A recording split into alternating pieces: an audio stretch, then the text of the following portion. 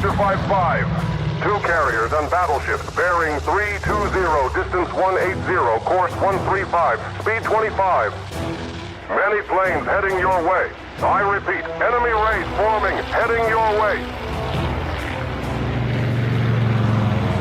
Skipper, we've got zeros on our tail. Base, we're being engaged by enemy fighters. Godspeed, make it count.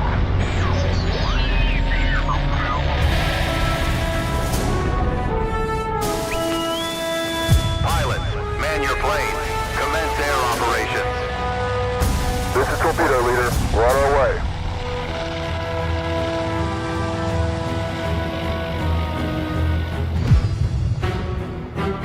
Torpedo planes on attack run! Right, full rudder. Right, full rudder. Aye, aye, sir. Enemy bombers! They're closing in! Zero quarters. Going has manual battle station. Set 5 wire attack. Dive bomber, port side! Gang of the Marines! All fighters, the crew engaged!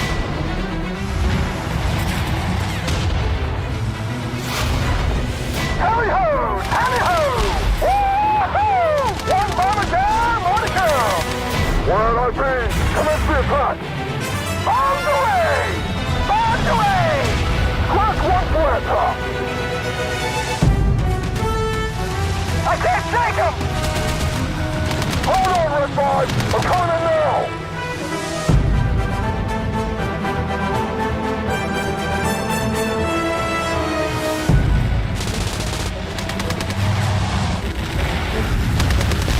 He's going down in flames! Model leader to all aircraft. RTB! Form up and head for home. This won't be the last of it.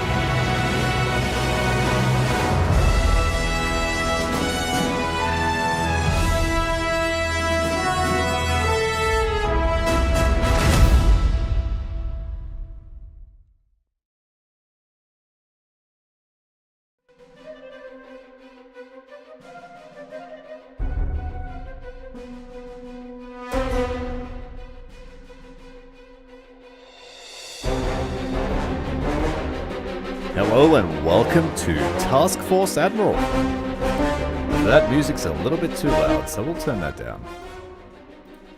Welcome to Task Force Admiral. This is a game that we covered early last year when the demo was released on Steam. And we beat the Japanese for before breakfast in the Coral Sea, the Battle of the Coral Sea. It's a fun little scenario. There wasn't much more than that. There was a battle generator. But today is the release of Early Access. Task Force Admiral. I'm super excited. I've been waiting a long time for this game. It was one of the first games that I really showed interest in when I first started making content. So I reached out to the guys at Drydock Dream Games, a small development studio.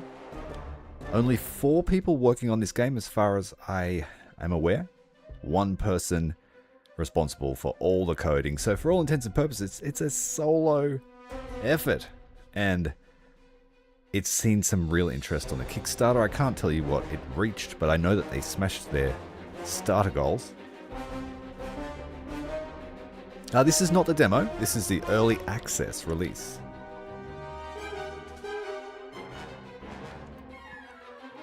And so with the early access release, I'll have a look at the roadmap.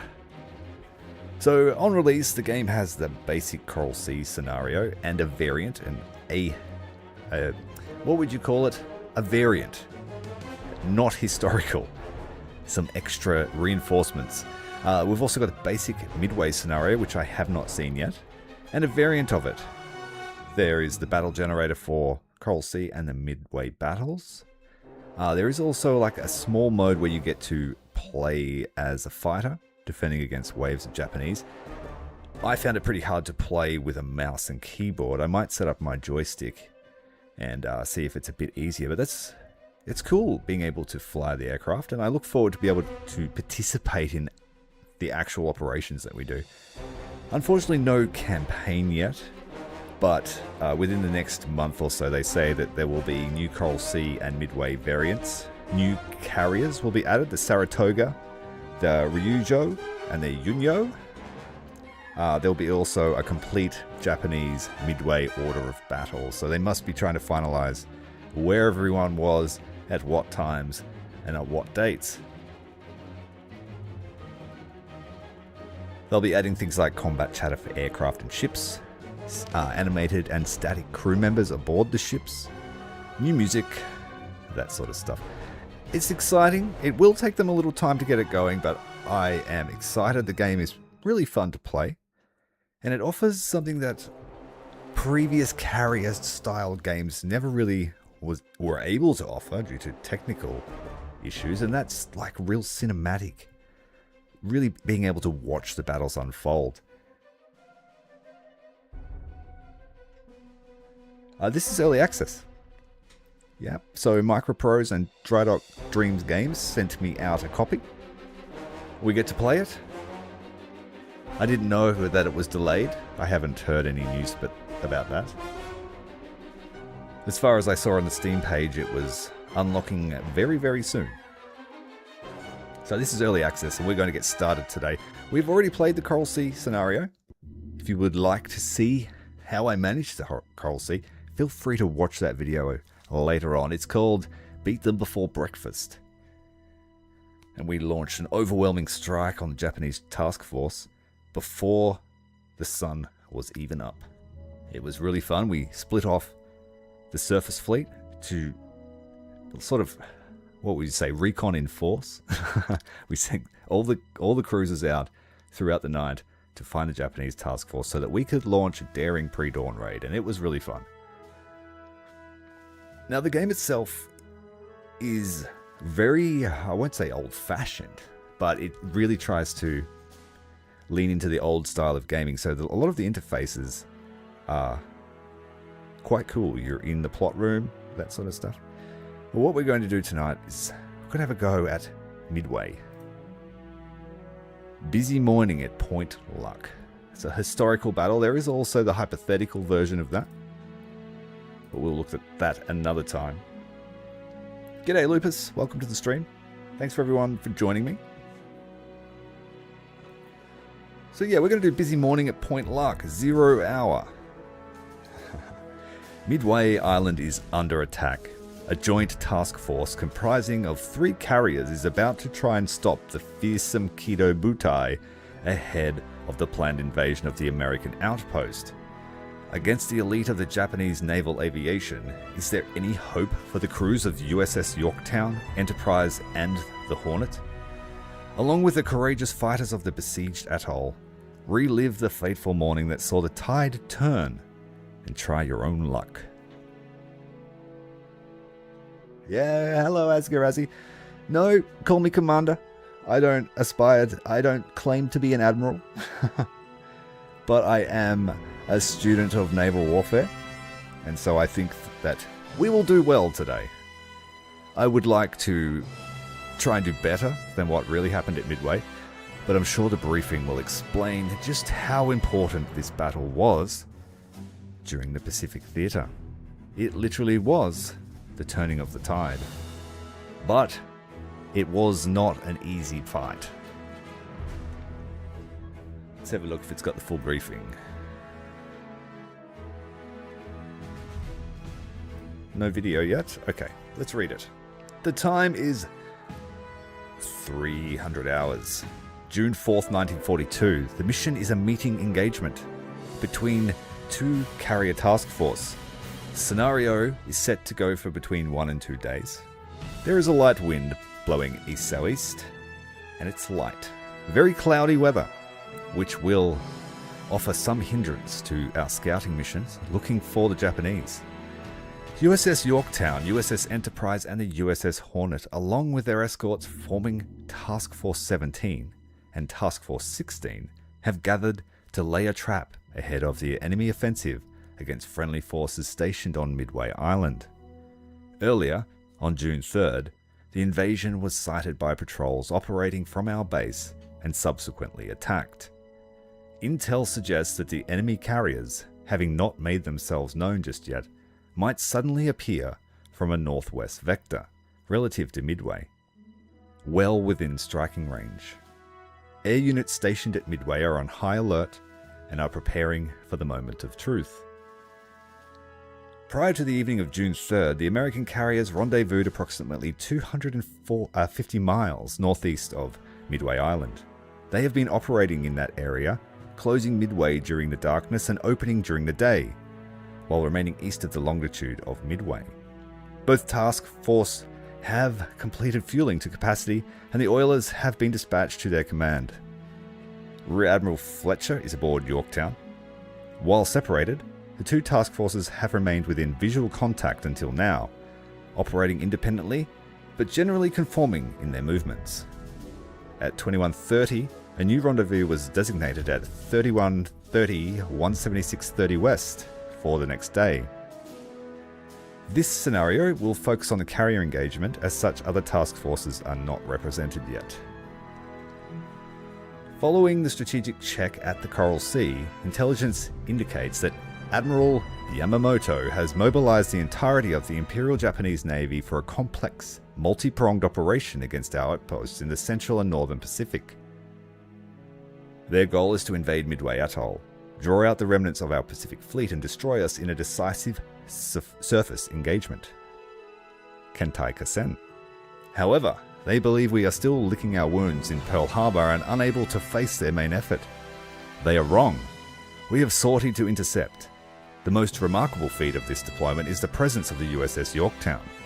Reported sunk by the Japanese at Coral Sea and estimated to require 3 months of repairs, she was patched up in 48 hours of non-stop work by Pearl Harbor Naval Yard crews. She sailed with civilian workmen still aboard, ready to fight. Reinforced by Rear Admiral Spruance's USS Enterprise and USS Hornet, the current force constitutes, to date, the largest concentration of naval air power engaged by the Navy in this conflict. This gives us a fighting chance. 3 carriers against their estimated 4 or 5. We have achieved tactical surprise by deploying to a flanking position northeast of Midway, a coordinated, designated as Point Luck. From here, we can strike the enemy flank while their attention is focused on softening up the island defences. Yesterday, June 3rd, sightings confirmed the approach of the enemy invasion force to the southwest. Long-range B-17s from Midway have already attempted strikes against their transports with unconfirmed results. But the real threat, the enemy carriers, has yet to be visually located. Specific instructions for Sink Pack.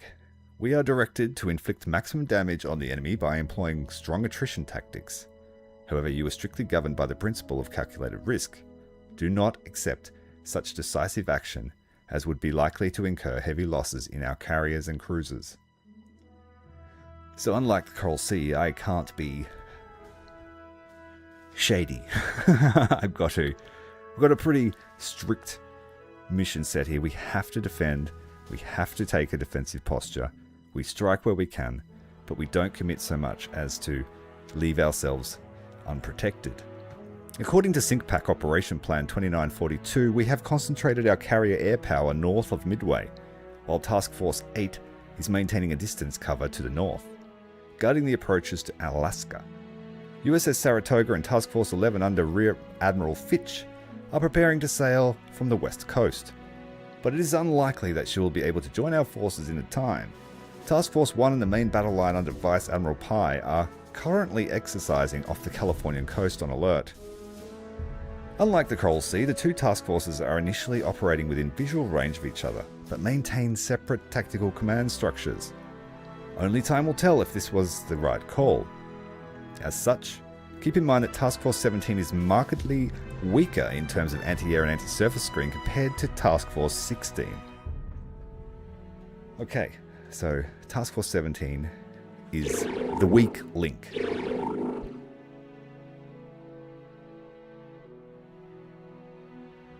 Thanks very much for the sub, Vindicated. Thanks for joining us. Currently in the briefing. Unlike Coral Sea, yeah, we said that. Unlike Coral Sea, two task forces are within visual range, but maintain separate tactical command structure. Okay. Alright, Task Force 17 has 1 carrier, 2 cruisers, 6 destroyers. Got the Portland, Astoria. Relatively capable destroyers, but we don't really have, you know, they're not going to do much. They're just there for decoration. Task Force 16 has 2 carriers, CV, Enterprise, and Hornet. 6 cruisers, New Orleans, Minneapolis, can't say that one, Northampton, Pensacola, and Atlanta. 9 destroyers, Phelps, Warden, Alwyn, Monaghan, Balk. Yeah. Alright. The atoll itself acts as a stationary, unsinkable aircraft carrier. Its defenses have been heavily reinforced with Marine anti-aircraft battalions and a motley collection of aircraft. While they can absorb damage, they cannot maneuver. If the fleet fails, Midway falls. Okay. Yorktown has 78 aircraft. 27 of them are Wildcats. 18 Dauntless 2 wings of 18 Dauntless each, and 15 Devastator torpedo bombers. Enterprise has 27 Wildcats, 19 Dauntless, 18 in another wing, and 14 Devastators. 27 Wildcats on Hornet, 18, 17, and 15. So we have quite a few aircraft, 230 in total, including 120 aircraft on Midway, 25 of them PBYs, 20 are B-17s, a few Marauders, a full squadron of SBDs, and Buffaloes and Wildcats. Primary threat is Kido Butai, the first mobile strike force, supposedly commanded by Vice Admiral Nagumo since the attack on Pearl Harbor. Intel suggests it is centered around 4 heavy fleet carriers, Akagi, Kaga, Soryu, and Hiryu. These ships have proven again and again their ability to operate as a single cohesive tactical unit. They are likely screened by fast battleships of the Congo class, heavy cruisers, and an adequate number of destroyers. The main surface fleet might follow in its steps, but the goal is to have the battle reach a decisive conclusion before a surface encounter takes place. A separate invasion force, sighted yesterday, and a support force of cruisers are approaching from the southwest, but they shall be seen as bait. Do not be distracted. The carriers coming from the northwest are the only target that matters. Expect a force of roughly 200 to 250 naval aircraft of equal or superior performance. The enemy attack plan is estimated to rely on carrier aircraft beginning attacks at daylight. 1 or more carriers may take up close in daylight positions to support the bombardment and landing phases. So this feels like it's going to be a much, much bigger battle. It seems like we might have control of the airfield as well as 3 carriers. So yeah, the complexity is rather high. Difficulty not so high. See if there's any actual briefing.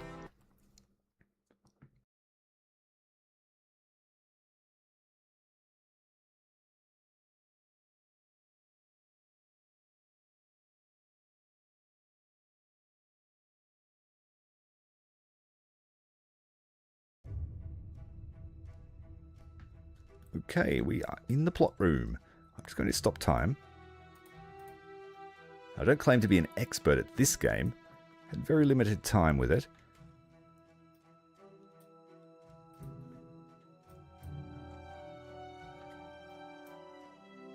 Task Force 16 to the east of Task Force 17. The rendezvous set. Looking to arrive at 10:30 a.m.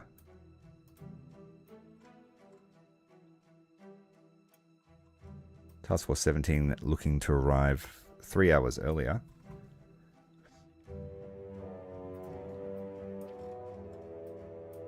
Where's Midway? Here. Do we have any control over Midway at all? Nope. Bases? Yes, we do. Got the seaplane base. Can we order anything from that?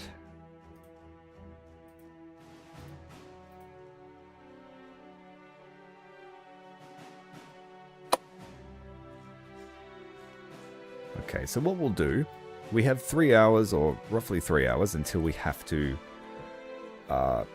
until we can launch aircraft, basically. Once the map turns white or blue, we can launch air operations.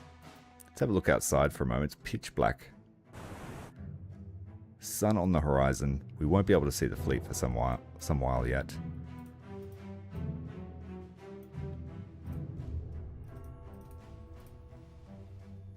Let's find Yorktown. There she is.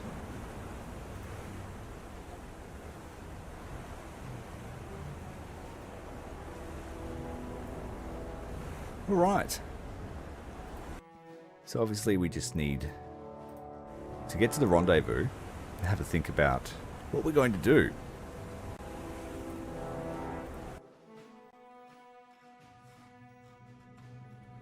This Point Luck. Midway is to the south. The main engagement's looking to happen here. Without any intel, I can't really make any pre-plans. And of course, we absolutely don't want to split the fleets up. Like I said, there's no room here for unorthodox tactics.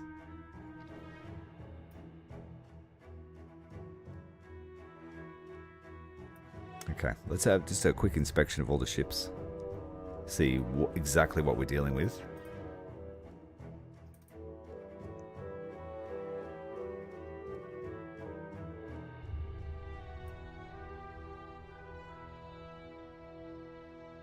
Astoria, Portland, Russell. Okay, pretty light screen, but we did know that already from the briefing. Yeah, and Task Force 16 has a much denser screen. We've also got Atlanta here. Beautiful ship, this one.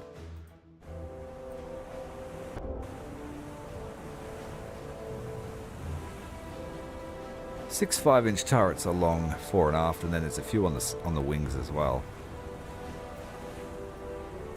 Designed to be an anti-air cruiser. I'm really excited to see how she'll go.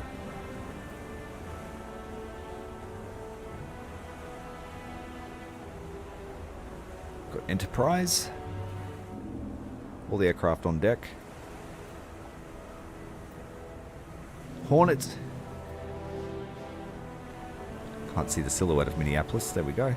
Can't yet use the seaplanes as far as I'm aware.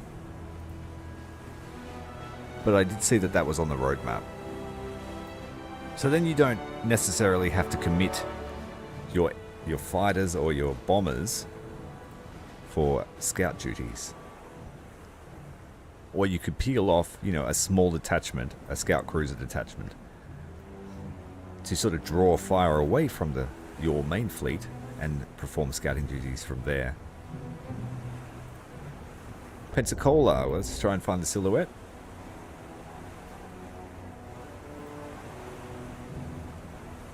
Northampton. Where are the destroyers at? Got the Phelps. Warden. Alwyn. It's a Farragut class. So is Monaghan.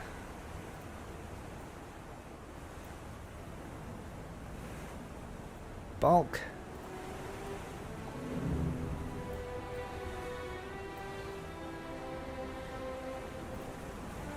All right.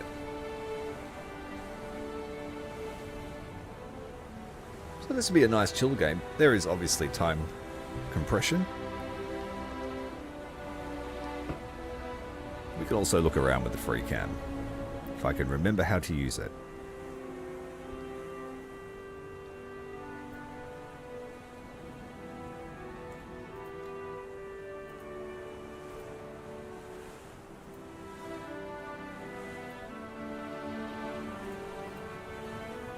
It's a shame I can't control Midway. I would love to launch some Wildcats, some Buffaloes.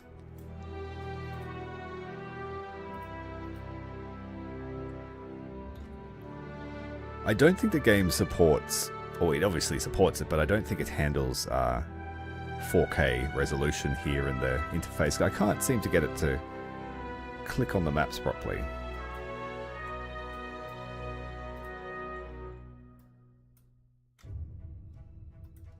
Alright, so I'm going to set up an air defense screen. So the first thing we need to do is create a new combat air patrol zone. And we want this to be fairly long range.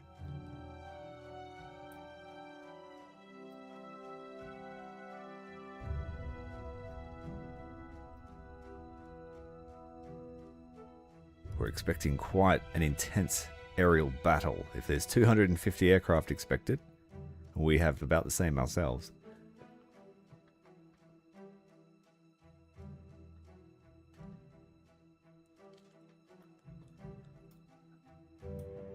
It'll take me some time to like really learn the interface and all the menus, but I've got a pretty good grasp on what to do. And we've had, like I said, a pretty successful operation when the demo was out. Had a lot of fun doing that. It was super high risk though. There was like, out of all the directions you could sail, we just happened to choose the right one and we found the enemy fleet. We didn't have a lot of help. It was just pure luck. A little bit of educated guess as to which direction they were going to sail and where they would be at a certain time. Alright, we'll set up the first air patrol. I haven't really decided how many I want to commit. I was thinking I'll use Hornet as our combat air patrol ship. It'll be there for combat air patrols and scouting, and that will free up the other carriers. Well, the other carrier by itself will have to have its own combat air patrol screen if it wants to live. But yeah, I think I will defer most of the fighter duties to Hornet unless we take massive losses, and then that will free up the other carriers to concentrate on any attacks if we find any surface targets so we can blitz them straight away. Find the enemy as fast as you can and dump everything on them is a good mantra that I would like to live by.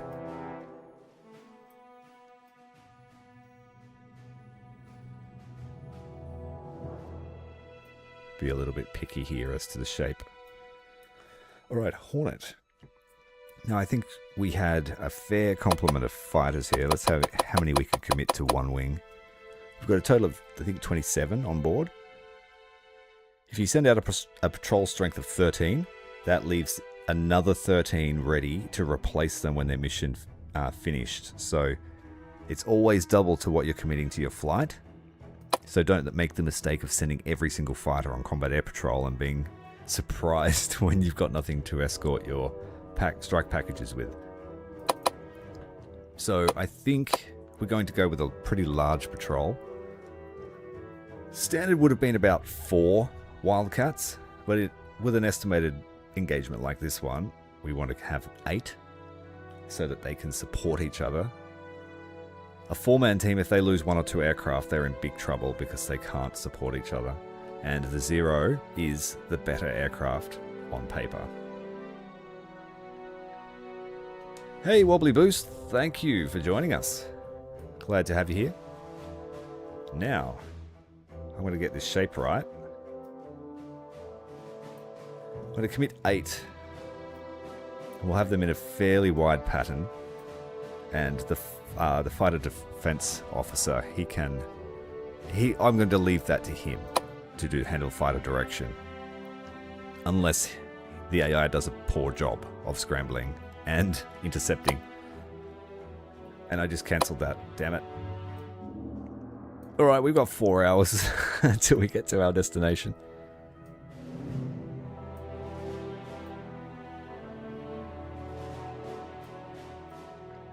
So I like to have a shorter leg on the inside because they are closer to the ship. You don't want them wasting space. And if there are anything coming in here, they will get vectored. I'm hoping that with an 8-man flight, they might spread out a bit.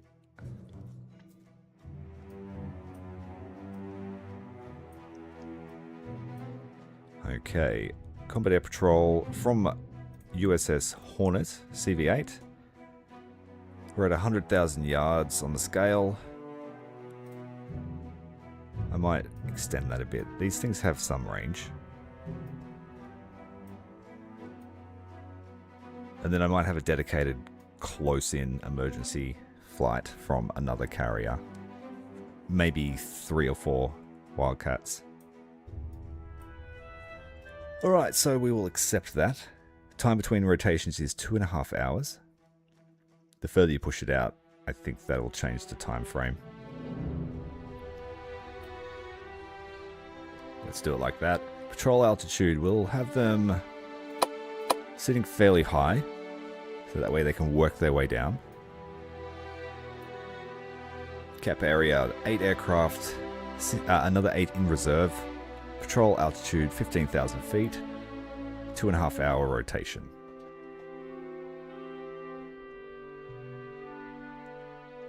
So the patrol zone here is, it doesn't belong to the enemy. They're just staying a certain distance from the ship to try and intercept any fighters that radars don't pick up or scouts don't see. Really, we're expecting a lot of aircraft to attack us if they find us, and to have a competent combat air patrol up, you're able to intercept scouts before they can radio home, and that will give you some time to get out of the area before the strike package arrives to kill you. The next ship, I think we're going to have to set up another patrol zone, but from Enterprise.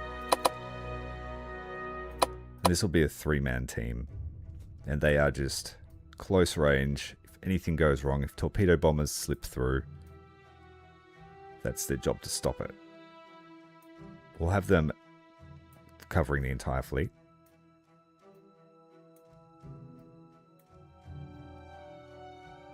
And rather than committing this team to any scouts, we could send these guys.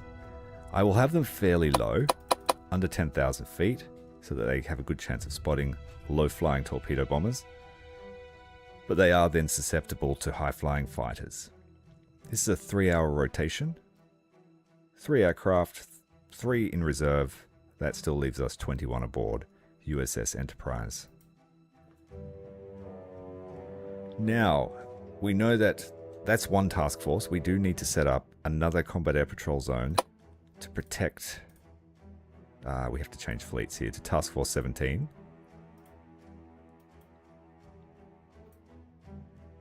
How do we get that out?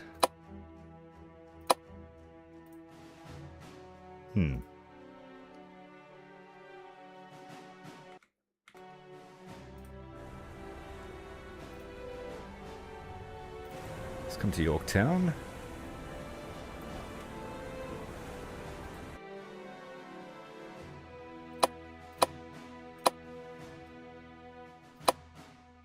Yeah, alright, we got it. These guys have to protect themselves until we are a bit closer. Scale 100,000 yards. This will be a comprehensive one.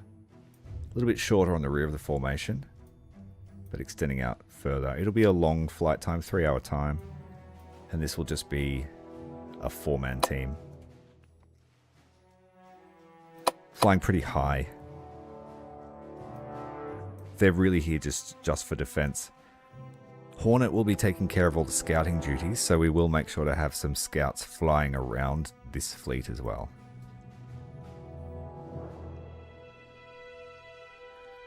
That leaves us 19 aircraft to escort any strike package from Yorktown. Alright, so that's just a rudimentary combat air patrol. Depending on how the morning plays out, we can adjust these on the fly, while the aircraft in the air as well.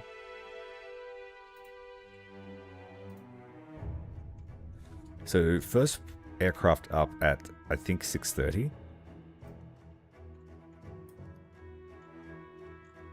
And we are looking to arrive here at 8:10.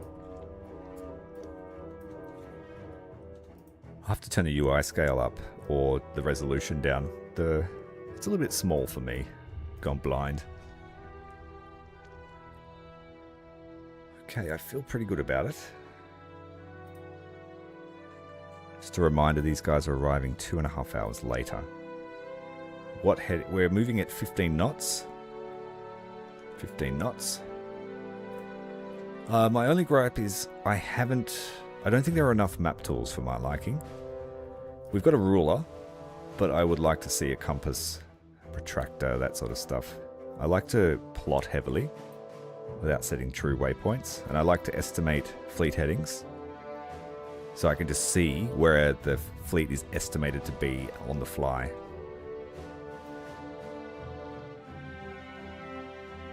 So how far is it to the combat zone? We're looking at 150 nautical miles. At our current heading, current speed, that will be a 10-hour trip.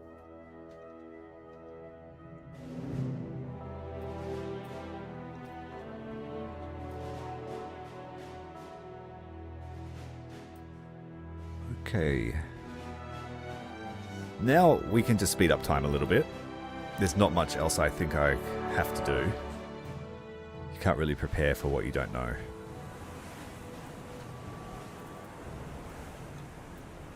So Task Force 16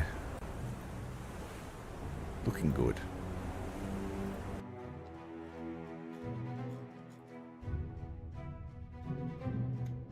So Task Force 17 is light on anti-air screens. So if they're going to be the first point of contact actually. So Yorktown. I don't know if I like that. We definitely have to change course at the first sign of danger. And that means that this combat air patrol that we just set up for Task Force 16 will be sort of overlapping this fleet. But we don't have much projection, so I will actually have to extend that.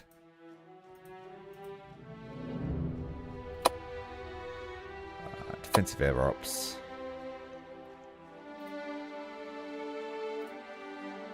I'm going to edit it.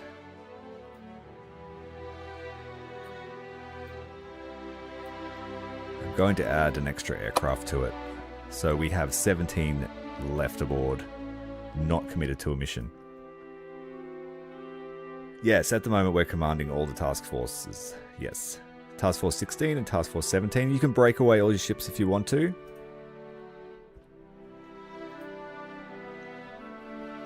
I'm not sure how long you've been here, but I said at the start of the stream I've played the Battle of the Coral Sea. We made a video about that, and we experimented with more fine fleet control.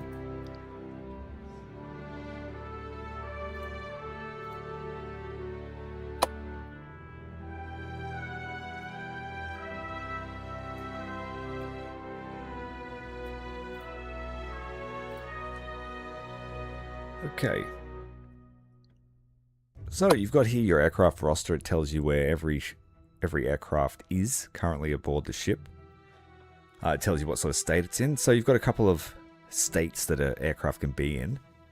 It can be up on the deck, ready to go basically, where it just needs some minor work to get it started and launched.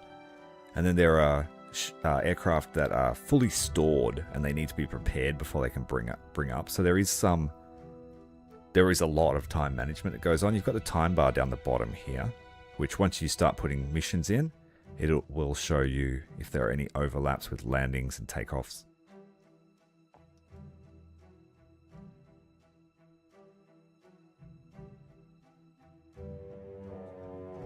Okay. We've got the squadrons here. It gives you a list of all what you've got aboard each individual carrier. So in Yorktown, we've got the Squadron VB3, dive bombers, the aircraft type, how many pilots you've got, how many aircraft you've got.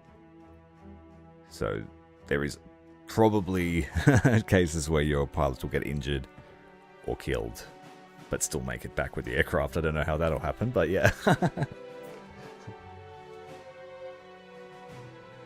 Yeah, I feel like that's what they've been going for, like reimagining those games from the 90s and early 2000s that didn't yet have the technology to really express what we all wanted to see as naval warfare nerds.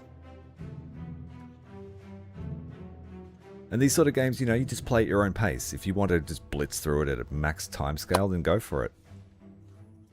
And that's what I enjoy. The game handles time compression really well.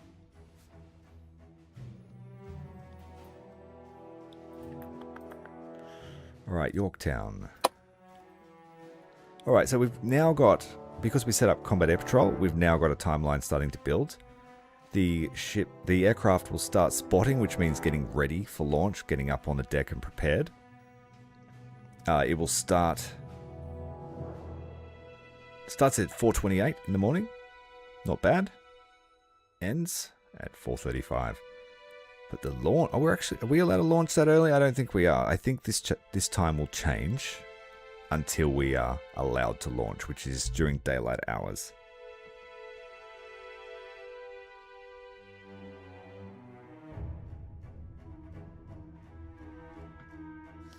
Okay. I don't want to mess this up. We need to do at least as well as history, or better.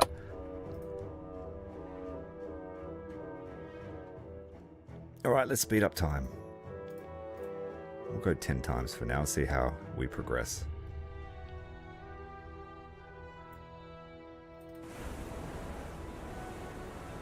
And there are heaps of camera options. This is just a bit too dark to show you. And you can also like watch all the aircraft fly to their missions, that sort of stuff, which is cool. And I saw that you can sort of save the tactical map, which is this. So when you do a mission, you can save this file apparently, and then watch your battle play out afterwards. I'm not sure if that feature's fully implemented, but I'm excited to see it. Sort of like in DCS, but for Navy ships. Pretty cool looking fleet we got there. Task Force 16, looking great. And like the briefing said, it looks like we are within visual range. So those combat air patrols that we've put out ahead of that formation will cover this here to some degree.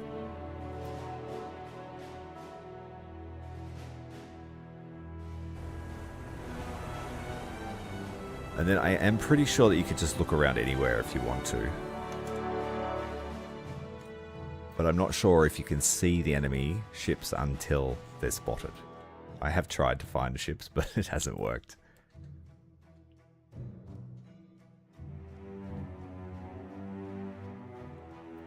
Well, we've still got quite some time.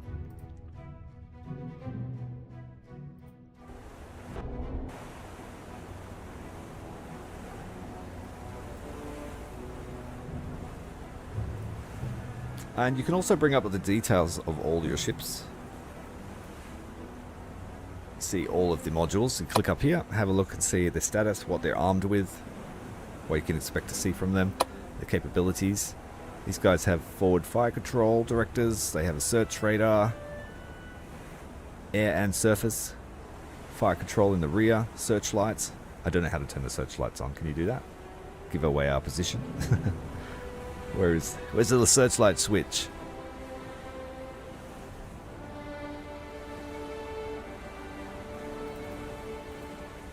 I'll have to ask the blokes that made the game if you can do all that stuff.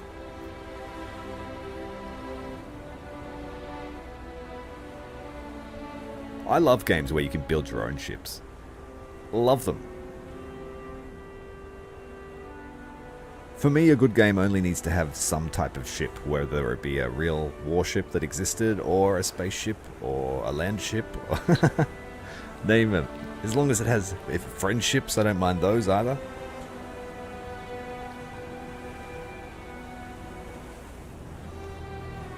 So this, for me, it feels like the game Sea Power, but in World War II. And I would say, obviously, more in-depth air operations at this stage of development, because, you know, that's what it's focusing on. But I feel pretty spoiled to have two high-quality naval games coming out of Microprose.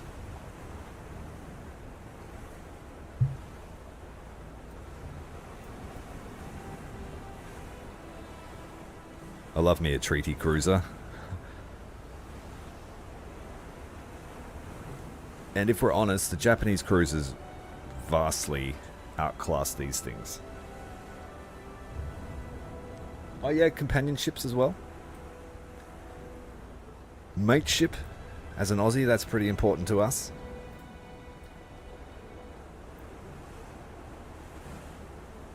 When we fought them in the Coral Sea, I just threw all my cruisers at the enemy task force. Had ourselves a night battle. The Japanese had the advantage in that case. They had their... who was it? The Miyoko class cruisers. 10 8-inch guns each.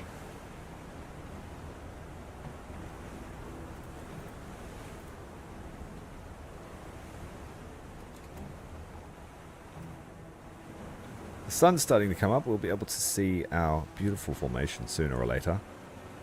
The blackness over there.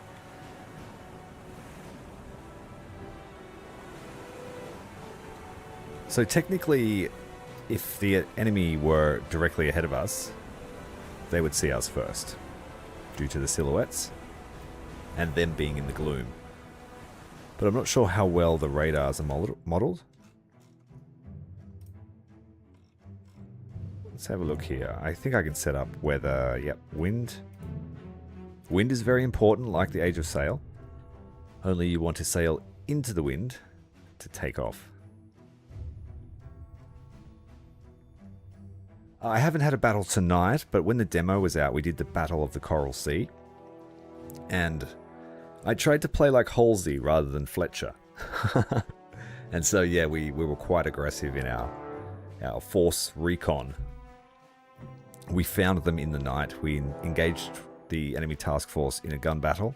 And then at the crack of dawn, we launched the hugest raid you've ever seen. The greatest raid. Every single aircraft from every carrier we had descending on the Japanese just before breakfast. It was fun. I hope I can emulate some success. Well, let's push the time up a bit. It looks like we are going for a launch at 4:30 in the morning. There must be different rules of engagement for this battle. But I'm pretty sure Coral Sea was 6 AM launch. Yeah, full send. Yeah, that's exactly my motto. No guts, no glory. Who dares wins, that kind of thing.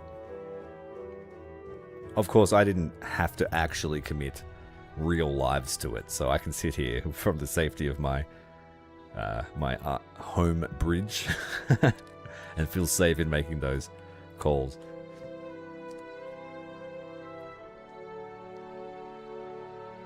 Alright, looks like we are going to have a launch here. Let's have a look and we'll see the spotting start at 4:28. It has. Let's go. USS Yorktown. Are we going to spot up or will it be delayed? Because here comes the sun. That's an early sunrise for June.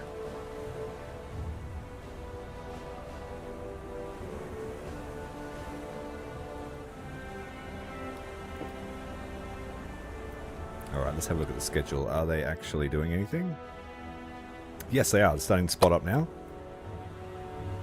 But good luck finding where you can see that.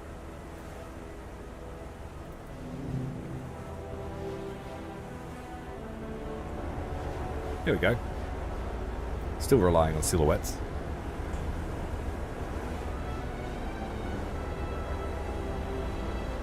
Yeah, that's true. Virtual widows. A lot of letters to write home in that case. We lost the cruiser USS Chester. And I'm pretty sure that it was to an airstrike. Because once the Japanese detected the cruiser fleet, they had to respond to it. And so that's where the strike package went. And so our carriers, I don't believe they took any bombing attacks.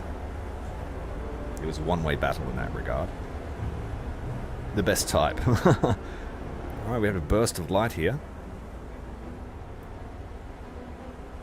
Apparently we'll be airborne by 4:35. Let's see if Enterprise and Hornet are doing their thing too. Yep, they are. So we're going to have a fair amount of aircraft up for combat air patrol. But I have tried to leave us enough aircraft.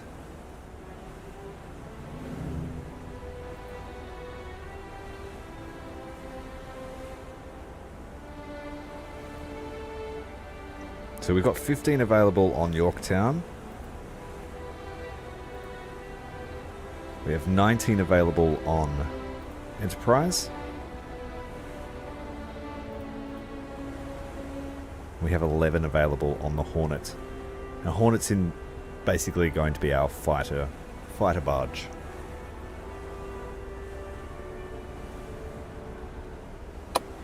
It's been a long time coming, this game, but I really feel a passion project from this. And there is only one programmer working on the game, so like the ship models are fantastic.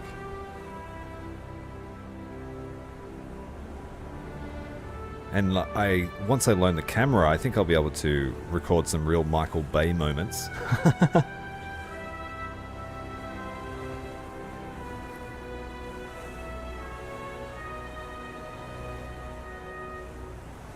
And you can, from what I've read, we can control the aircraft ourselves and actually fight in the battles, sort of like what was that game called? Battle Station Specific. I'm really hoping that this, in some way, could be the successor to that game. Just let me have a little bit more control over my surface fleet, and I'll be a happy little lamb.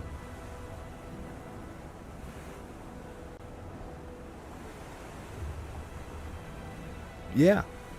And thus far, I've no issues with performance. The graphics options, it's a pretty important thing. Graphics options are pretty limited. You can change like the color profile of the game if you want to make it look like straight out of the 1940s. But yeah, there's not much in the way of settings, and the game runs pretty good.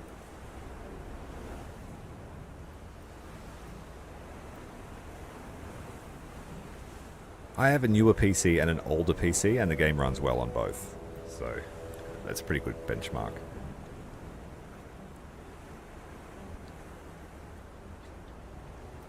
And we've got a notification here. Search planes, Sand Island Seaplane Base are airborne and underway. Task Force 16 is heading into the wind to commence air operations, as is Task Force 17. Let's have a look at the air operations. Combat Air Patrol, Mission 201. Spotting up. 202 is the replacements a few hours later. And so if we extend the timeline here, we'll see that the second mission going up, the first mission coming home. And we're looking to do that at 7:30 AM, so 3 hours from now.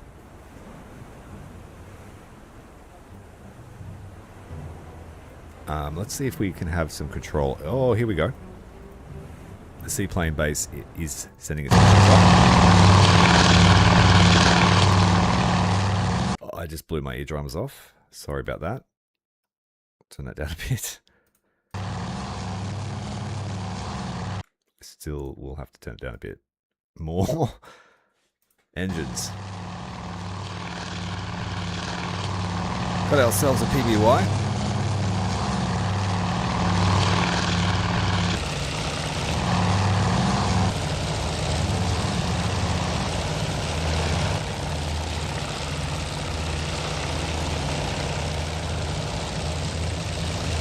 Skies are clear, boys.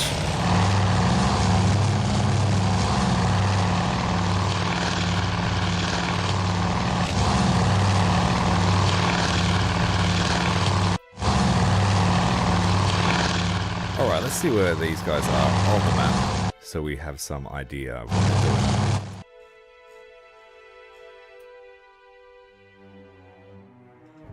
That doesn't tell me much. Where are you? Okay, there we go. We can see the search grid. Pretty effective search grid. I probably won't even have to send one out. The PBYs are a bit slow.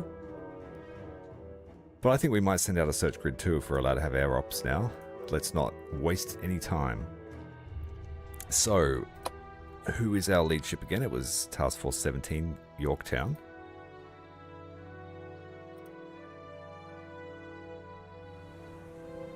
Fighters will be launching very soon. They're about to start their engines.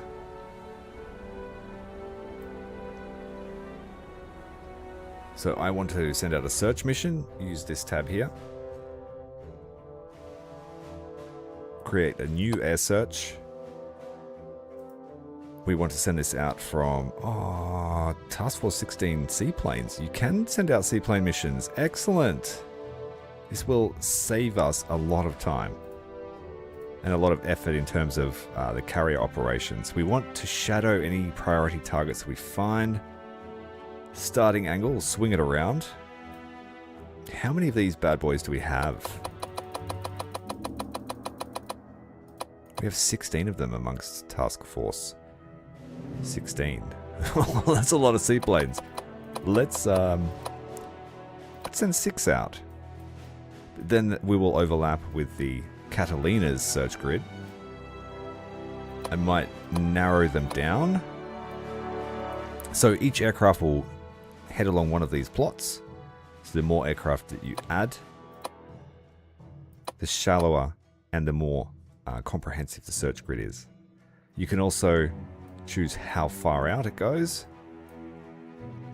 So I want to cover basically the entire red circle, because there's no guarantee the fleets will actually be in here. In that case, we will spread it out.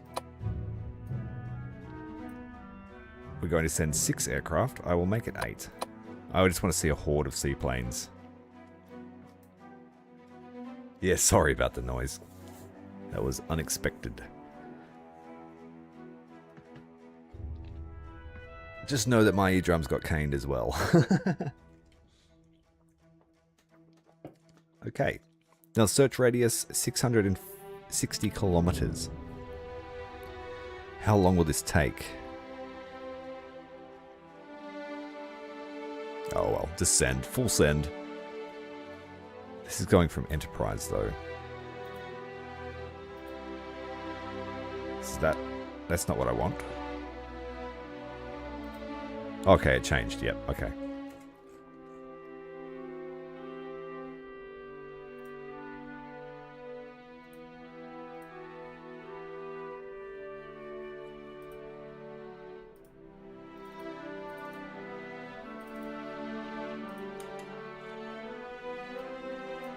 Okay, so they're in queue to go out.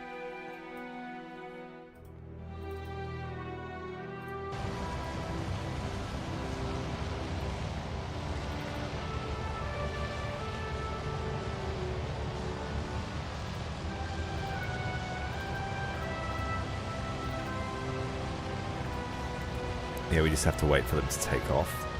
What ships would they be launching from?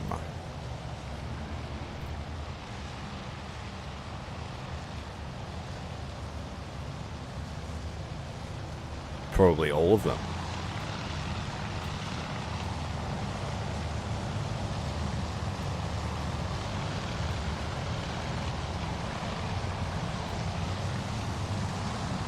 It's a hive of activity here this morning.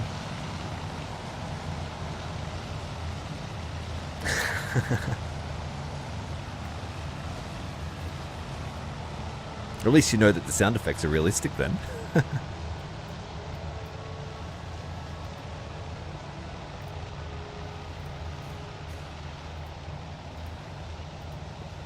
Just trying to find the control interface for these scout planes.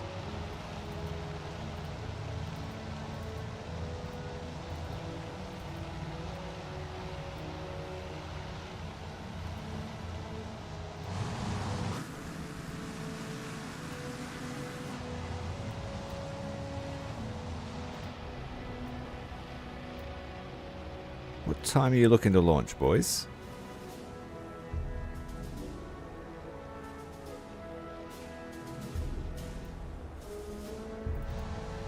Oh, they're gone already. We're going to miss it.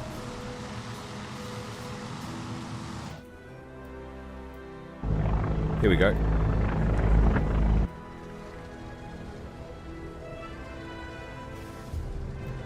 I made a whole video about cruiser launch scout planes. I love them. Very, very brave job. No guarantee you'll ever be allowed back on the ship.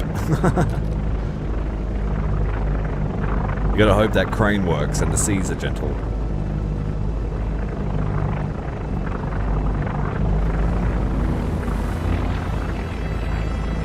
There she goes. Like I said, that'll take a lot of burden off of our carriers for scout duties. Of course, these aircraft are nowhere near as capable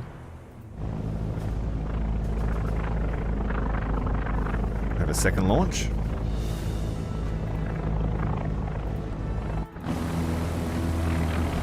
Section 1, Sanders is launched. Becker. Rhodes. Sanders and Saunders. Old Roy.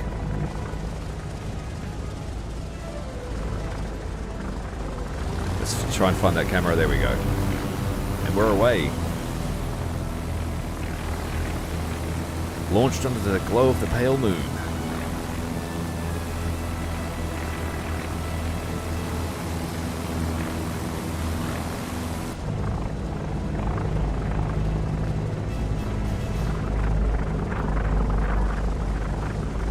Cohen and Sandoval off next. Hey, there's another one here. There's a cheeky guy installed inside the catapult.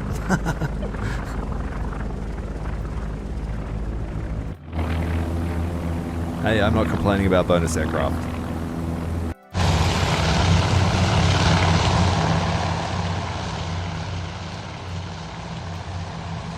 Alright, Combat Air Patrol. Number 303, they're up and away.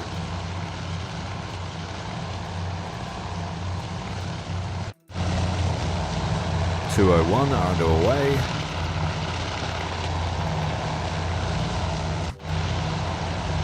And this is our large one. This is the Hunter Killers. There should be 8 aircraft. Yep, the other one is just in the background there. Yes, there are. I didn't know that was a thing. But it is a thing. And so that, like I said, takes a lot of pressure off of our carriers. Of course, I don't know my chances of being able to recover those scout aircraft, but I hope we can. I've given them a pretty large mission.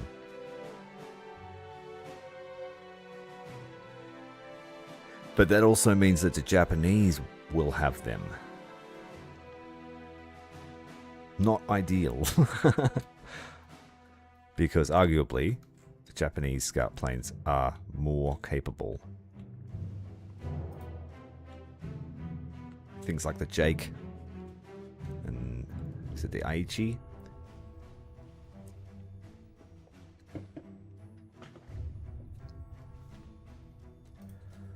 Alright, so the deck operations are complete. Let's have a look and make sure that our catalysts are okay.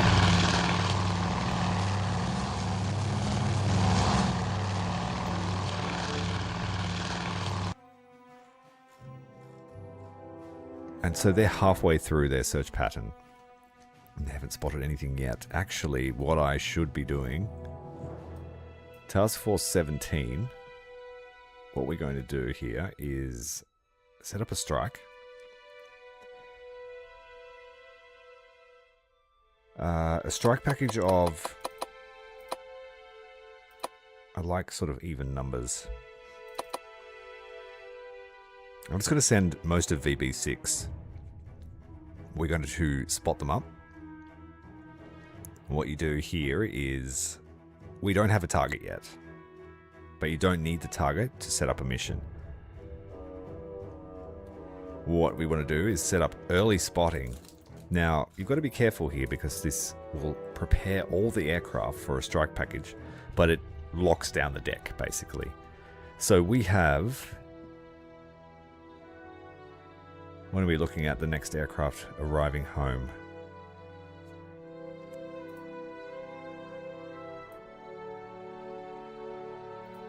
I want this to be Task Force 17.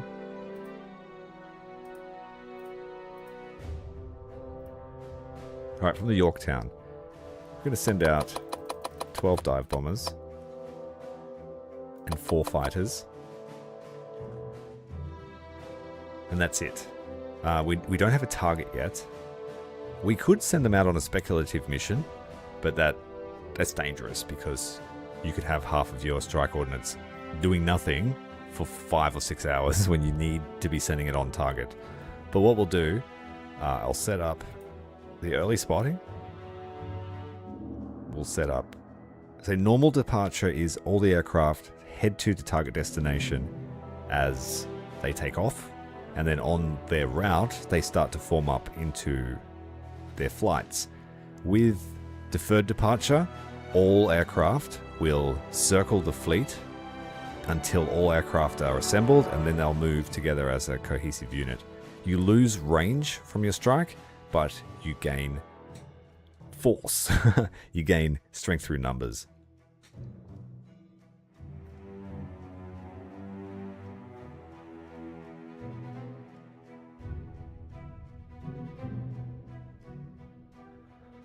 Okay, yep, deferred departure.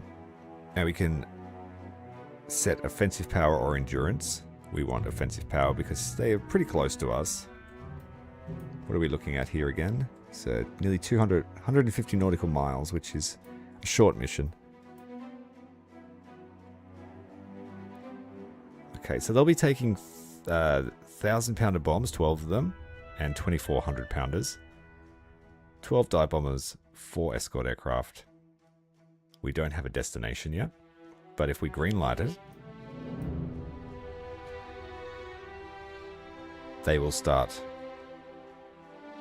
They should start spotting up now on the decks of the USS Yorktown.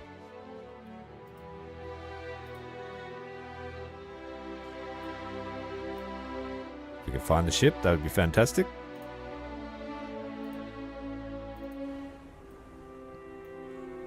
Okay. Here we go. So this strike package will get ready. And the minute we find an enemy... Here we go. We've already found an enemy. So our scouts have found something. It would be the Catalinas.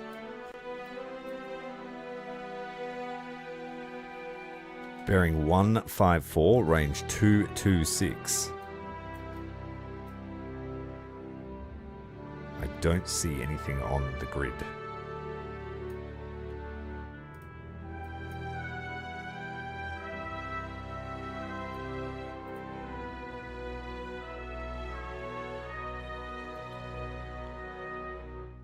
Scouts report enemy carrier force bearing 154, range 226. Why can I not see it?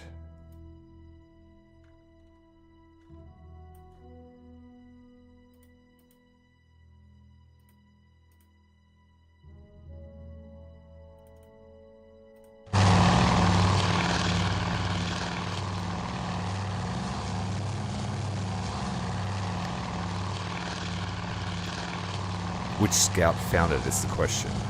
154 is this direction from this aircraft.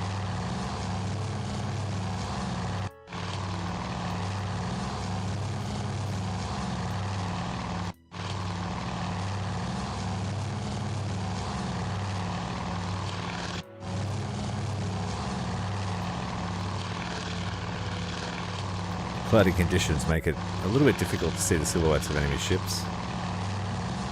I'm just looking for trails, if we can.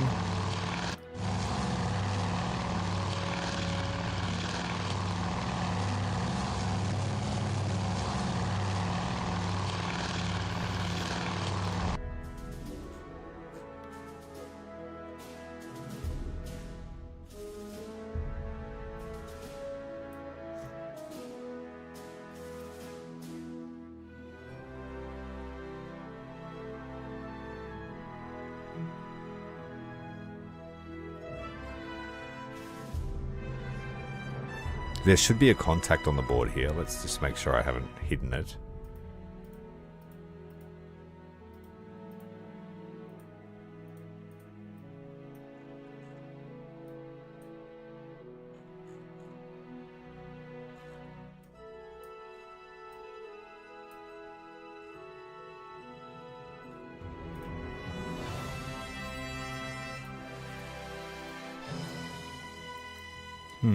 Shame. Now my scout plane's going to take a little while to get there. They're pretty slow.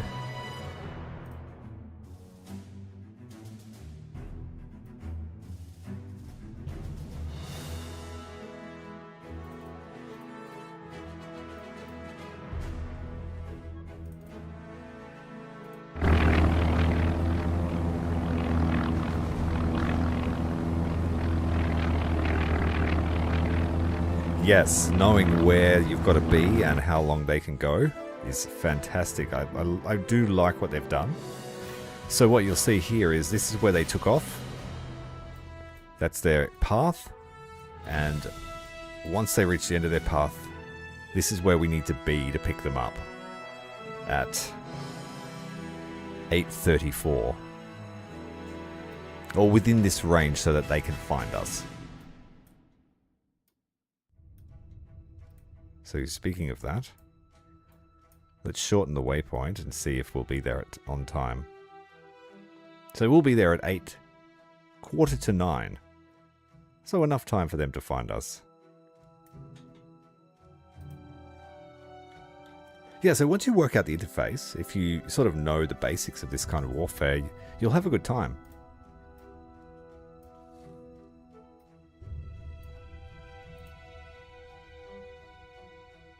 Yeah, I just don't know where this contact is supposed to be. Let's have a look at the bearings from the ship. Task Force 17 is leading us. Yorktown. Bearing 154 would be that way. Off the port side.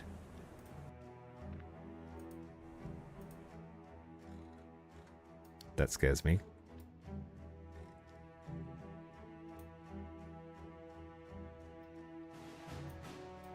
Let's just say that were a thing. Yeah, I need more ruler tools. I'm pretty drawing all over my maps and charts. Lead pencil. So it said 227 nautical miles. 226. So if it were a bearing of 154, this is where the contact would be. Where is Midway? It's a bit hard to see on the map.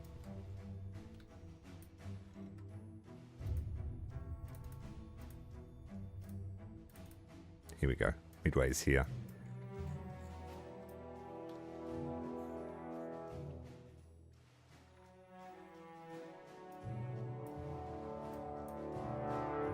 I'll turn up the speed a little bit.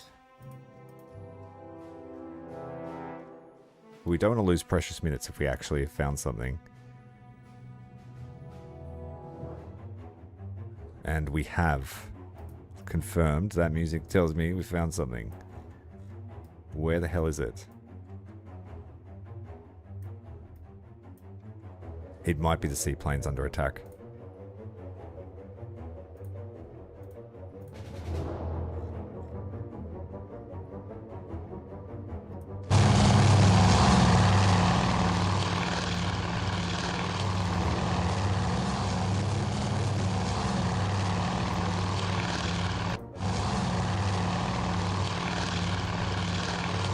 I don't think so. I think at this stage it's just a single player experience, but don't quote me on that. I will check.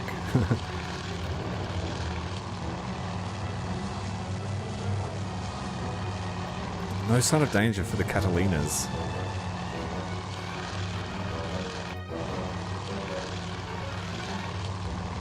Maybe the attack is underway at the island.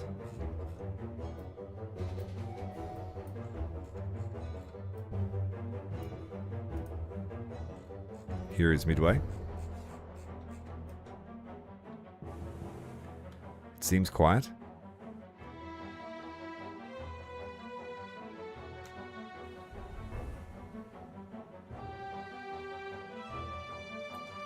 I am baffled and they are bamboozling me.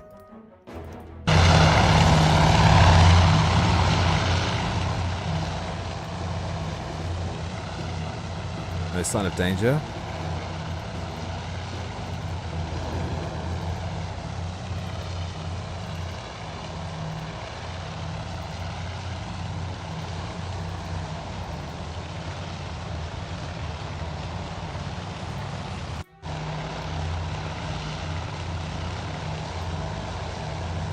I think that's Task Force 17 as this combat air patrol flies over the top of it.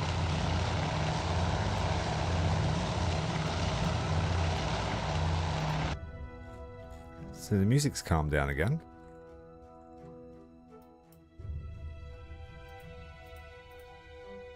Let's speed up for 20 minutes.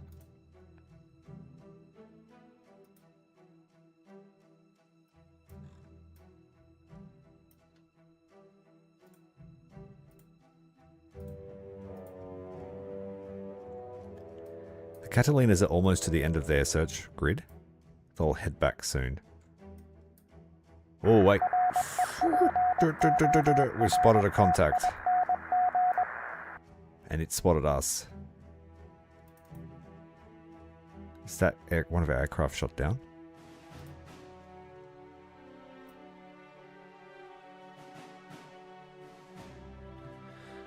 Okay, there's something here. Fighters are being scrambled. It looks like we lost a scout.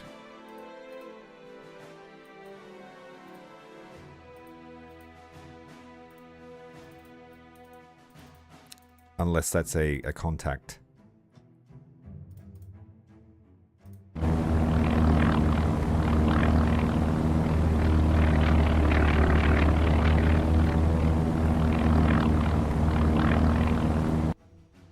There doesn't seem to be any danger.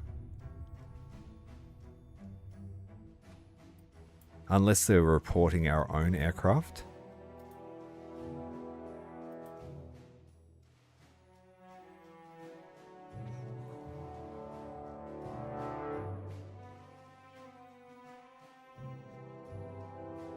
Oh yeah, co-op battle. It'd be like, you know, modern battleships. The board game. You sunk my carrier, you bastard. Oh, we found something. The surface fleet. Okay, let's have a quick squiz.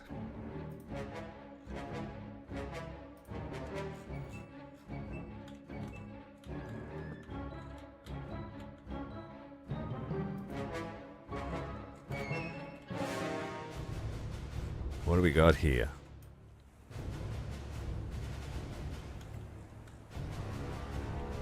It's a Tone class, I believe. This is a scout carrier, basically. I think it has 6 scout planes, depending on its refit. And all of its armament up for... looks like we've got a couple of scout cruisers here.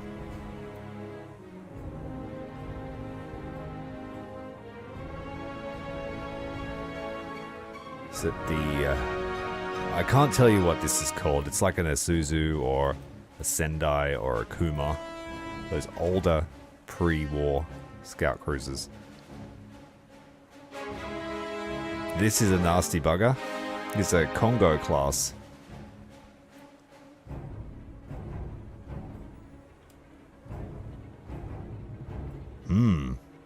Now, it did tell me to not get greedy. But I think we're going to need a bigger strike package. I think we've lost contact with him, rather than being lost. I think he's out of radio range. Alright, one flat top confirmed sighted. A second one tailing. Alright, let's just pause this for a second. That's a big naval force. Yeah, we've got all the carriers. Identified warships. We know what they are. They're the bad guys. They're sailing a pretty erratic pattern. They're now heading southeast. So, let's get our ruler. This is why I need lots of markies and pointies and stuff like that.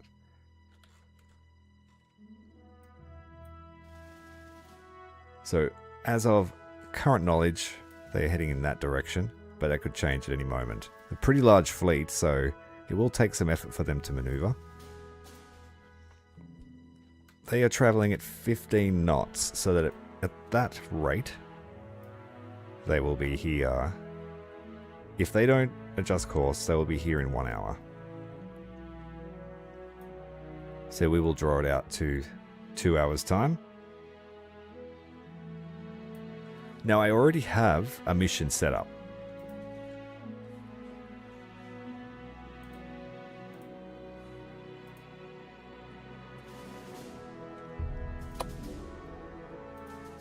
Okay, edit the mission that we have set up. We pick the target. We tell them to go and kill them. It's not a custom ID. It is this particular fleet as we see it. Contact 0018. Target type, surface. Position, 31 degrees, 29 minutes. North, 179, 28 west. Range 350 nautical miles. We have... It's a very small force. And I don't know if it's wise just to send such a small one. We've got a fairly good escort for the amount of aircraft we're sending. But we're going to have to back this up with a major attack. I can't tell if they've seen us yet. I can't add extra aircraft to it, unfortunately. But I will order that strike.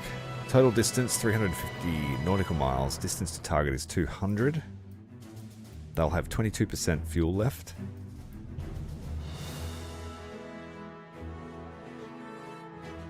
They're already armed up. They just need to be given the order to take off. This is from Yorktown. That order's been given.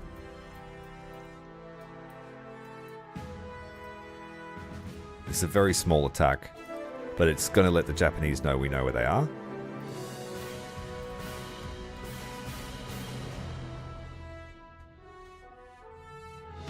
Yeah, markies and pointies, yeah.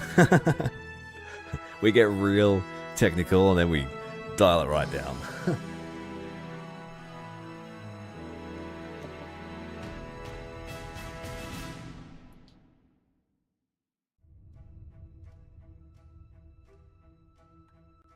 G'day, Lord Spears. Really well, mate.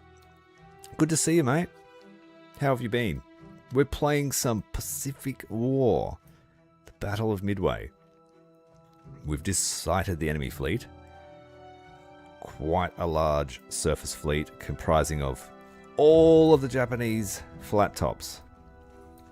I've just ordered a mission. I just need to find the ship itself. Yorktown's launching what I consider to be just a token attack. Alright, let's get started.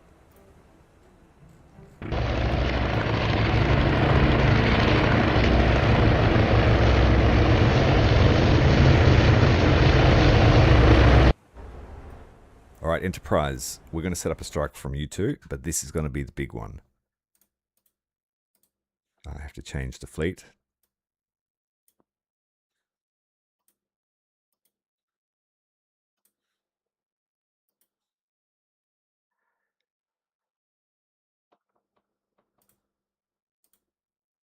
Hornet's doing our fighters. Wait, if I mess this up.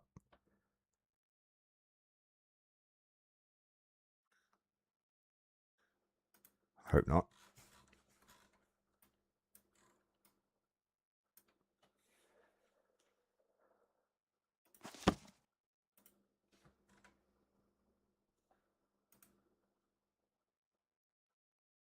Alright, missions. Naval Strike 4, launching from Enterprise. Yeah, I made a mistake. I'm launching from the wrong ship. That's alright. But mistakes happen. So that means Yorktown can set up our next strike. They are closer. I just don't know why I don't have any dive bombers.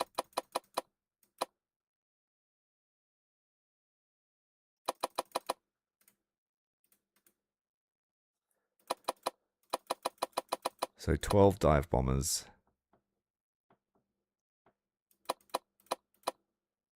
No, they're my reserves. We'll keep them out of it. Send in torpedo bombers. We'll just send the whole lot. They don't have a very good survival rate. 4 fighters. This has to be like ASAP.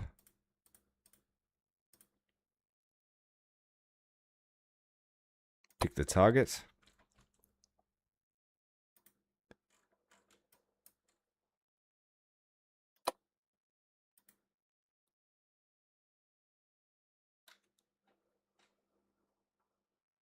I think this might be too far. Too far for the torpedo bombers, I think. Yeah, it is. Damn, we have to wait.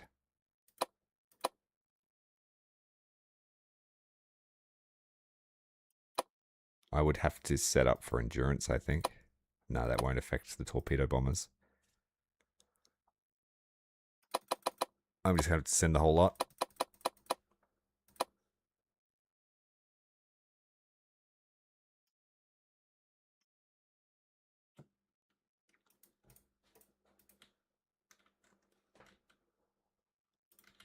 I feel the pressure building. That is a huge fleet to engage.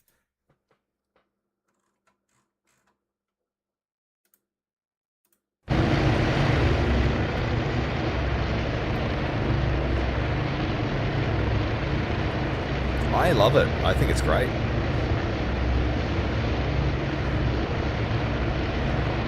There isn't a huge amount of content yet because it is an early access release. And those engines are deafening as we really want it, but I don't want your hearing loss to be service related, basically. So we'll turn it down a bit more.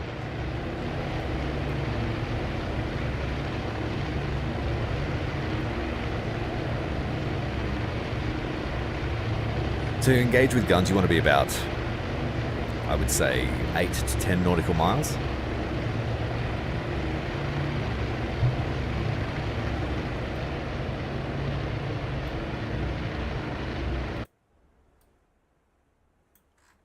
Yorktown, Enterprise, and Hornet. All right, so Hornet, they need to just, I want to say scramble, but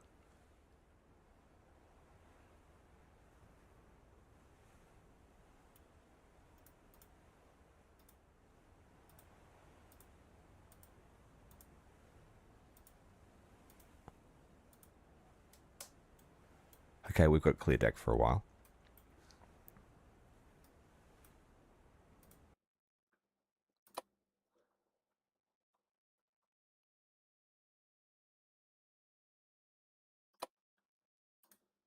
Hornet's basically just got to send everything up.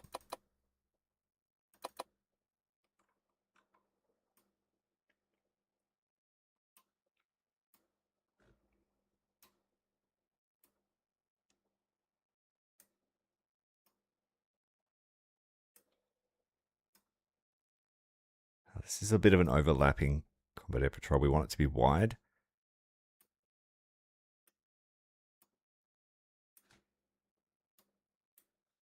And it's just sending all the fighters from Hornet. So she's our fighter carrier. And hopefully the boys can come home. Set about 13,000 feet. Okay. Get those planes into the air ASAP.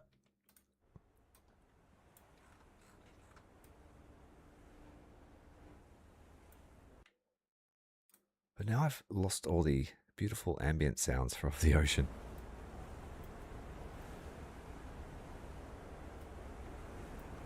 So we're turning into the wind.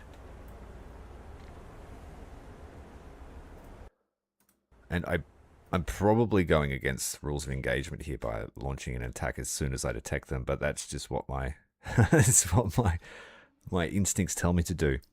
But I feel like staying on course is a recipe for disaster.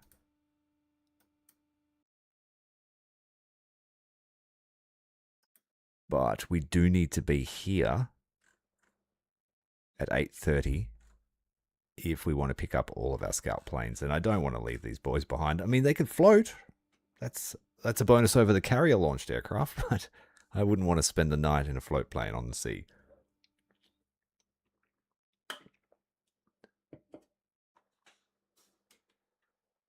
We still have contact. We've still got eyes on them.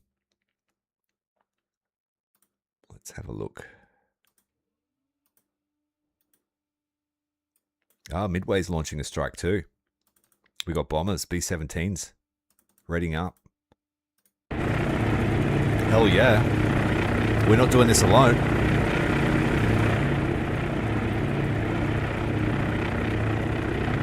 So yeah, we need to get all the fighters up. I should just send a wave of fighters to support this bomber attack.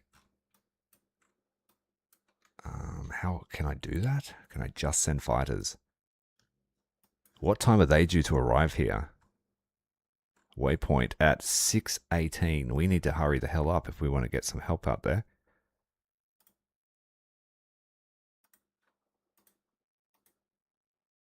Enterprise's deck will be clear in approximately a minute. So I know this is probably high risk to leave our ships underdefended. But the USS Enterprise is going to send call sign Oboe, naval strike mission of only fighters, to try and make it to pick the target. What time would we get there? Time on target at 5:26. And they get there at 6:18.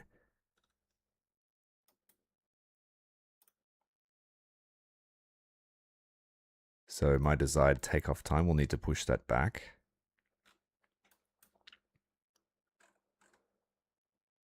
$5:26. We need 30 minutes. Yeah, so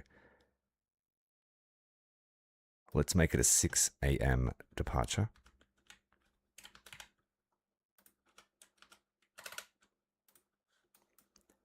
That means we arrive on waypoint 2 at 6 a.m., which is 18 minutes before the bombers. Well, let's push it back another 10 minutes. 8 minutes before the bombers, that's a lot of... let's call it... I'm going to trust my boys. I'm going to make it really fine. Because we want time on station to be quite long. The bombers will arrive... Can I move the waypoint? No, they're intercepting the fleet. So again, I'm going to trust my boys that we can get them up. Even if we're like a minute late, that might allow us to jump some zeros that are dialing in. No strike aircraft selected. That sucks. How can I cheese this?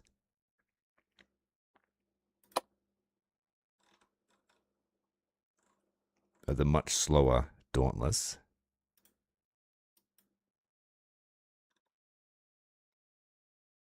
That slows the mission right down. Damn it. Damn it, damn it, damn it. Can I send?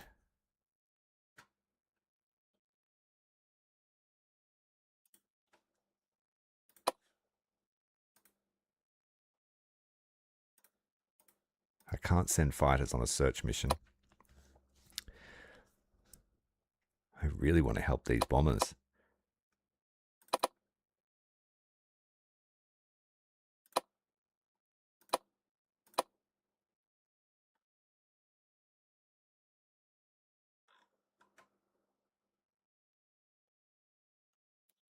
That means we have to leave yesterday to get there on time. We would get there at half an hour late now with a goddamn Dauntless with us. That's really frustrating. Can I just send out a super long range combat air patrol? How many yards is 120 nautical miles?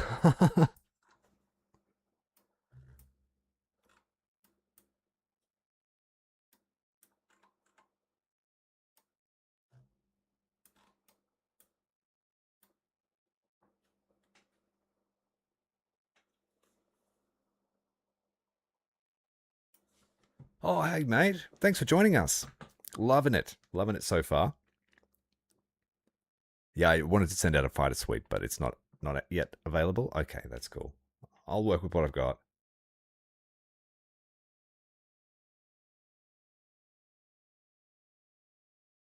Yeah, I am the sort of guy to like find them and drop everything I have on them and hope to win. It paid off in the Coral Sea. I will say that.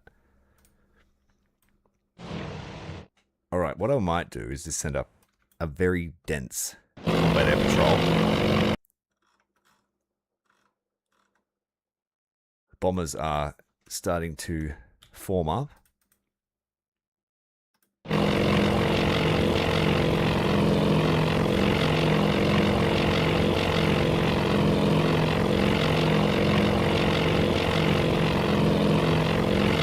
So we're looking at 20 B-17s. 4 Marauders. A wing of, is it 6 TBFs? And 30 dive bombers. Yeah, I think we're just going to make a slight impact on this fleet with our little token attack.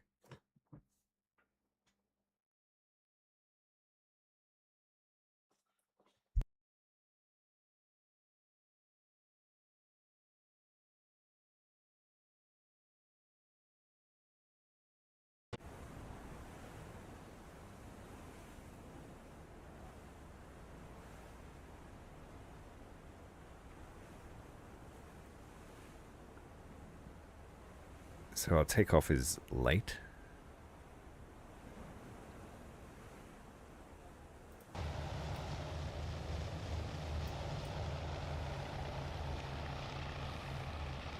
No, they've just finished. Good.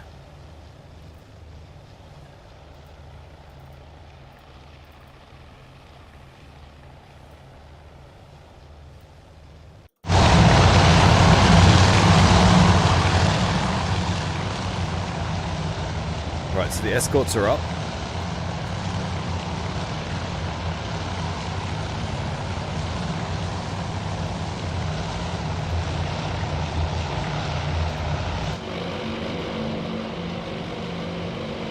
Dive bombers are climbing to altitude.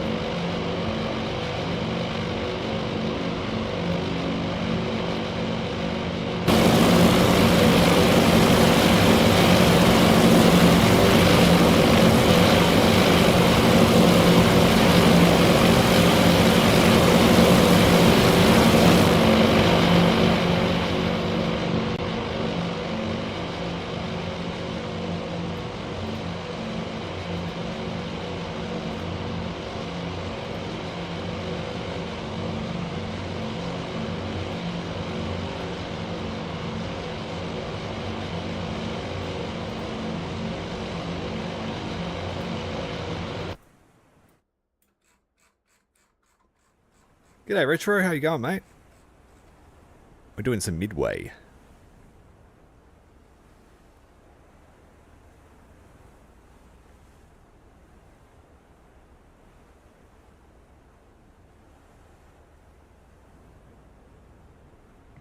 Yeah, I'm excited to see what happens. It's going to be pretty intense cinematics, I reckon. Balancing, controlling what's going on, and watching the glory.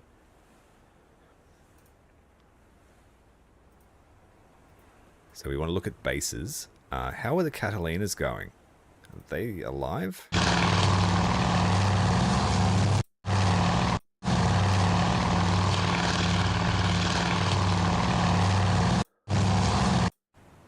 Nope, there's one dead. Cohen and his crew.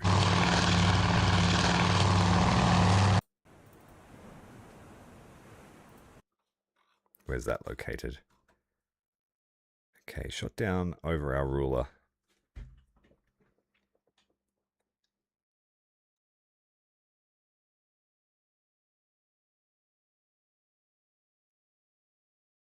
Yeah, being able to balance the sound effects versus the ambience and the music would be great.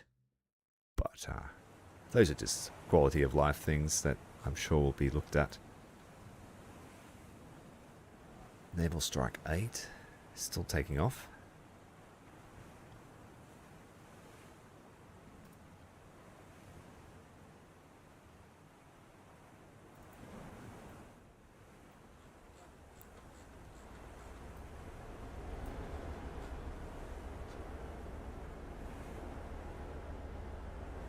We still have another 8 minutes until the launch happens here. There's no sign of any contacts searching for us yet, so we do have the advantage. But that could change at any second. Let's have a look and see how our naval strike here with the bombers is going. Circling. Looks like most of the aircraft are now airborne. No, we're hunting. You want to see what we're hunting? You want to see what we're hunting? This is the Battle of Midway, my friend. We are hunting wabbits. Flat wabbits.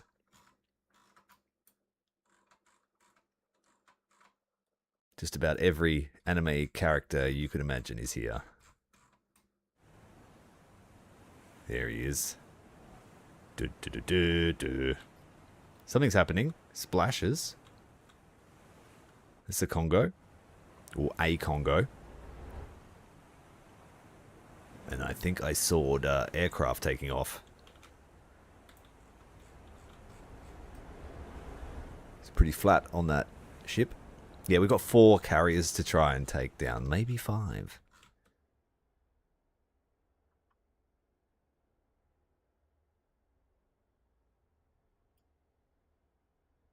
We're hunting each other, I think. Bit of two-way action going on.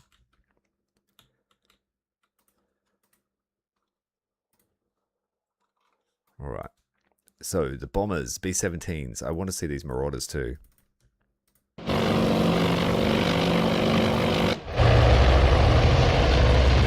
That's a big torpedo.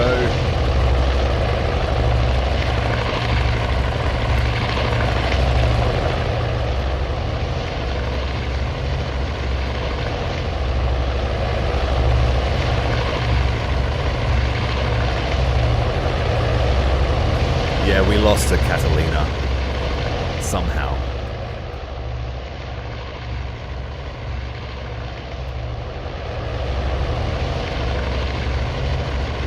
Oh, what have we got over here? Ah. More Catalinas. Geez, Cactus would love this retro. He loves the Catalina.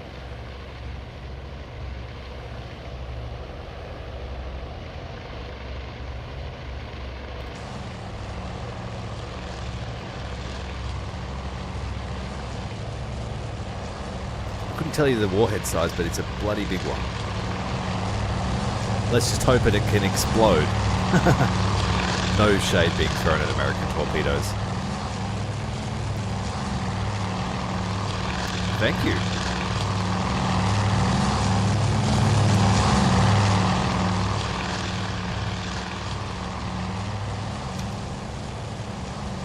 Yes, it is. Very small team. So I appreciate your presence here, guys. I know you're having a very busy day today. And off the Marauders go.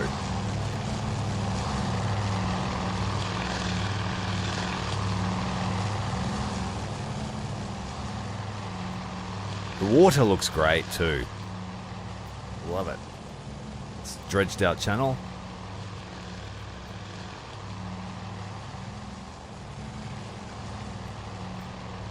Braking on the sandbar.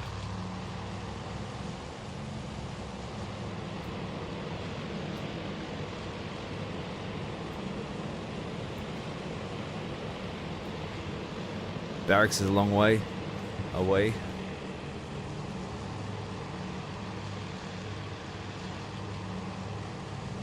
Sorry, I didn't see the question. Yes, currently you can only play as the US.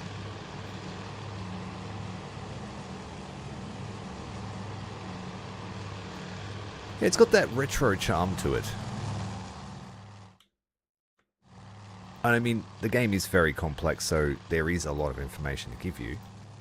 But I feel like at the moment it's in a pretty good... Like, it gives you enough information. You just have to learn which screen to look at, basically. Once you've got that muscle memory down, it'll be easy to navigate, I think. Alright, so we've looked at the B-17s.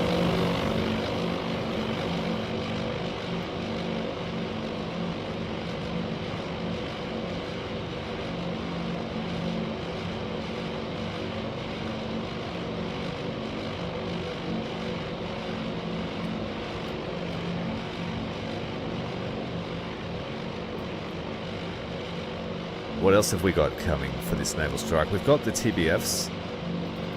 I think they're just spotting up now. And 30 dive bombers, but they are waiting.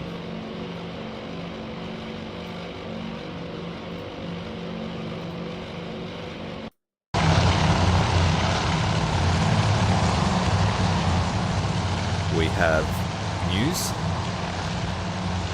Strike package from Able Eastern Island is airborne and underway. Task Force 17 is heading into the wind to commence air operations.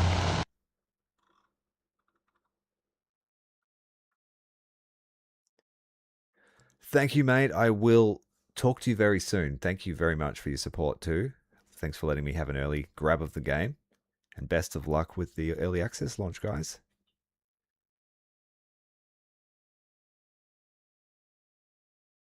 And we're certainly going to have some fun.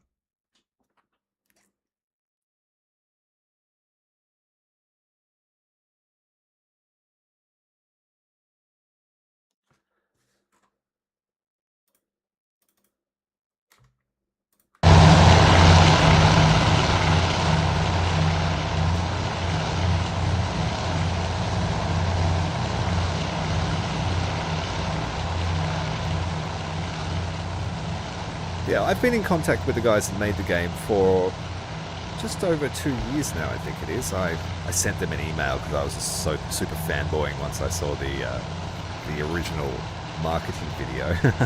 I'm like, hey, I'm a nobody. Can I please play your game one day? Please. And they are a great bunch of guys. Very down to earth. And passionate about getting it right, it seems.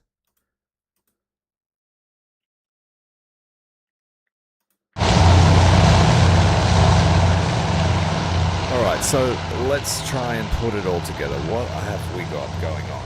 We have Task Force 17 is responsible for a combat air patrol of 5 aircraft.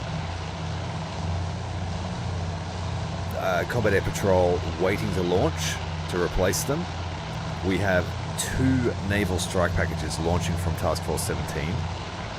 Task Force 16 is also launching a smaller naval strike, which will be the first to arrive, I think. The first to arrive for the day. So they're going to take some serious heat. Wait, I haven't launched this yet. Wait.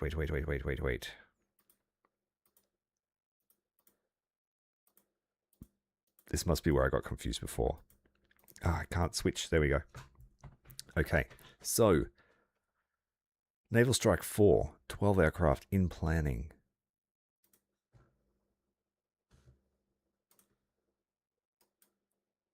Missions.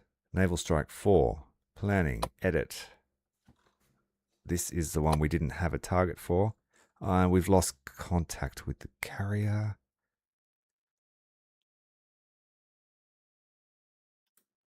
It seems like perhaps they got shot down. We'll greenlight that mission, get it underway.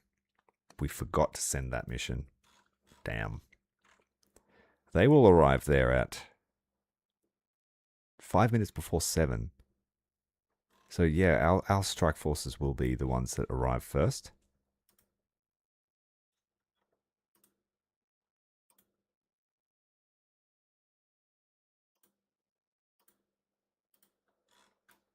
The B-17s are arriving at 6:15. The second flight, same time. The B-26s, they'll arrive 2 minutes before the B-17s. Same for the second flight of B-26. Torpedo bombers.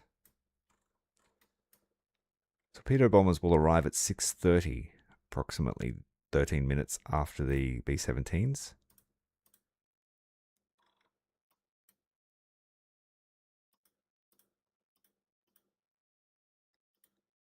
And I think the Dauntless will also arrive at the same time.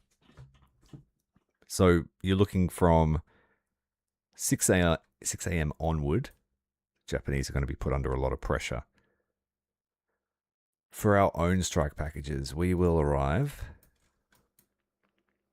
6:22. So amidst the carnage of the early attack from Midway, our escorts are tangled up with that. We have a total of 4 escorts, I believe. The second wave of dive bombers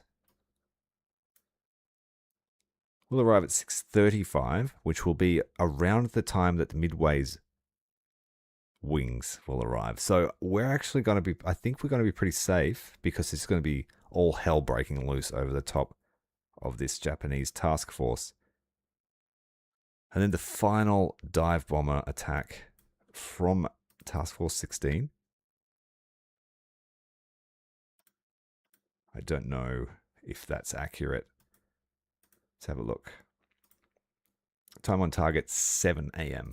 So once all the smoke has started to clear. But look here, it looks like we've got our first detected inbounds on Midway. Now I can't send out a fighter screen to help Midway, so we're basically just going to watch. And I'm really hoping that they got some bloody fighters with them. Or this might just be two waves of bombers passing each other in the sky. Holy crap, here they come.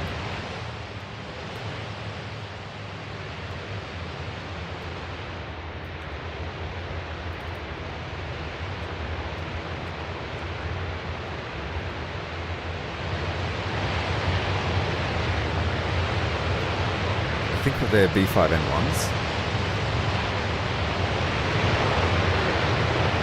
It's not letting me rotate the camera.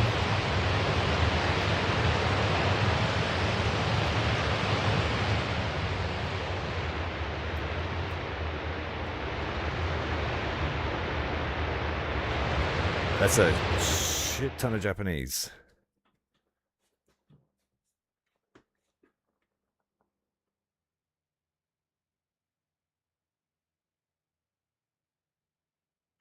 You watched the first gameplay of Highland before this, and it's truly awful. Okay, shit.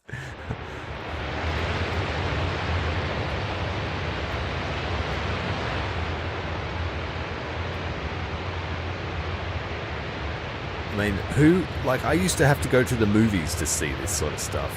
So, as someone that's always respected what happened all those years ago, this is an interesting experience. Like, it's glorious, but also sombering to me. These guys nearly made it to our doorstep. They did. Knocked on the door. And it was only through concerted effort, sweat and blood, and strong brothers in the Alliance working together to stop this from happening.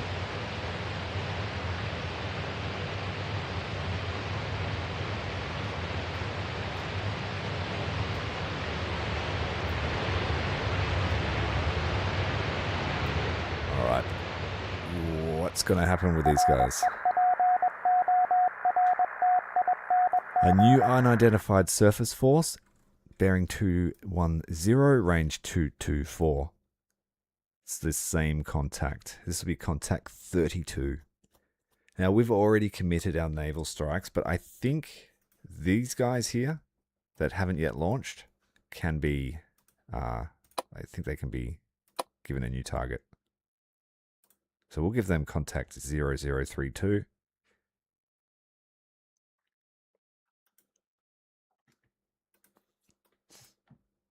It looks like they're traveling south. It says it's a small convoy. This might be the transport convoy that we were told to not prioritize.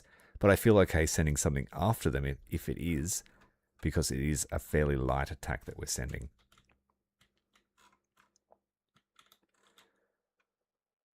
Okay, so the first aircraft that are going to tangle up with these Japanese are the B-17s.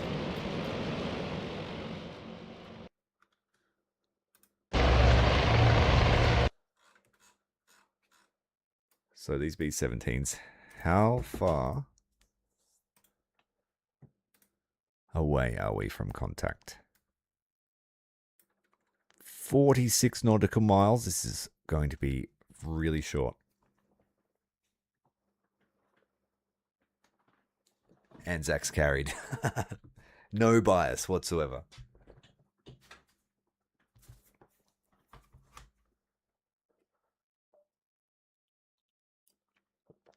I like to think that Australians and New Zealanders, we fight best when we fight with a team.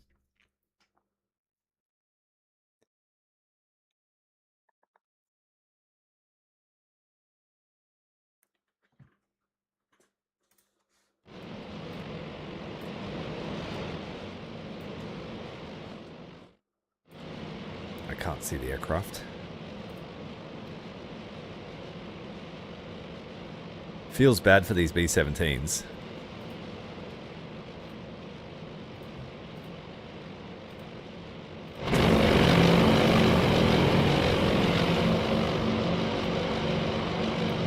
But if they're all B-5s, then they might just fly past each other.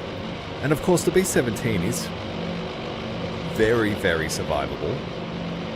Don't let games like War Thunder convince you otherwise.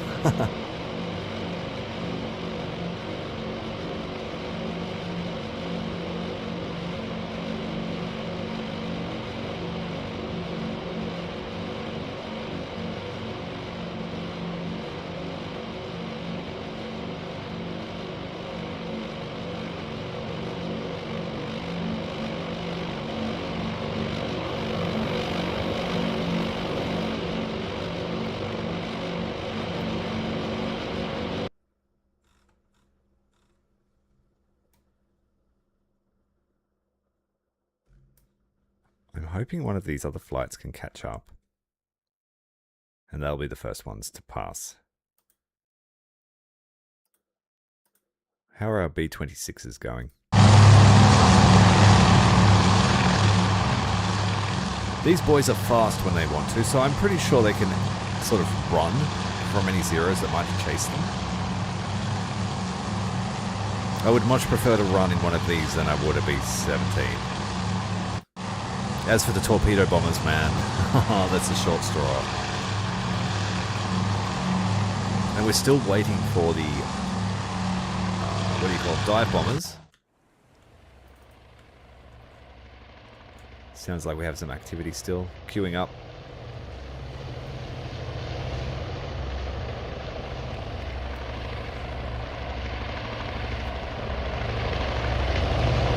Here they all are lined up, ready to go.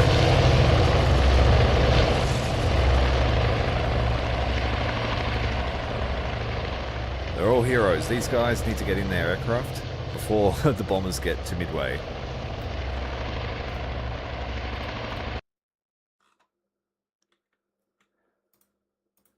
So I'm gonna say that the B-17s will be the first contact. Any minute now.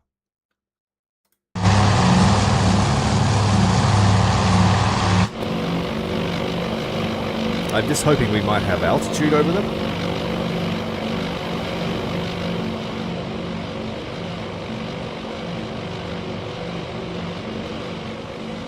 Isn't it slightly longer than a Vietnam era door gunner?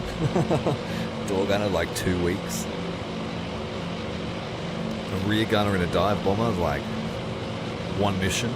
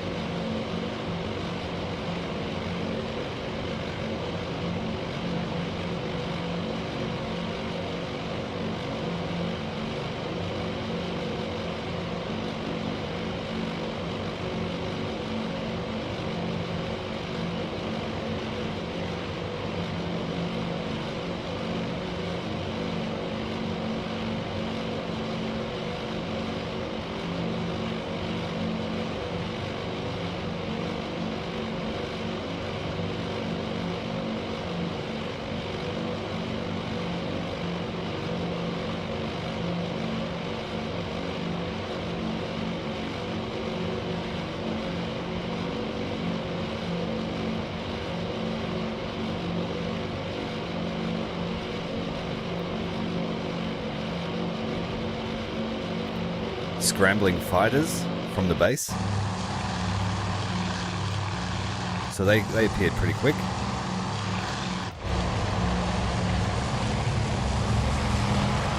Using a different airstrip. There's a lot of fighters. All those guys on the lined up, queuing up.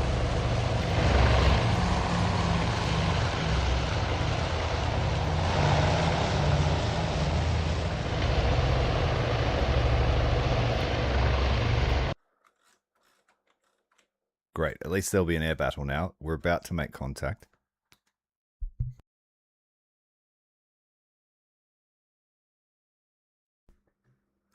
Nothing. Just a hope and a prayer. And a cigar if they were that type.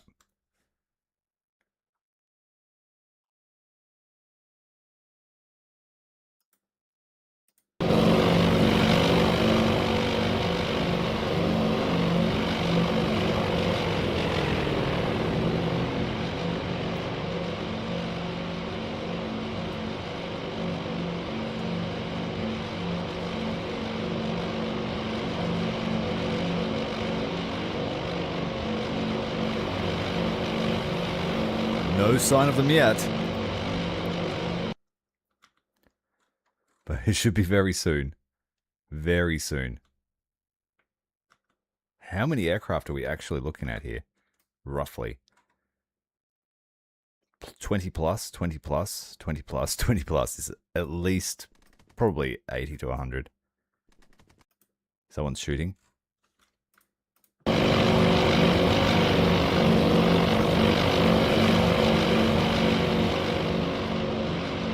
The air defense stations on Sand Island have been manned. Eastern Island air defense stations are manned.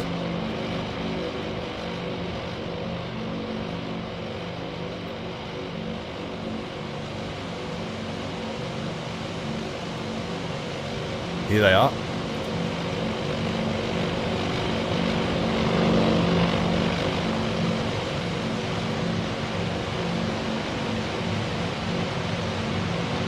Doesn't look like any are peeling off, flying underneath us.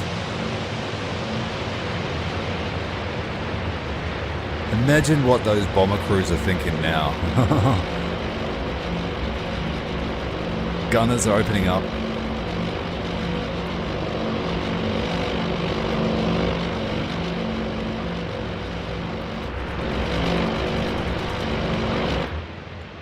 Whoops.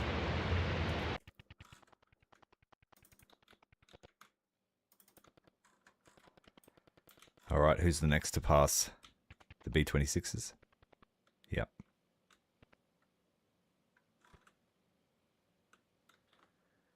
Oh, it's going to be, we're going to have to watch a few things going on. It's going to be very cinematic compared to the Battle of the Coral Sea, which was a pretty quick scenario in comparison.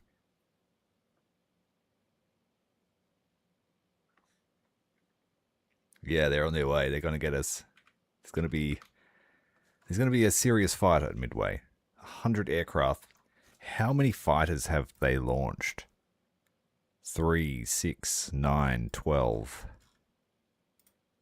15, 18, 21. They've only launched 21 fighters. That's going to have to get 4-to-1 kill ratio there, guys.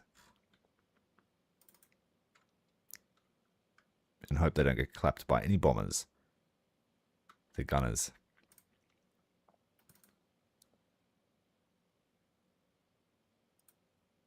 They just went full scramble.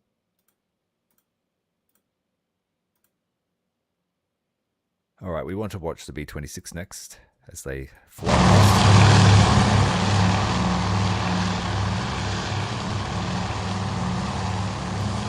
These guys will probably be at the same altitude.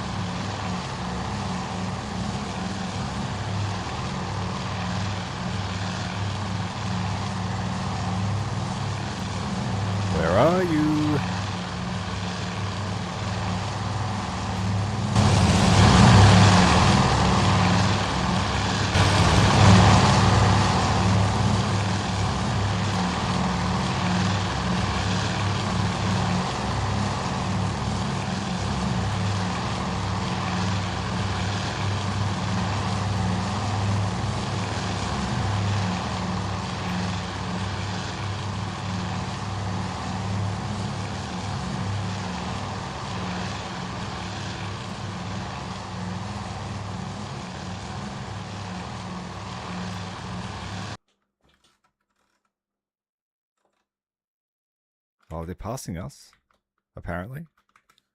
Go back quick.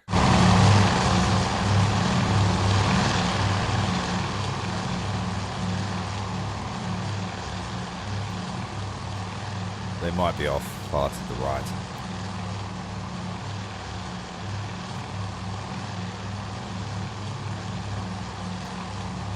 Romeo, the target is now. Sector 330, 30 miles. Angel 10 left. Okay, so there's the fighter director.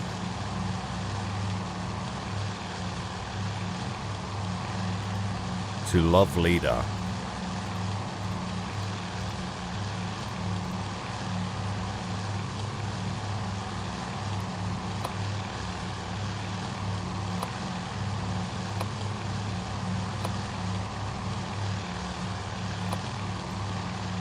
I didn't see them.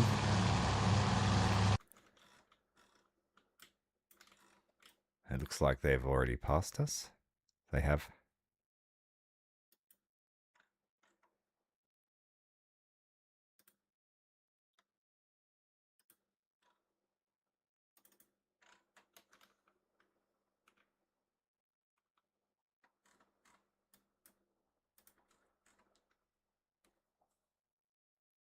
And it looks like our scrambled fighters are on station waiting for them now. Oh, they're engaged. Scouts.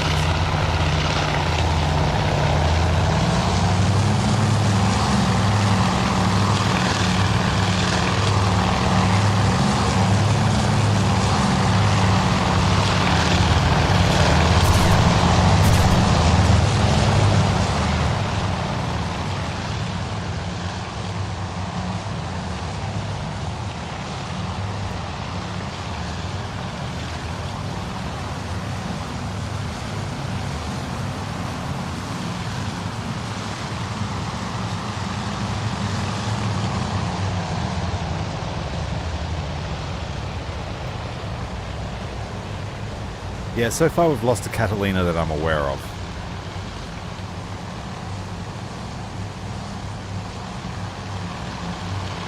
Where are you going, man? What can you see? Or are you running?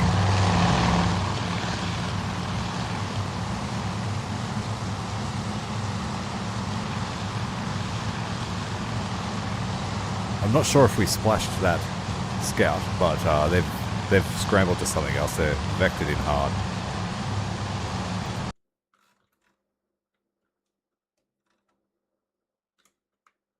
They'll be making contact shortly.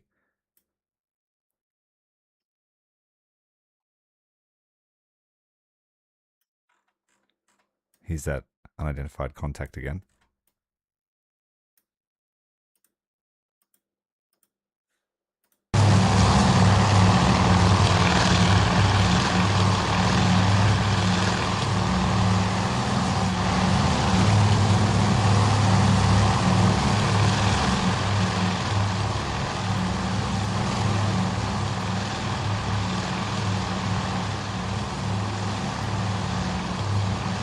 So remembering our first contacts will be happening shortly. The bombers are about 15 minutes away from dropping.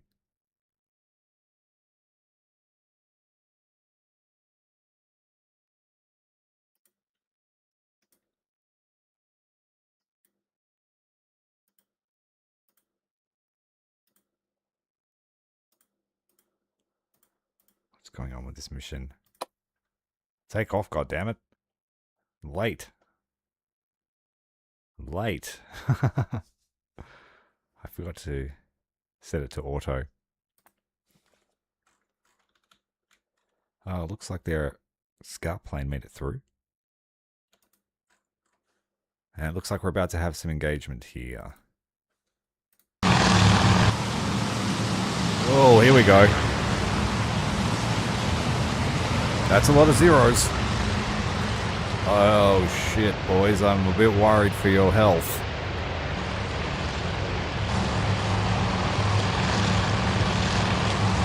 Choosing to focus on the formation.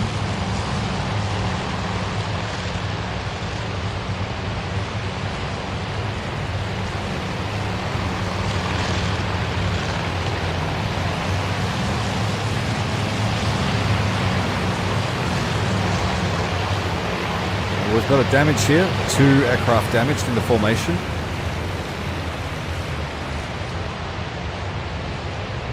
No splash.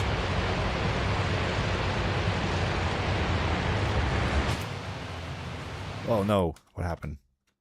We lost the camera.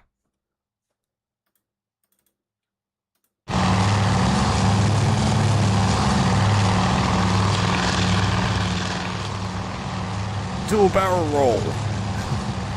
You got a 0 on your tail.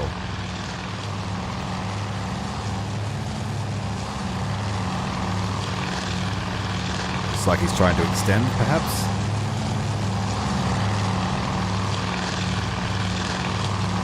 Going into the vertical.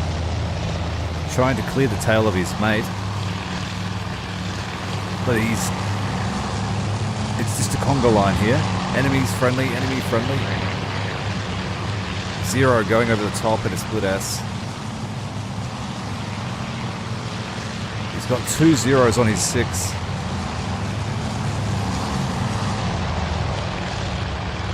There are too many zeros here for our combat air patrol, the scramble, to be actually able to engage the bombers. They're trying to dive out, but he's going to run out of altitude soon, and that means he's going to run out of energy. The 0 has an amazing dive speed. He really needs someone to clear his 6, or he's going to run out of energy here.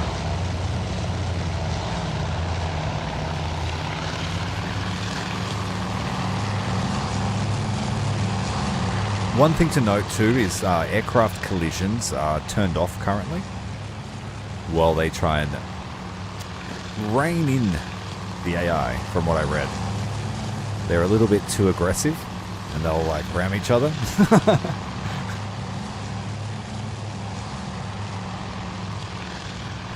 Now they're in a turn fight with zeros. That is not good. The rate fight, you will not win that. You've run out of altitudes, thus you've run out of energy.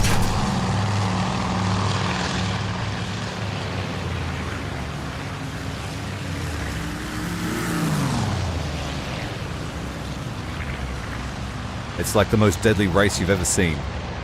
One of the Wildcats, I think it's a Wildcat, is taking the oil damage or coolant issues. And I believe we've had our first splash here. Friendly aircraft down. Godspeed. I hope he can survive until the rescue teams can find him. Let's have a look at the main maps just so we can get a good sense of what's happening. Alright, I don't have much hope here for our fighters. We've got 2 ditched, 1 evading. Parks here. It looks like he might be on his last legs. He's lost all his wingmen. And they're just not going to win turn fights with these zeros.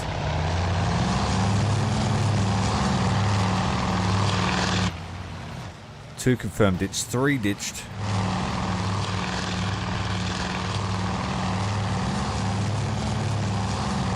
It looks like we've got another shoot down over here. No telling if it's friendly or...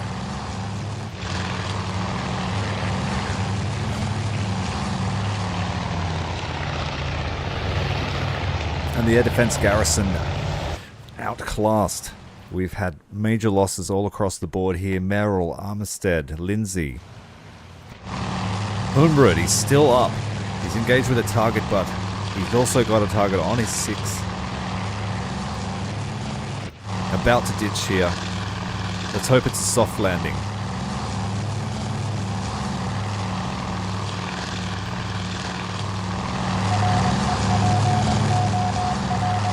Very steep angle here. He's fighting to even glide it in. We've had a bulletin. Scouts report a new unidentified surface force. Oh dear, here we go. We've got contacts here. Task Force 16. The deck is clear currently. We're going to scramble all available fighters.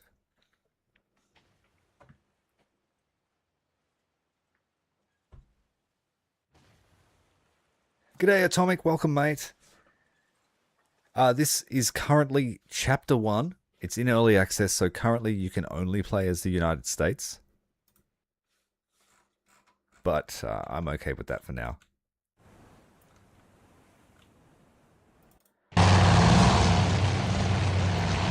Parks is the last of his wing. He's got a good solution here. But so does his enemy. There are 2 zeros on his 6. He's just caught in a Japanese sandwich. He's diving out, but as we've seen, Zero has excellent dive speed. It doesn't have the best air... Oh no, we've had another one down. There's no hope of recovery of this guy. Rest in peace, my friend.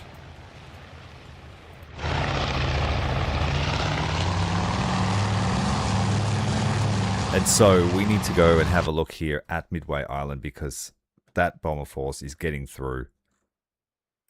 We have a couple of other fighters here. I believe these are the Buffaloes.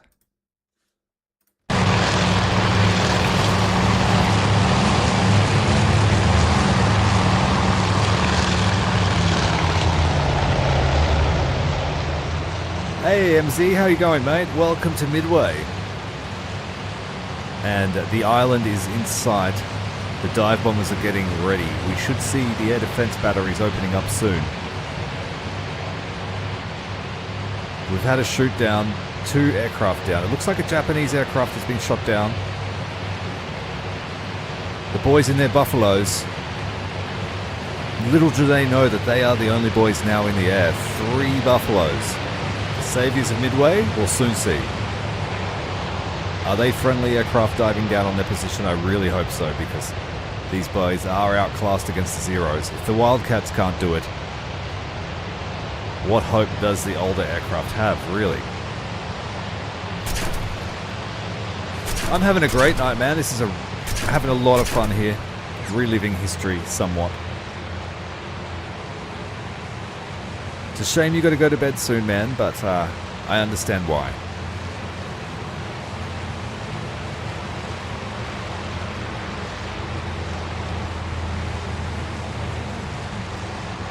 Boys in their Buffaloes taking down another one. And the dive has begun.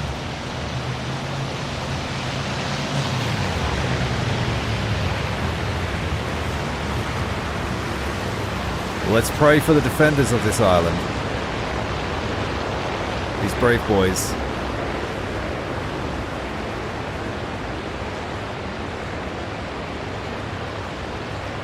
Gun runs here on any exposed aircraft on the airfield. Let's just pause the action for a second. And let's see if we can get a view from the ground.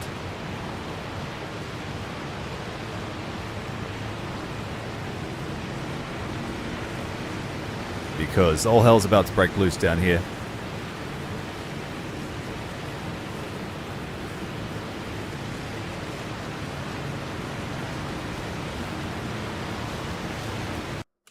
Oh dear. Bombs away. They're aiming for the Catalinas, I'm thinking. Yes. The seaplane base.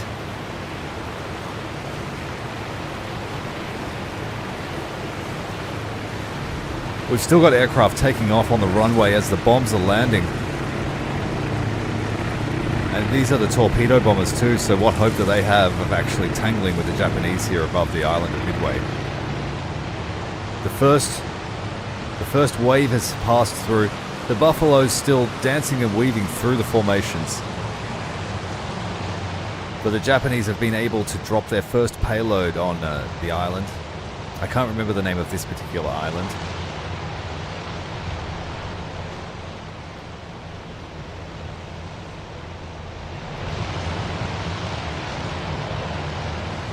And so they take a slow climb back as they head towards their carrier fleet. Got a couple of aircraft now taking off just as the Japanese, looking over their shoulder, gloating. The seaplane base. Devastating hit there on the Catalinas. Are they destroyed? They should be. We're going to say that they're destroyed for the purposes of that bombing run. Next up on the agenda, what else do we have? These are the Zeros here circling. The Buffalo boys. You guys close in air defense. They did their best. They've got the zeros on their tail now. Their best bet is to draw any remaining escort fighters back to the airfield so that the air defense can try and give them a bit of help. You don't want to tangle the zero over the ocean for too long.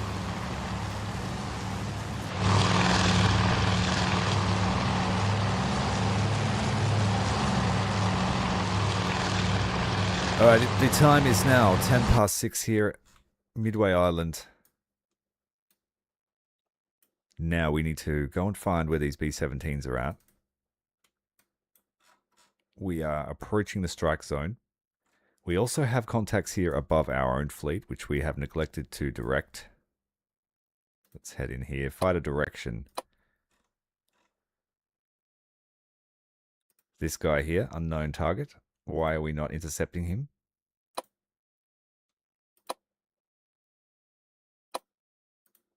Ten plus bogeys. On patrol.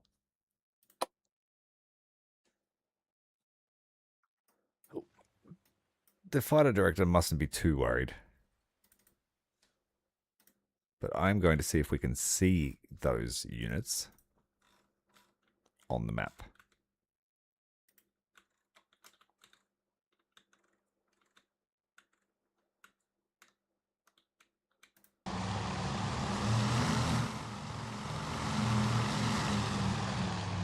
I can hear them.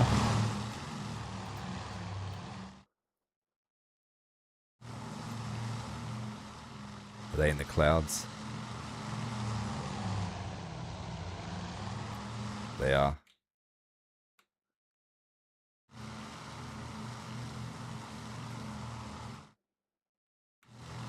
So they truly are bogeys. We have no idea what they are.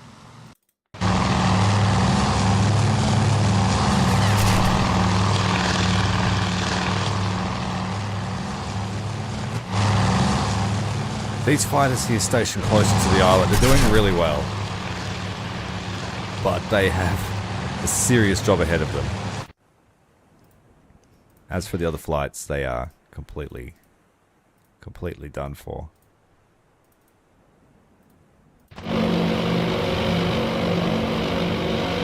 dive bomber flights managed to get away, but they have zeros here contesting the airspace.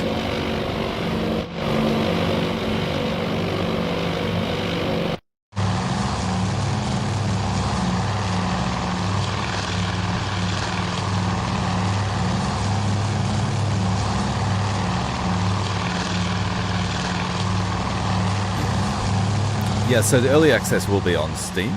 I don't believe it's on consoles. Just Steam at the moment.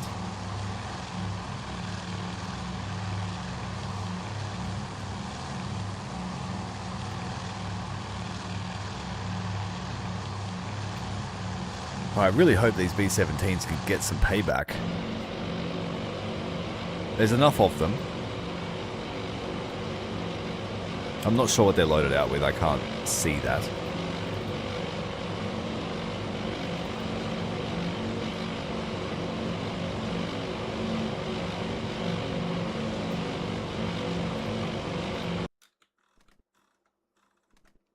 That sounds like defensive fire.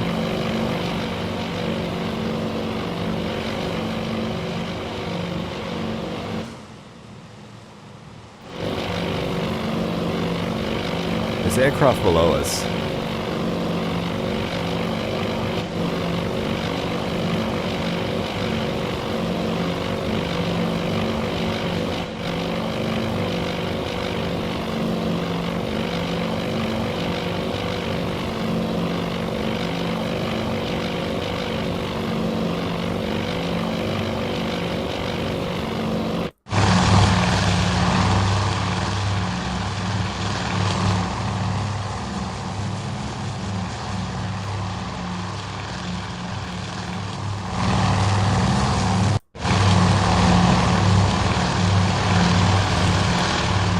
So it's our torpedo bombers below the B-17s.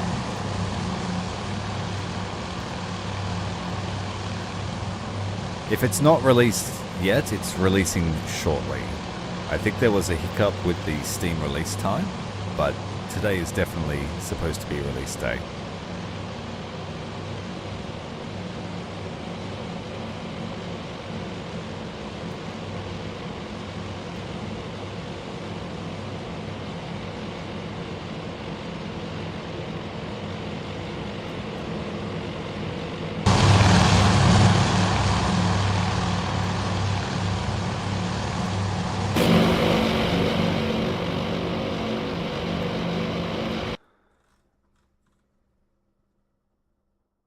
So all those enemy aircraft are going to make it back fairly quickly, I think. I think we'll have like 90-minute turnaround and they'll be back in the air. Still tangling with the fighters.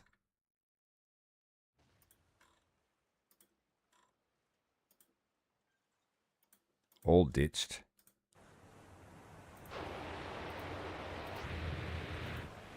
Oh dear.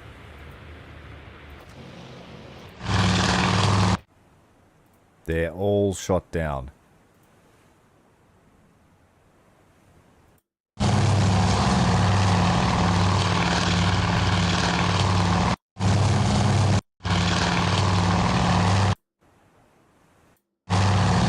We have 4 Catalinas left. Yeah, sad to lose all of those aircraft. 27 of them to be exact.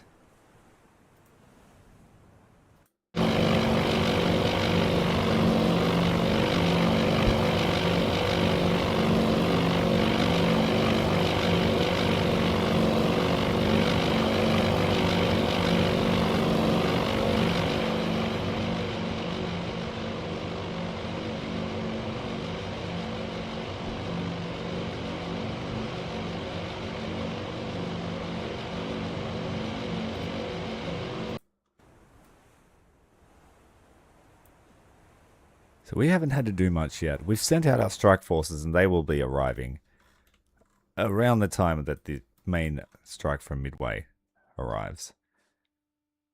The B-17s look like they're safe, but they will probably run into another fighter screen shortly. 4 flat tops. They've got a lot of aircraft they can throw at us.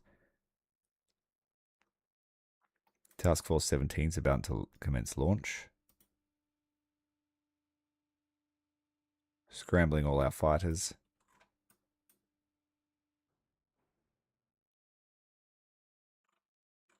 What is this? And why are we not intercepting it?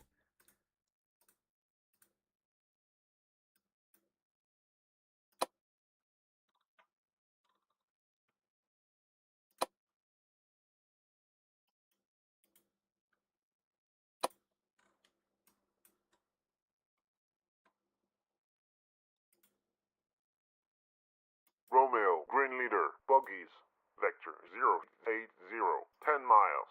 Angels 10 plus. Romeo, Green Leader, many Buggies, Vector 080, 10 miles.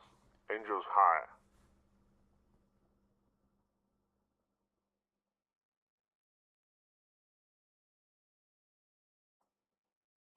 Yeah, in a lot of cases, you're not even getting the ditch reports. The plane just doesn't come home. That's a truly sad thing. And it's not like you know where your island is. It's like you got to find this bloody thing to land on it too, even if you are successful. But yeah, the fleet's fine for now.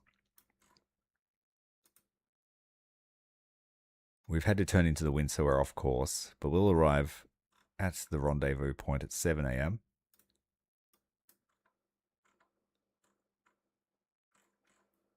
What? That's a long time away. 4 o'clock in the afternoon. How long are you sending off aircraft for? I might speed this ship up, this fleet up. Make a better speed than that. That's better.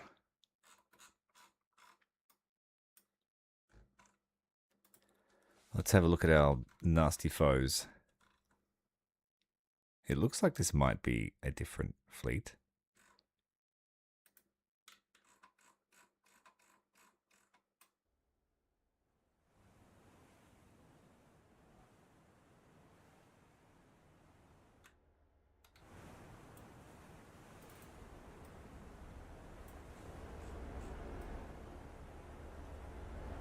I said it in my last video. God damn it, working on the starboard side.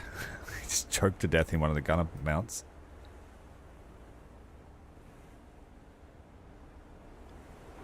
But that's why they're enclosed, I think. And these sides don't get anything.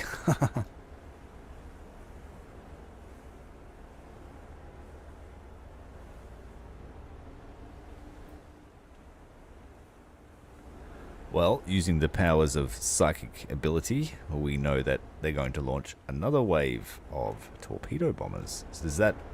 are they torps? No, they're bombs.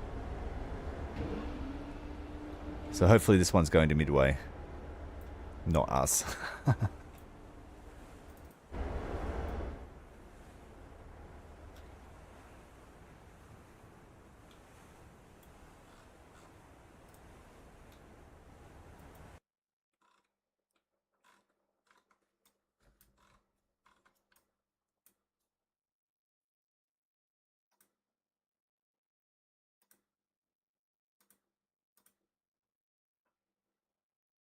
Romeo, buggies are friendlies. Non-engaged. Right, they were friendly aircraft. They were probably all our scout planes coming back.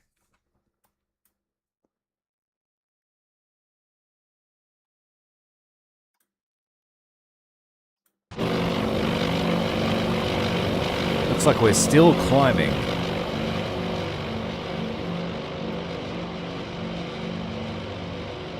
So our chances of actually scoring a hit with these bombers is pretty low. But you do what you gotta do, right?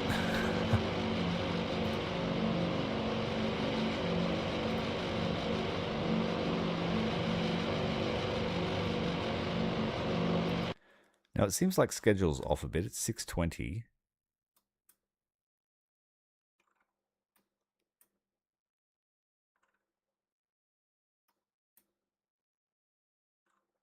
Are we late? We've lost contact with them now, I think. So we can't exactly see where they are.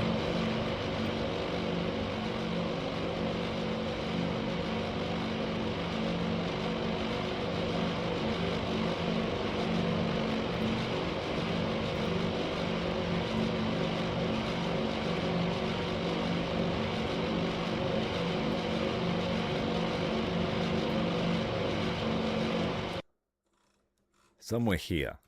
This is where we are. Scroll right out. Task Force is there.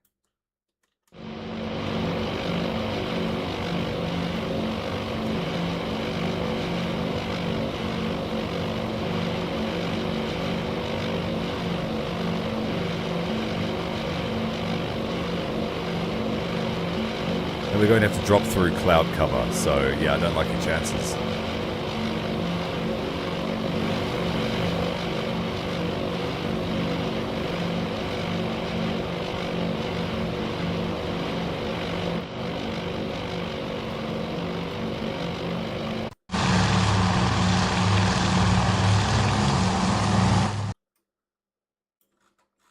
Yeah, we're almost all here.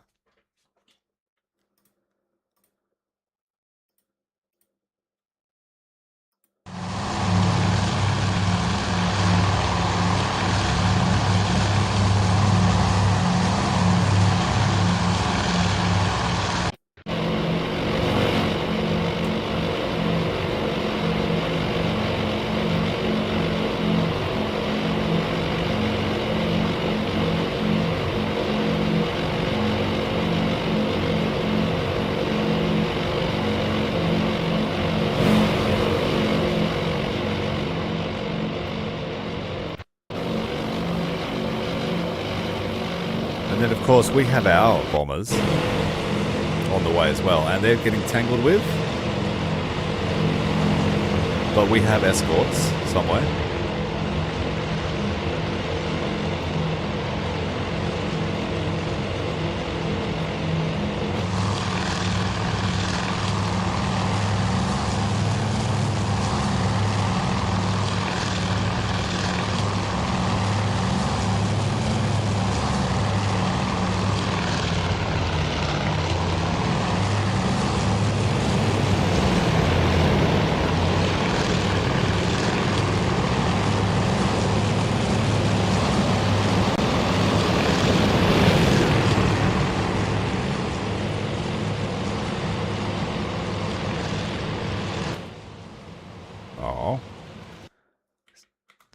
few times now.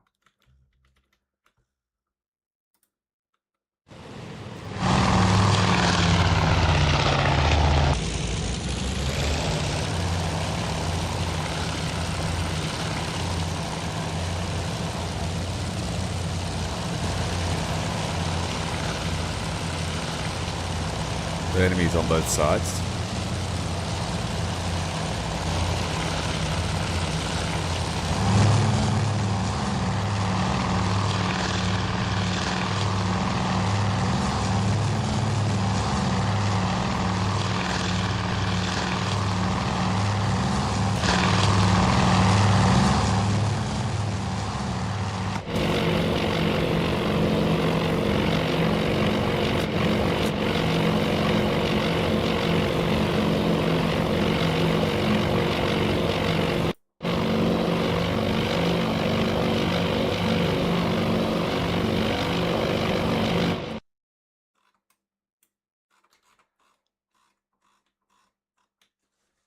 See them on the horizon. I need to check on my other missions.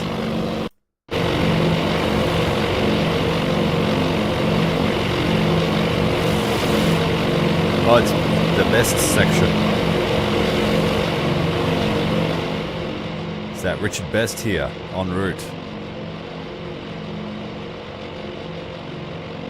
It was supposed to come out today. Sometime today.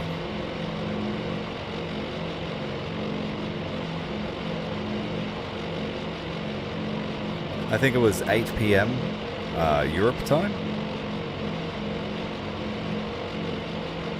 It should say it on the Steam page.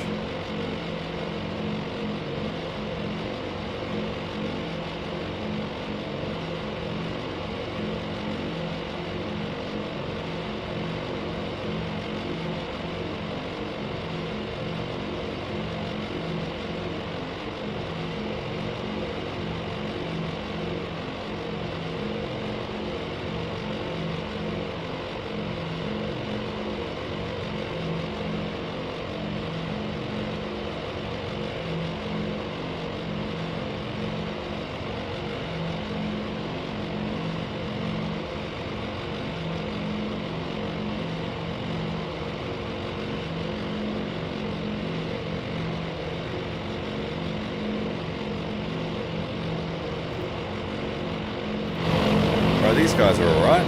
Good job. My scout planes are still around, which is great.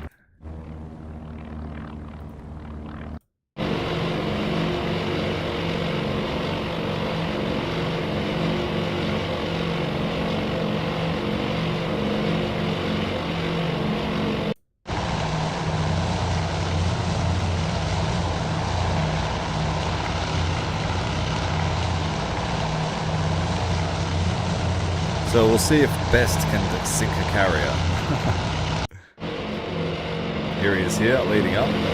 For those who don't know, he was an absolute hero. I believe he was like breathing in poison through his oxygen system because it was balked. Basically ruined his lungs.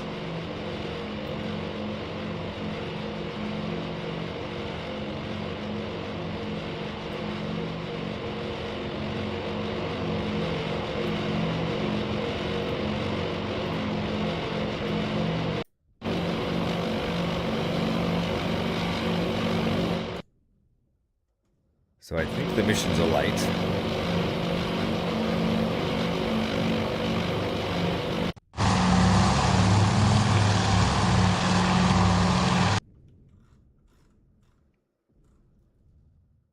We can hear surface fire.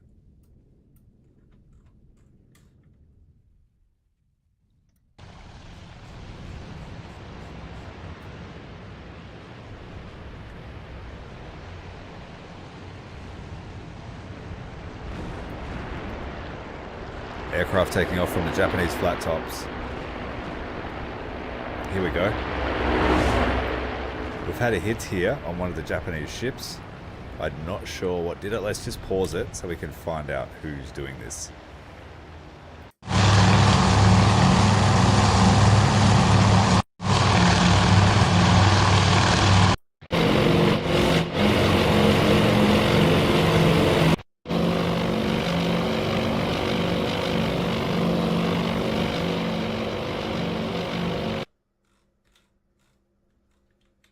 Okay. I don't know who dropped those bombs, but they did a good job hitting one of the flat tops.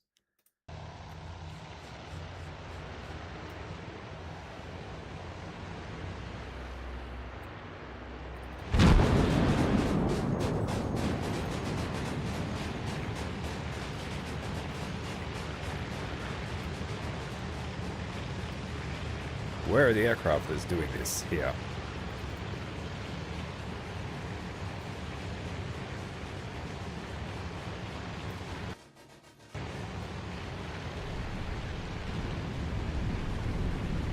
Are they my aircraft doing this? One of my first strike missions.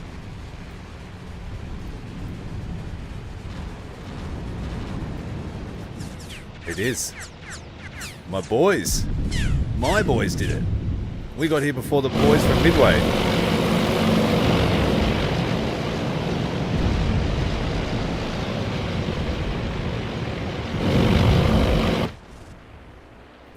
So we made the first hit. We've lost a few. Because the goddamn boys from Midway were late.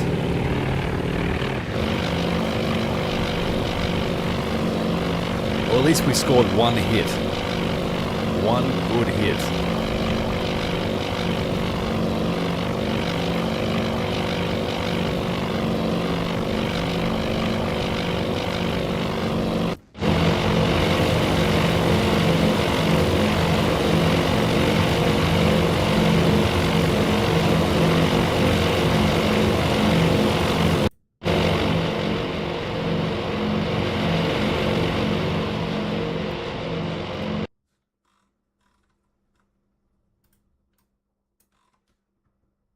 So this flight's not going to arrive for another 45 minutes.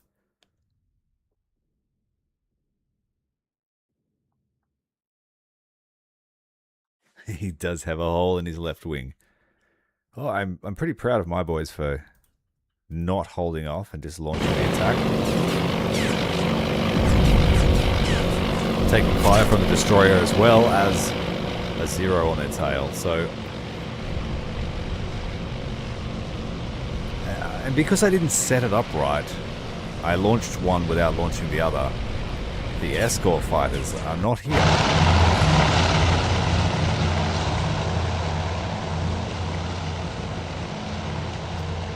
So yeah, I laxed. A little bit of a lapse of judgment there.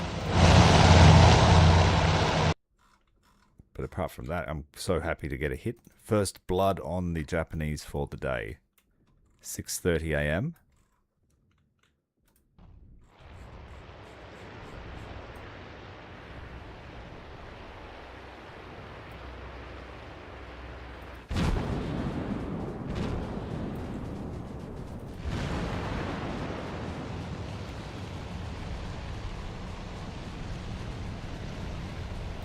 Surely the B-17s will be in position, sure. They've got to be.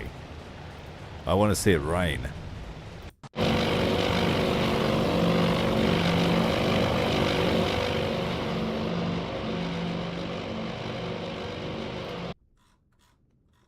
Feels like they're an eternity away. They were supposed to be here at 6:05. They were supposed to be at the waypoint at 20 past 6.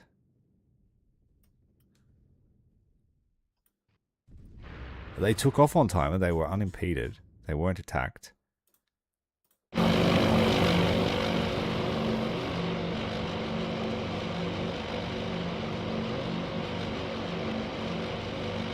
Or were they just flying all the survivors away? They're not actually on a bombing mission.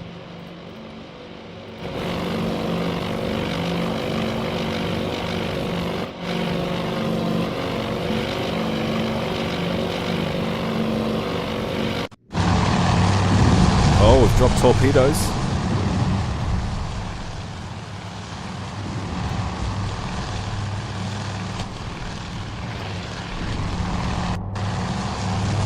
We've already dropped the load. Flying over Congo's bow.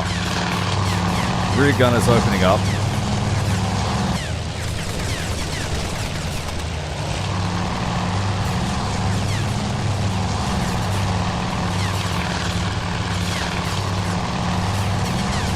They're aiming for the starboard engine.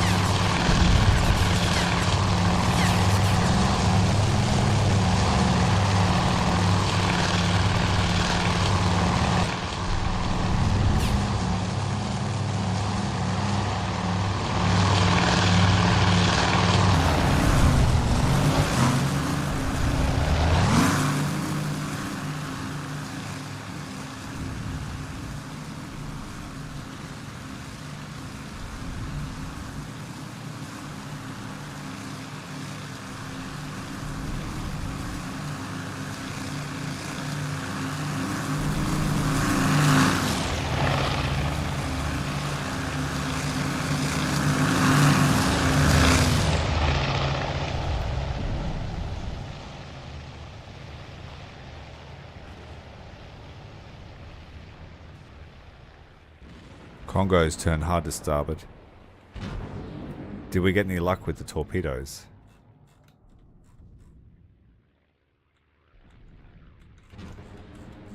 It doesn't appear to be the way. Let's have a look at the hull.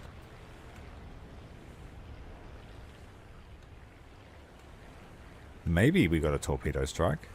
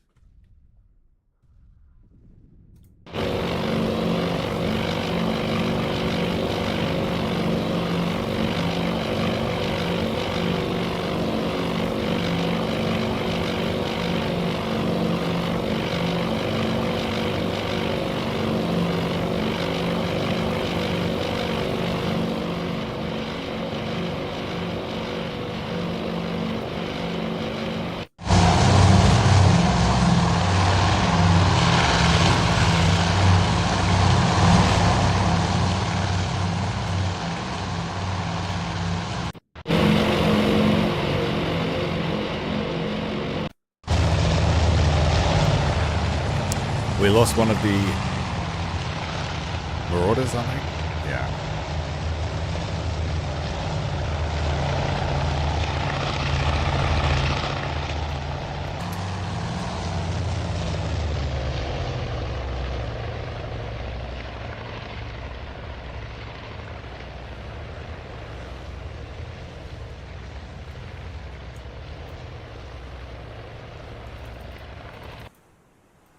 Oh, I clicked too far, damn it.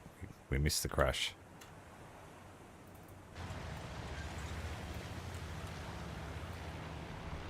Oh dear. 2 down.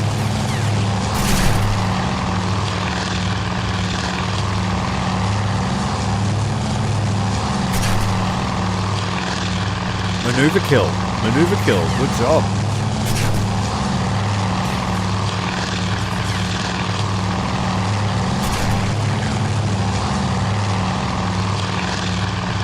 Gone for the reversal, but he's got no forward-facing armament.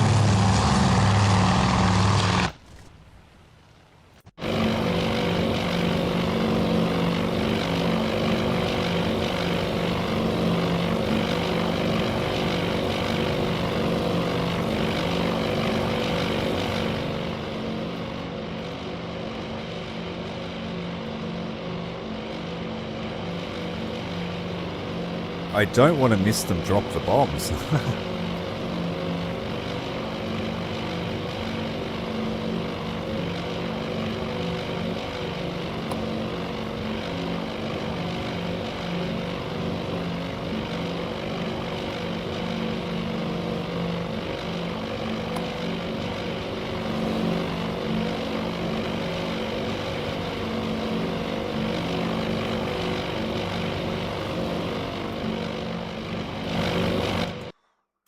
It looks like they've gone past it. Could they not find them? Or did they already drop? I don't know.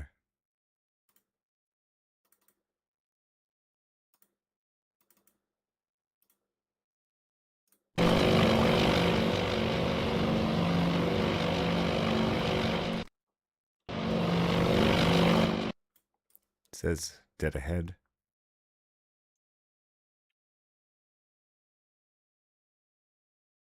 Well, according to the mission planner, they're already late.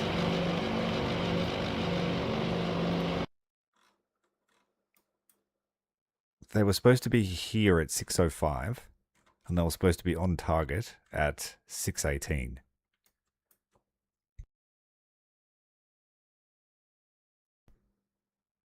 Yes, it is time on target. But because I didn't order these missions, I can't see the mission plan for it. I can just see the waypoints.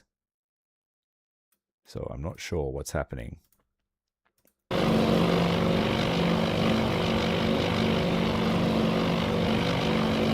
And I saw the torpedo bombers underneath these before.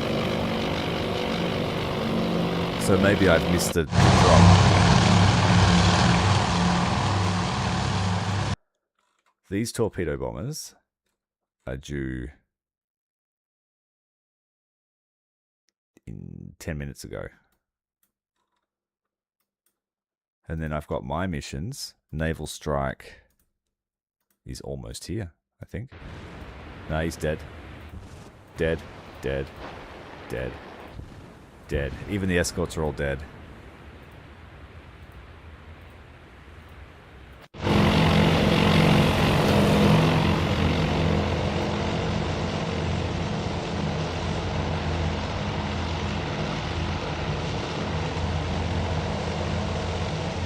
Yeah, it is the crying face emoji, yeah. Well, they weren't there on time, so I am crying about it.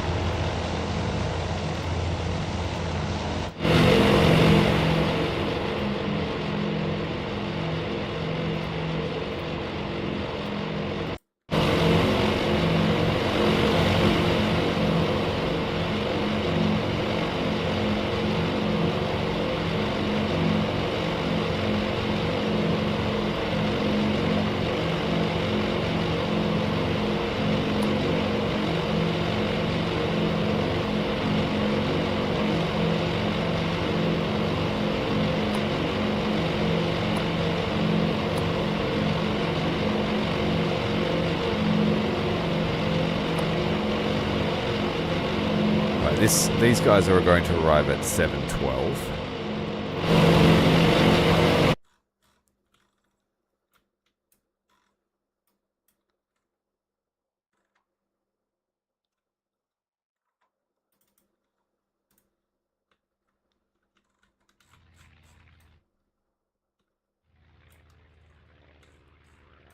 We can still hear aircraft.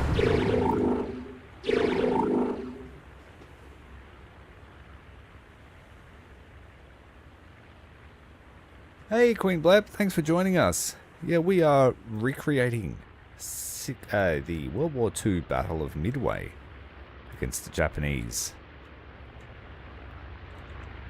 Thank you very much for your membership. 8 months. Time has flown. But every single moment has been appreciated by myself. So thanks for joining us. It's a shame to hear you've hurt your hand. How did that happen?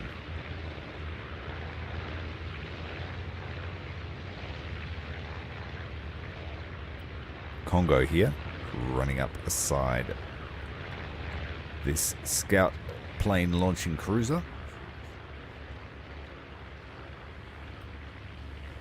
We can hear aircraft everywhere, probably Japanese.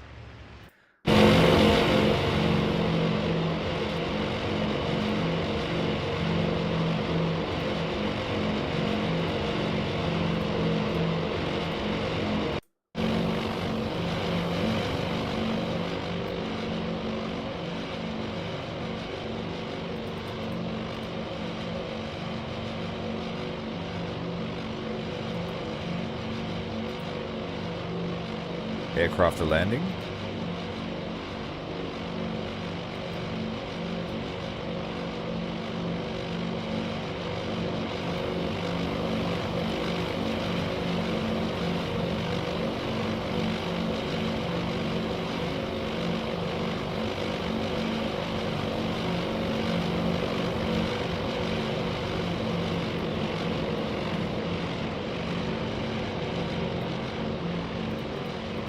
I feel like this is like an evacuation convoy. They're not...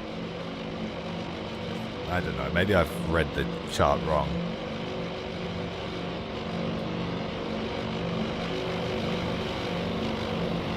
Oh, here we go. What's going on here? Did they drop?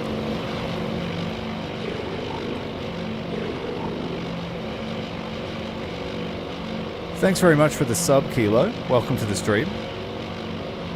How you going, Kane? Thanks for joining us. Oh, it was a door, was it? That's no good. So they adjusted their headings a slight amount.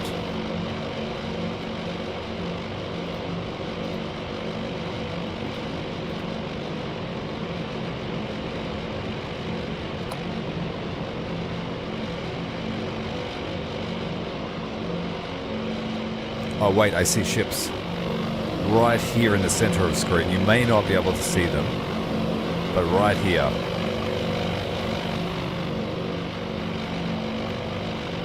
That's our only window into where the fleet is. There's quite dense cloud cover.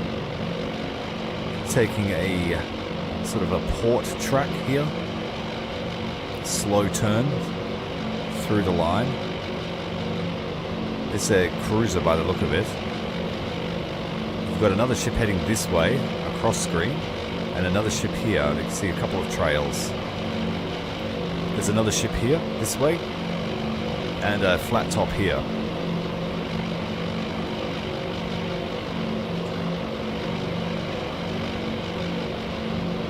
Alright, finally. The flying fortresses have arrived at their destination. Very, very slow. Oh, look. Whoa, whoa. Pause. Alright, I just saw major explosions down here on the flat top over here. Holy moly. Solid double hit here. Are these our boys again?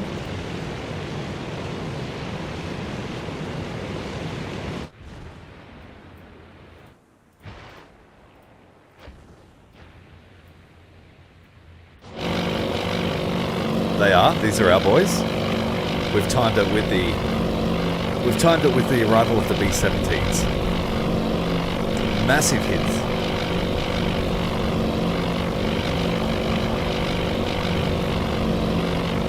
Another massive hit there on the carrier. It looks like we sent out our attacks at the perfect time. We're the only ones to draw blood so far.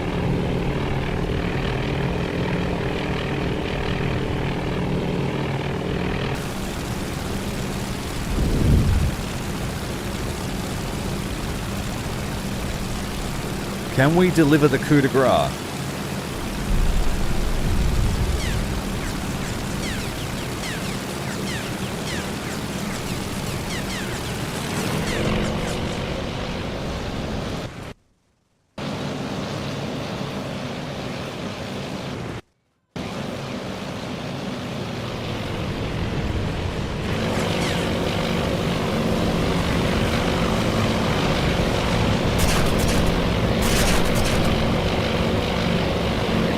Massive hits to one of the flat tops. I don't think that bombing run there hit, but she's out of the game, and they've lost a quarter of their power immediately.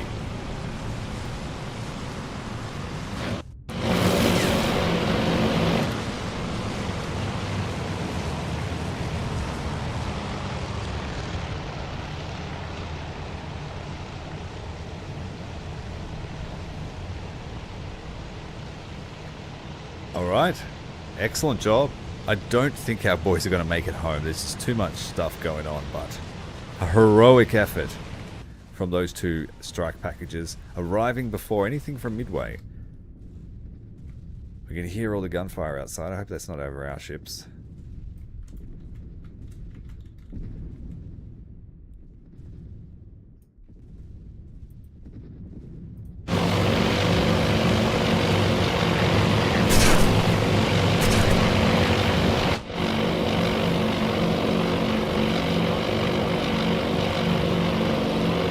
Here we go. Bombs away.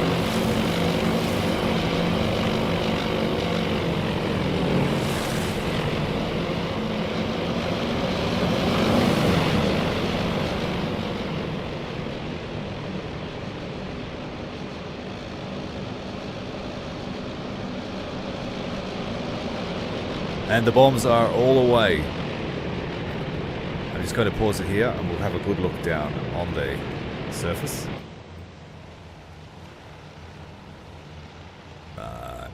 Not entirely sure what they're aiming at. They're just dropping them anywhere.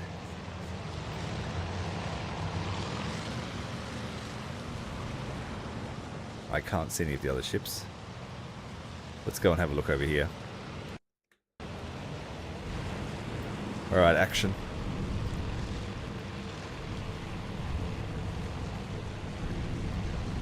We've got bomb strikes over here. It's carpet bombing.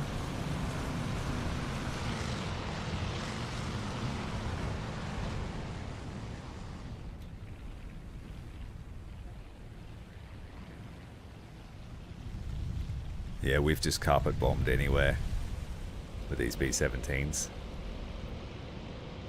Heavy cloud cover would have made it hard.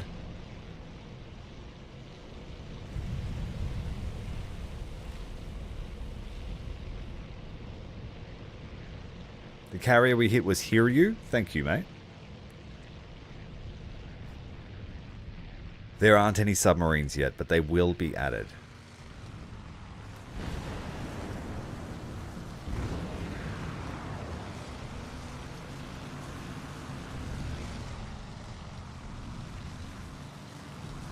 Here, the torpedo bombers, are they?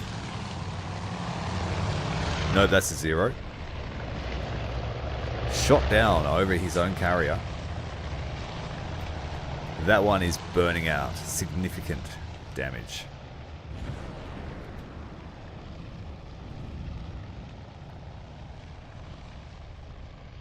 They've turned out of formation, that's for sure. They're heading back to Japan.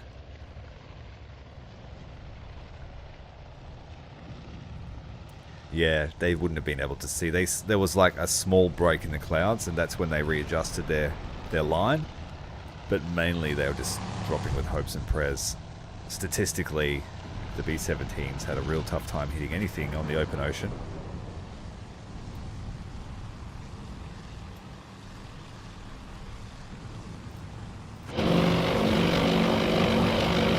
And they're continuing to climb away, get safe. The B-26s unfortunately failed their mission. Torpedo bombers are all dead. Dive bombers. The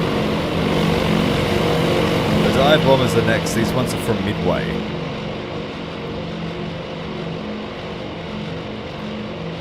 And then we have one more of our attacks as well. Another wing of dive bombers. This one head up by Richard Best.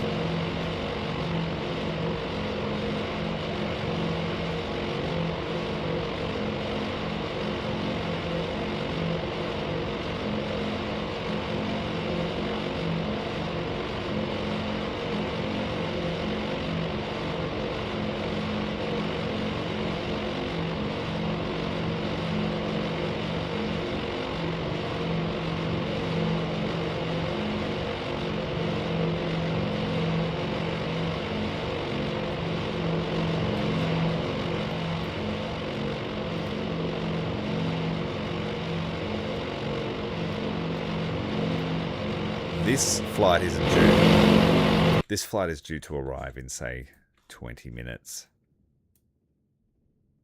7:16. So we've still got some time to watch these last attacks here. This attack was supposed to arrive, excuse my bogan, 6:45, so they're 15 minutes late. But they did take off during the middle of an air raid, so I will give them the benefit of the doubt.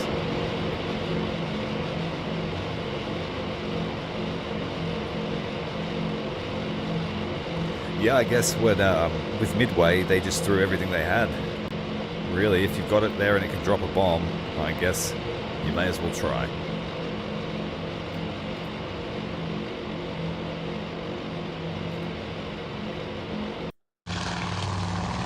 Catalina's still providing Overwatch.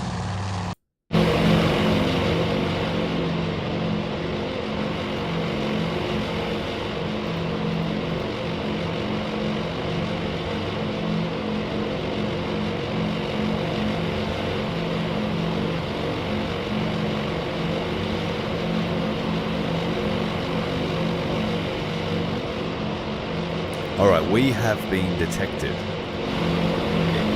It was a very, very subtle message here, but at 6:52 we were detected. Alright, so what I'm going to do is we're going to change tack. Delete this waypoint. We don't have to go here. We'll turn against the wind so that if we need to, we can launch rather rapidly. Task Force 16, we will continue on a intercept course.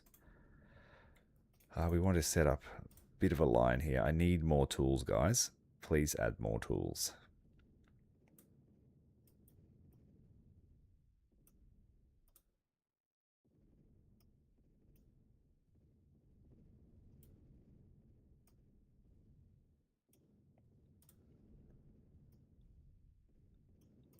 For now, we'll just make it a tight rendezvous. 6:51. 10:15. That's because Task Force 16 is running much faster. We need to get out of the area, so we'll increase speed to 30 knots. Put the boilers to action. And these guys are already moving at 25 knots, I think. Yep. So we want to change them, slow them down a bit. 20 knots, 2/3 speed. We're arriving at 8:40 and 9:18. That's pretty damn good. So that'll give us some clearance so we're not tying each other up. 30 minutes is not a lot between fleets. Okay, what is happening here at the main engagement zone? Have I missed my dive bombers coming in? Sounds like it.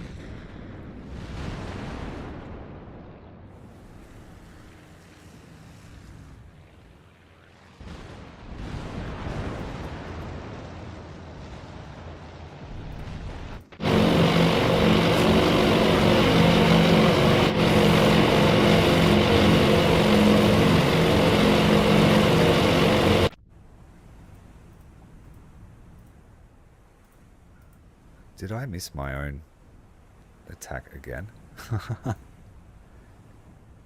Did I? Is that best? No. I don't really know who's attacking what, but they are shooting at our stuff.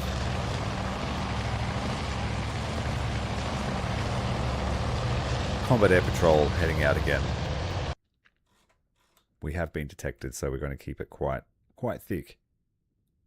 And this constantly detected bogey here is in fact this Task Force Combat Air Patrol being picked up by Task Force 17.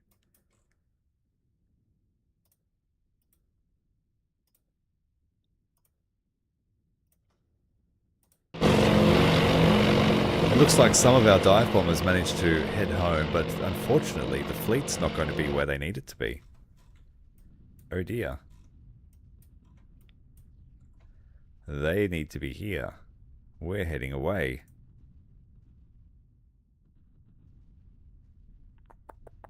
I can't do that to them. Alright, we're heading north. Can't do it to you boys. Sorry. You did a great job landing hits on that carrier.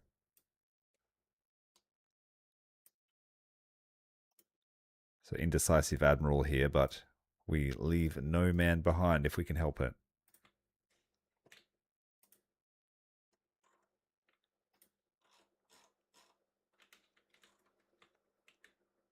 Those little things you got to keep in mind. It's all good to take evasive action, but you can't leave the boys hanging.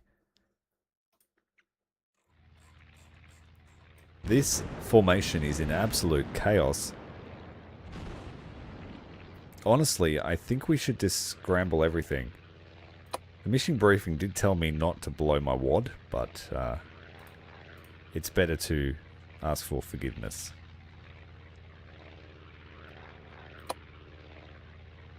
So let's just launch everything while we know where they are.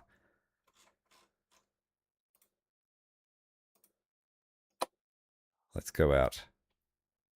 The blaze of glory. Oh, it's torpedo bomber time, really. We're out of dive bombers. But we're still too far away.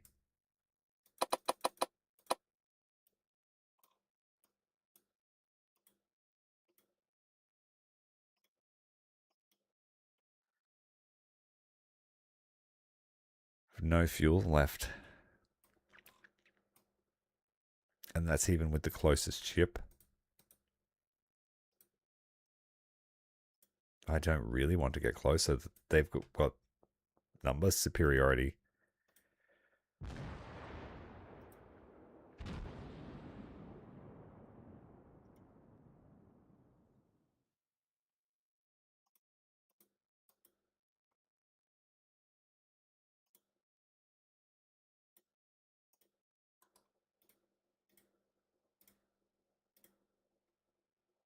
Hornet still has the full complement, I think.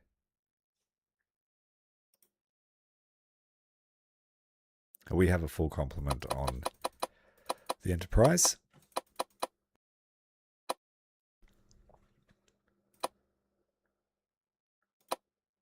And we can make it with torpedo bombers. I'm just going to send them all in one wing for the ease of spotting. We can get them in the air by 7:20. We want them all to go together. Offensive power, we're going to send 8 fighters with them. So this is going to take a while to get in the air. Pick the target. It probably won't let the torpedo bombers go, no. We'll have to push towards them if we want that to be a thing. So I'm just going to send all the dive bombers. Monkey, Vector 030, 20 miles. Angels 10 plus. I think that's a scout returning home.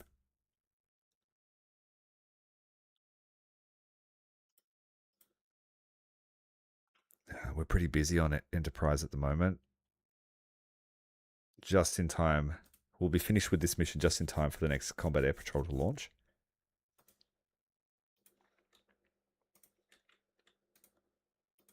Now, Hornet hasn't used any of her package yet. She's been doing lots of combat air patrols. So let's, while we've got a gap in the... we're going to launch everything. All the dive bombers. We don't have any escort aircraft to go. We'll send one fighter. Hope you do well, mate.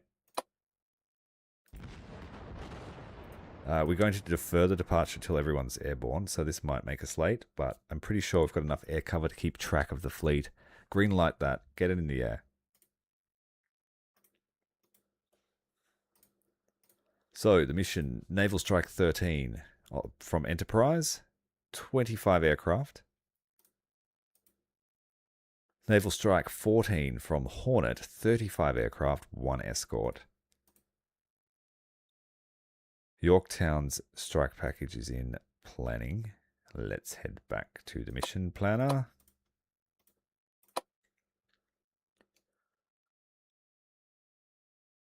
I'm just going to send everything. Everything that we can. It's just only 5. That leaves us with only torpedo bombers, so we would have to push closer to use them. Green light that. Okay. Now the aim is to try and deliver a coup de grace in the next hour. To at least another 2 flat tops. Without taking any damage to our own.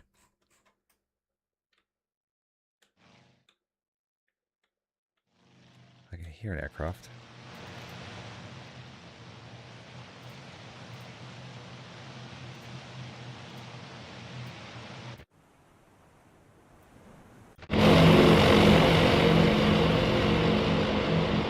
This is quite a large attack from Midway.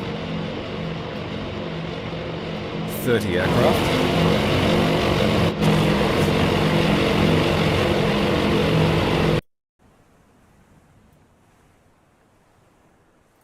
And then we still have Naval Strike for Richard Best's team.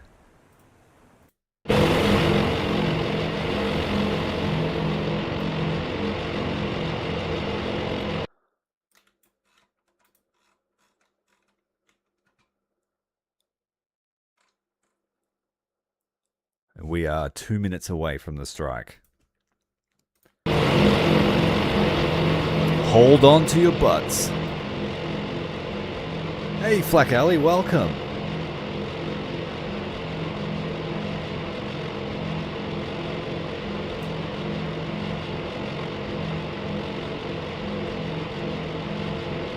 It does actually, yeah. The cursor is really small because I'm playing it in 4K, and I don't think the UI scaling is correct for that resolution. And I don't have the option yet to change the scaling. So next time I stream it, I'll down the resolution so the UI scales better, and I'll be able to read the map without a magnifying glass.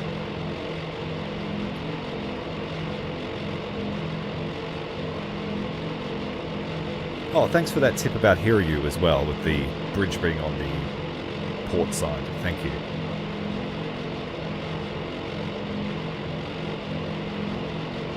I know the history of a lot of the ships, but I'm not so great at identifying them by silhouette. So any tips for that sort of memory, let me know. I'm happy to hear it. We are 1 minute, according to schedule.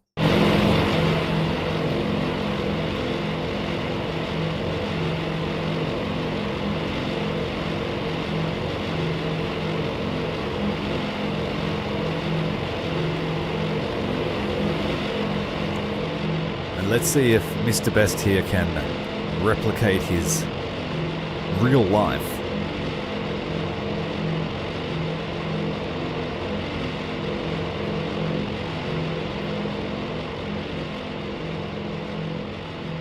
As ridiculous as some of the Hollywood war movies are, I quite enjoyed Midway.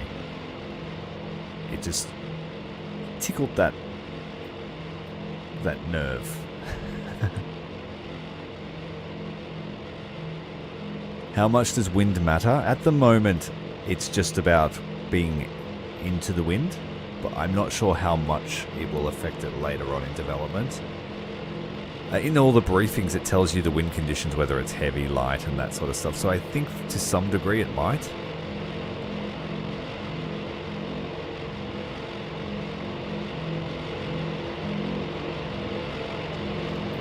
Any minute now.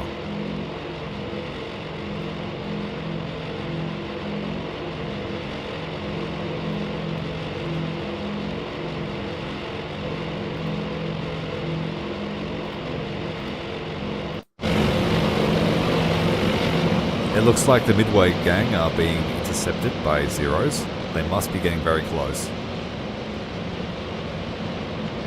I can't see the fleet on the surface.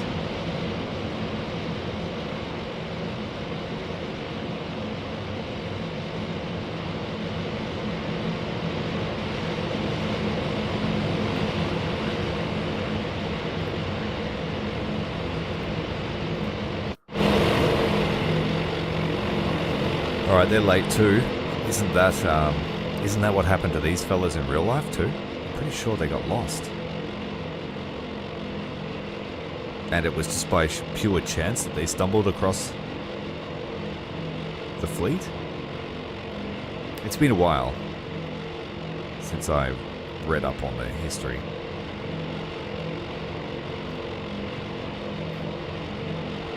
General Quarters has been sounded. Enterprise, what have you seen? Oh, 2 aircraft. We have combat air patrol being vectored to their position.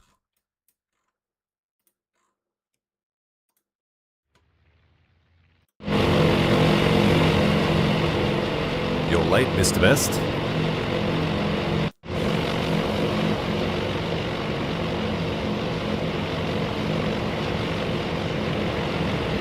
All right. They've found their target. Of the 30 aircraft that left Midway under intense bombardment, it looks like they're still all together. They've been somewhat dispersed by the Zeros attacking their formation, but they're about to launch their attack. Where is the formation going to go? There it is. Director on the fly has found the surface fleet. Looks like they're in a line abreast formation now.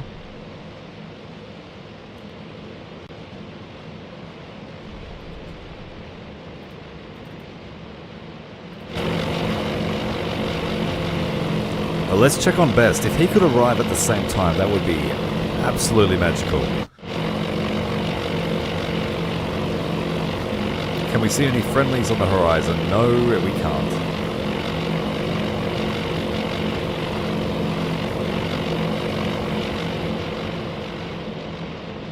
Yeah, I thought so. Yeah, they got lost and they just happened to stumble across someone that was and led them all the way back to the formation. Yeah, thanks for clarifying that, mate.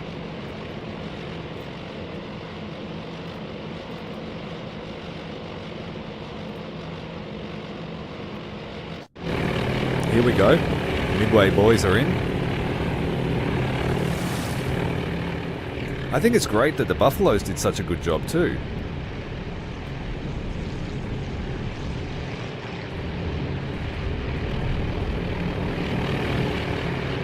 Who are we going for, guys?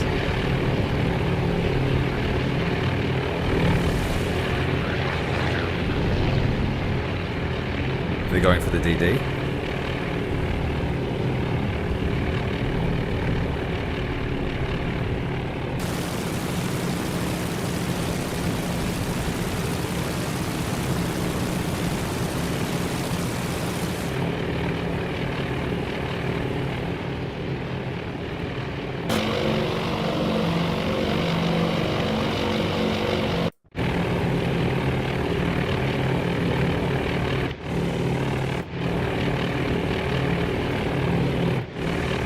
It looks like they might be attacking multiple targets. Good boys. We've lost 2.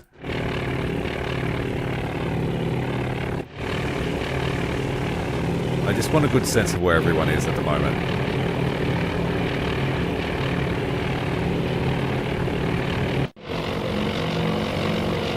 And it looks like we've turned with our aircraft. We're going to arrive very shortly. So alright, let's hit action.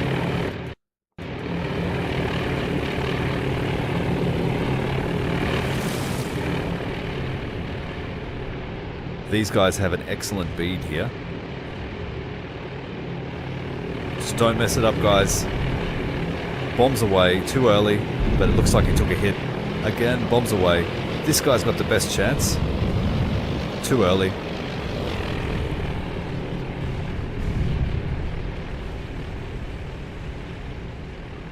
Probably inexperienced.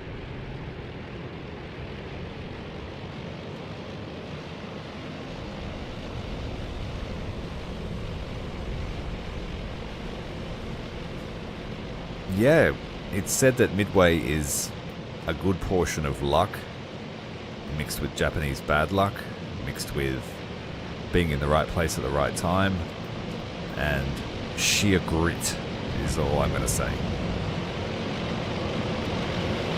So 2 of the carriers have taken attacks. It doesn't look like we've been able to land any hits yet. This fight is far from over. If we were able to secure another hit here, that would have been ideal. There's still a few more aircraft inbound. But this is the end of Midway's response. So it's all on us now.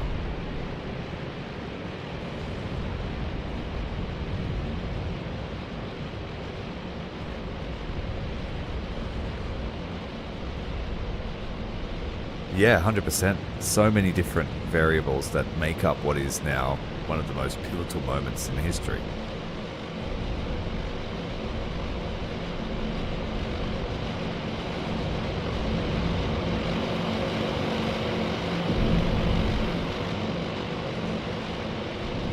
Alright, let's see if we can find our boys. They surely should be making their run. Oh, here we go. Here we go, Mr. Best.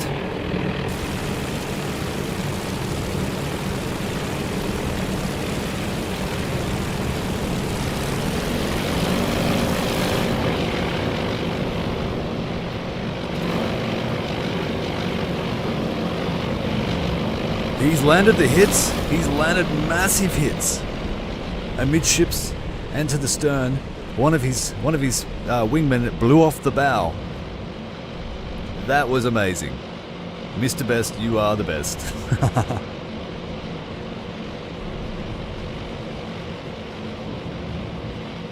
100% agree. That took some balls.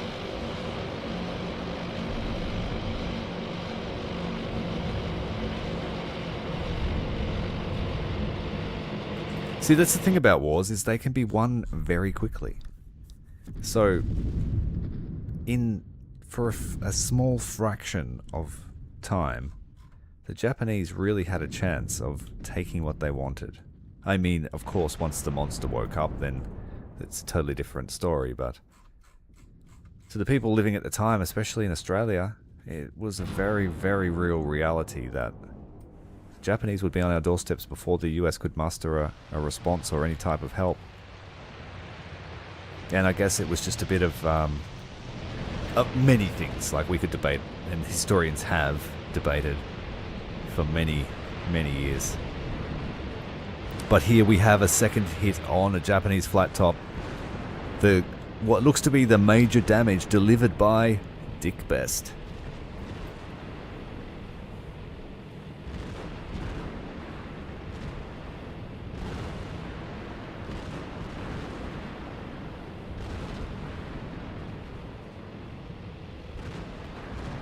Yeah, they were really just hoping to take as much as they can to force an early end, an early peace, I guess you could say, if you want to call it that.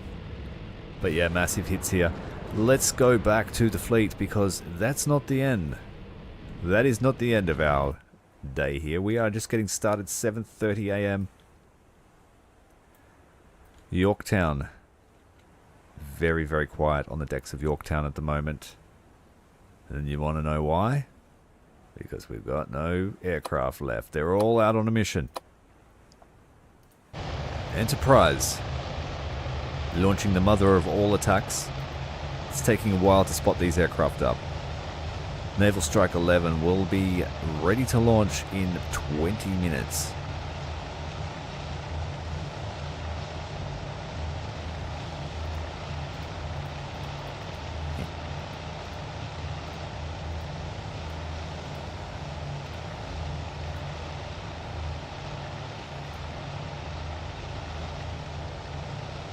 Takeoff will start at 7:30 actually for this ship, taking 400 seconds.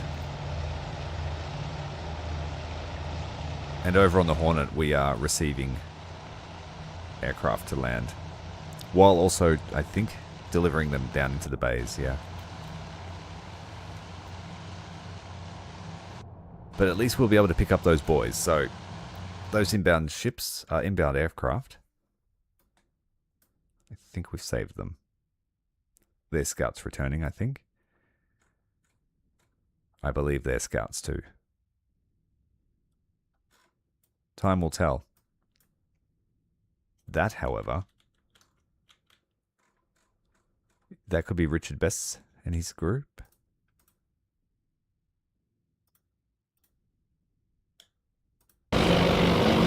No, it's not. That's probably an inbound air wing. So, shit.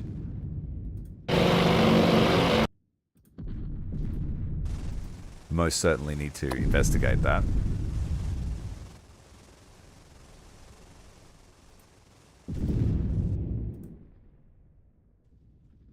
They're a fair distance away, so we can't yet respond to it, but that's 20 aircraft plus.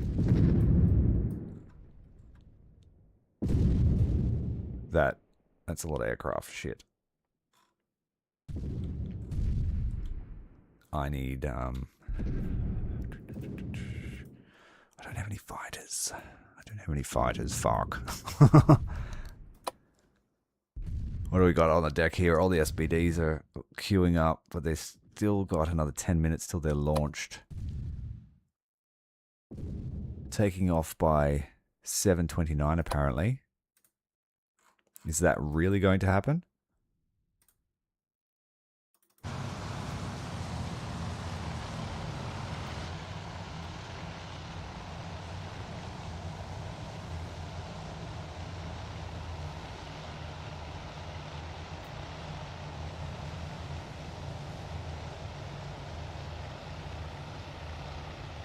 So that's I've tried to play Foxhole, but yeah, the I don't know. It's just seems like a lot of work to just get anything done.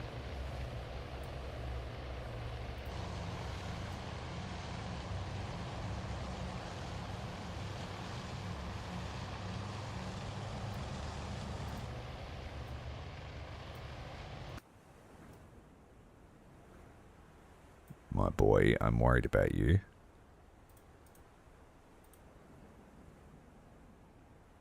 We've got recovery of the combat air patrol in 6 minutes.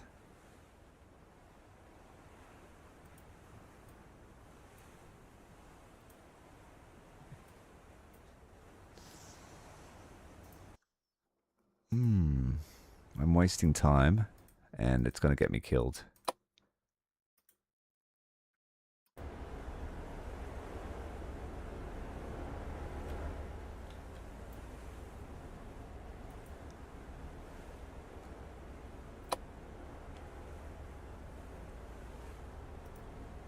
Yorktown has 7 aircraft available. Let's I'm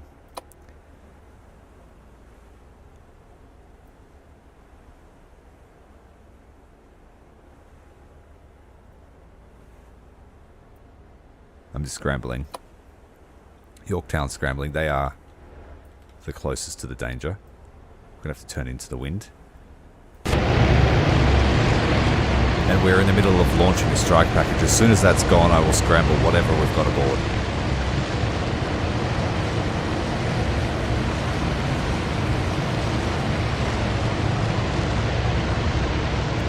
Yeah, that's the problem. I don't really have time anymore to grind those sorts of games as much as I enjoy them.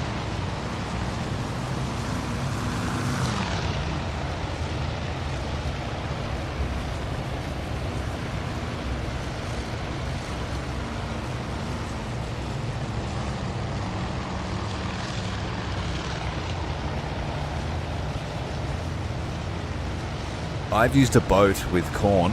We went gunboating down the river. That was pretty fun.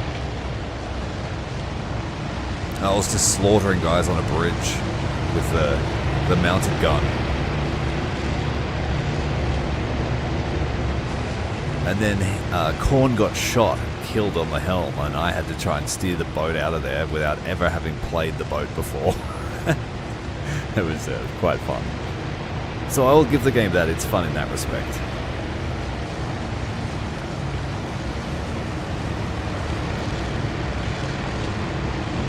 The Enterprise here is really trying to get those aircraft airborne. We have 60 aircraft on their way. And I think the Hornet is completely empty. We've got a couple of TBDs there and a couple of F4s. We just have to bring them up onto the deck. We're recovering at the moment.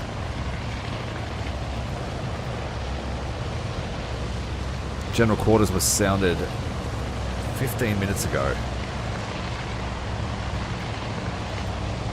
Blue leader, tally ho, bogey ahead, looks like a banded seagull getting into position for a firing pass.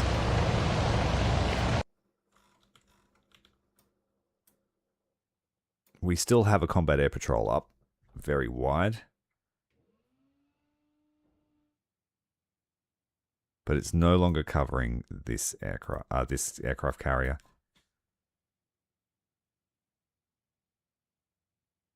So we are going to move away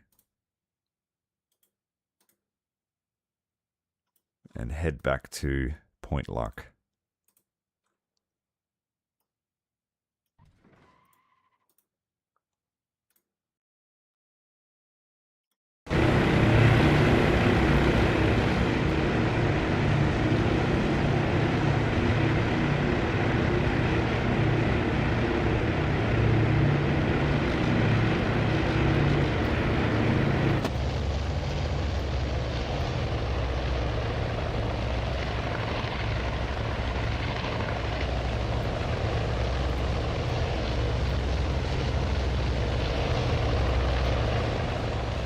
It's a hive of activity amongst the fleet at the moment because we know there's some trouble brewing. We've launched out, struck hard, and now we have to try and take the reprisal. Okay, let's just have a look through the combat air patrols and see where they're at. Make sure they're on station. It's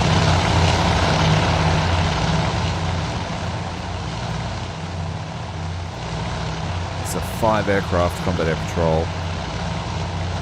We've got a whole heap of escorts here that have been shot down, so they won't be coming home. Same. Oh, we've got one escort on his way home. 2 of our fighters made it away.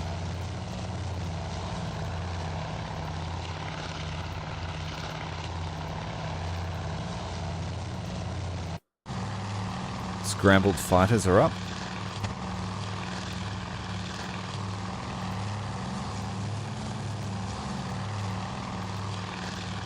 More scrambled fighters launching. Combat Air Patrol number 201 is up.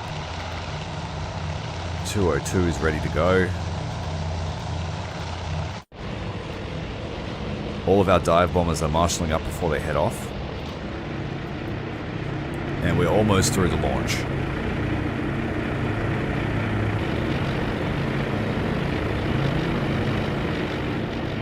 There is a battle generator where you can set up different parameters, so I guess you could, like, when I played the demo last year, I used my surface fleet to engage the Japanese and then launch the airstrike using that intel.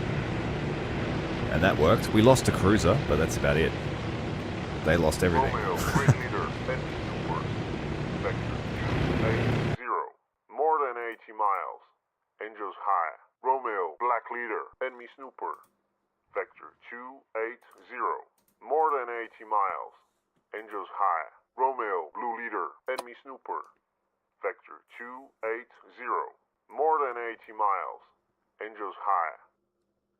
Alright, so we've detected 3 contacts, all very high.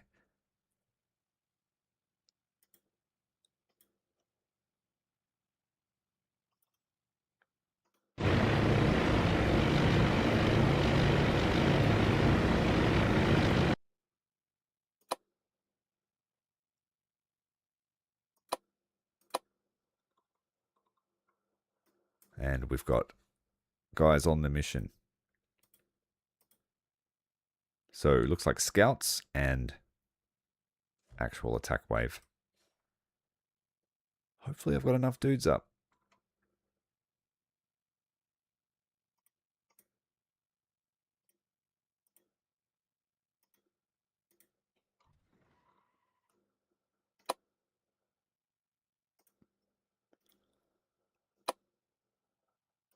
I'm just going to push this one out further.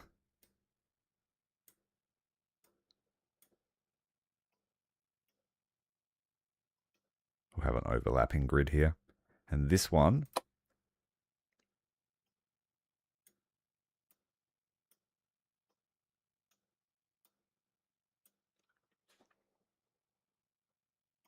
that's our torpedo bomber intercept.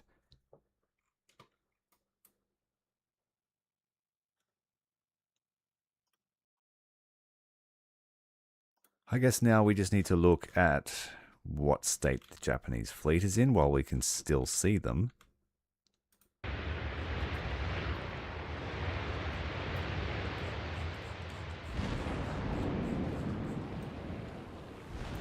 This one is well under fire. And that was from the attack Richard Best's team.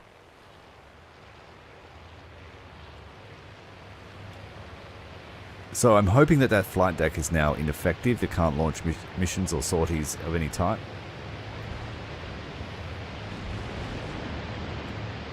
See you, Retro Man. Thanks for joining us tonight. And we'll talk to you soon, bud.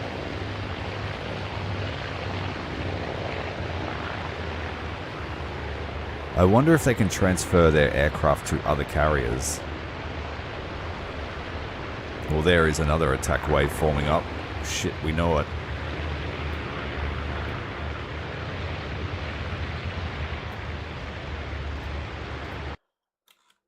Alrighty.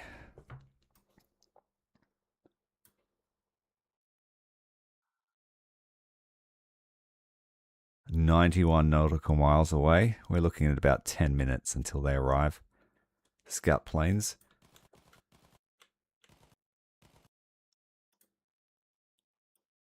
I hear gunfire.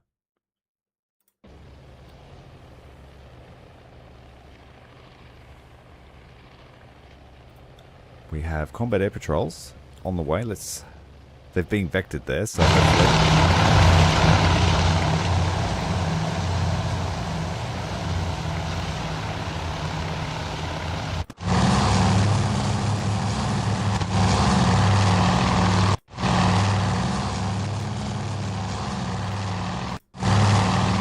I think we have more than enough fighters up to at least do serious damage to...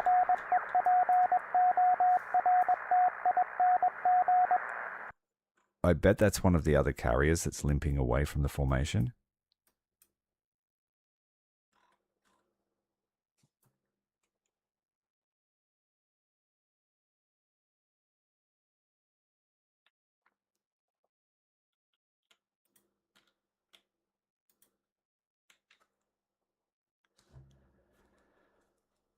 Okay.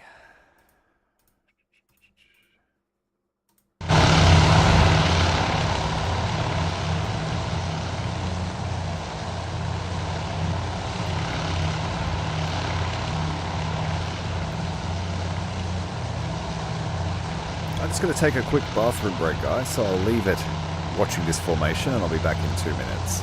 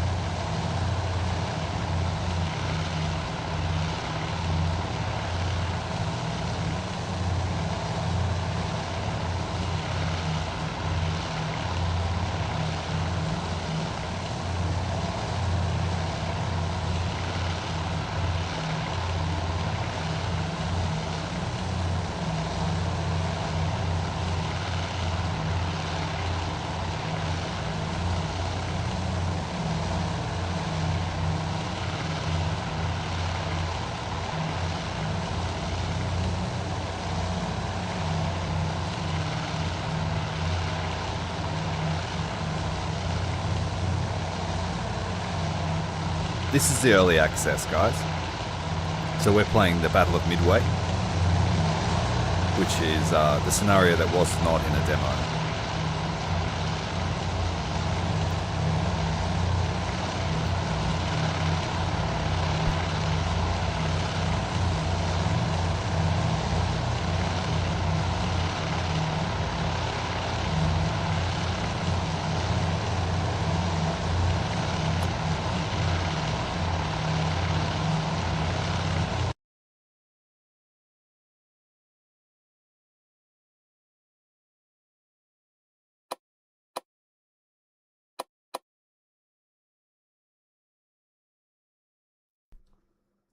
still a good 90 miles away.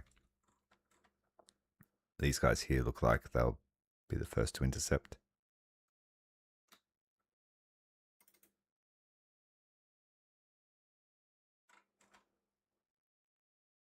Romeo, Orange Leader, many bogies. Vector 280, 80 miles. I'm pretty sure that's the plan, yeah. And they've got another 2 scouts heading this direction.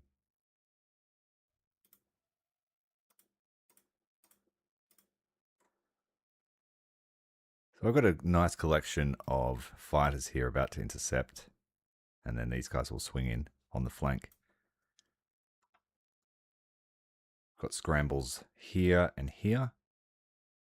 So I think we'll be able to at least blunt this attack. But we know another one's coming straight after. But once the flight decks are clear of all of our Dauntless, then I guess we could just turn and run for the hills.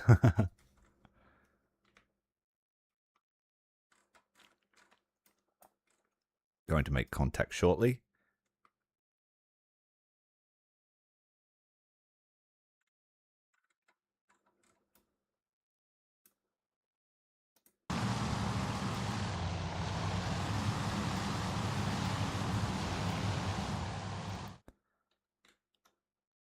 Here they come.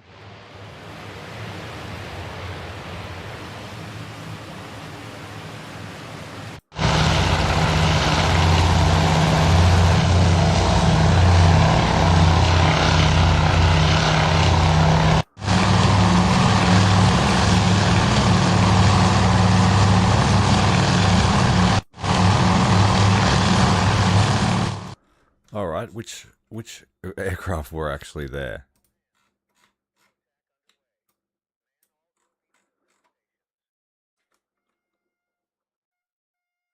Targeted by a torpedo aircraft attack, Yorktown. Man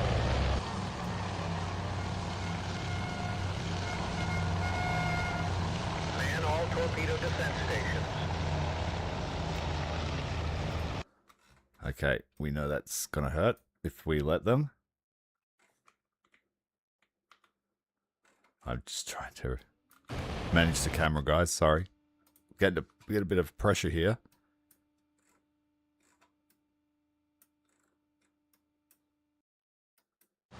I'm not exactly sure which unit is attacking these aircraft.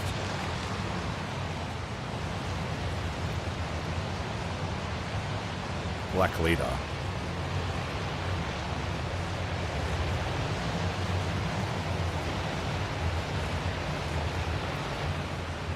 That's a huge attack. We're going to get a little bit of hurt poured on us, I think.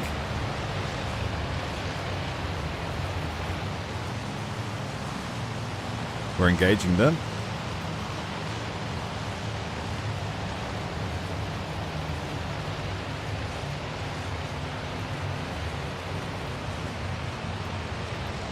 I have every single fighter up.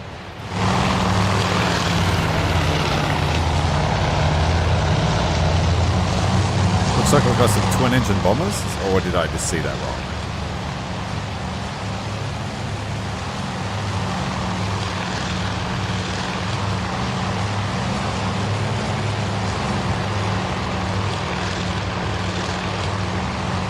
If that's the plan, I'd love to.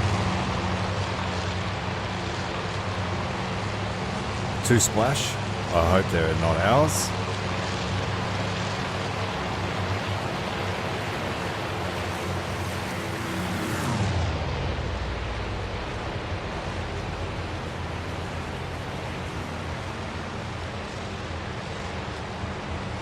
Another one.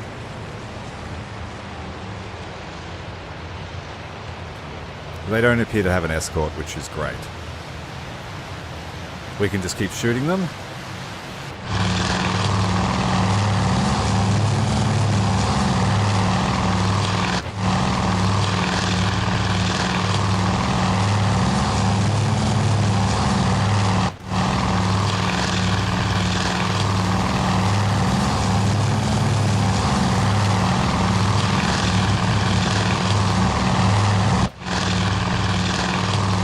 This guy's got a Japanese 0 on his 6.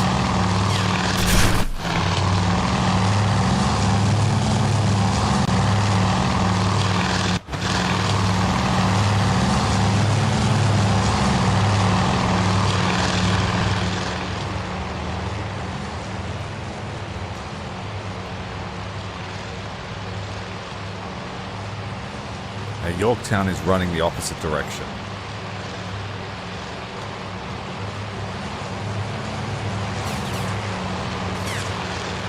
No hits. Oh, that was an easy shot. We've splashed another. Not shooting them down fast enough for my liking. We need to scramble all fighters. I need to make sure that that's happening. I can't rely on the AI to do it for me.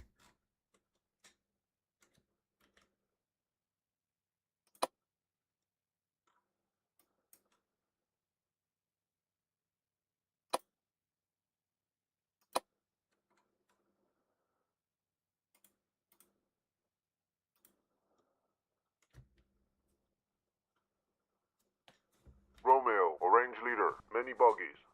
Vector 280, 10 miles. Angels high. Romeo, many buggies. Vector 280, 10 miles. Just resetting all the vectors just to make sure they're chasing the right dudes. We've got to prioritize the formation of bombers. We've also got torpedo bombers, but I have low guards for that. 3 splashes. We do have pretty competent anti-air defense with our main fleet, but with the Yorktown being hunted. Where are you going, dude? Chase the enemy.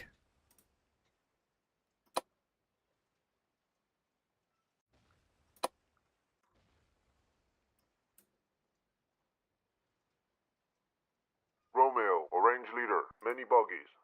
Vector 280, 70 miles. Angels high.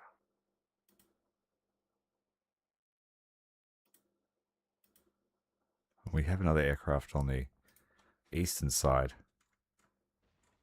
Hope it's a friendly. We've lost one of our fighters. They're searching. They've fallen behind.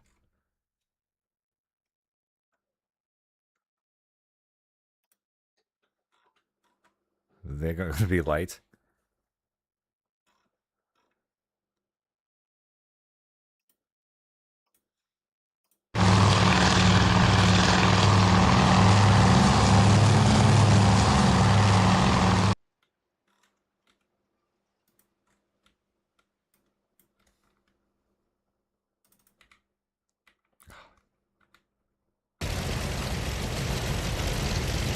Get those fighters up.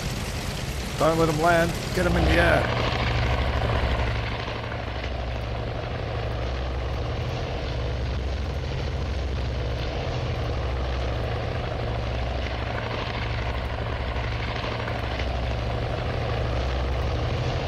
I've got 8 aircraft in the process of taking off, but I think it's going to be too late.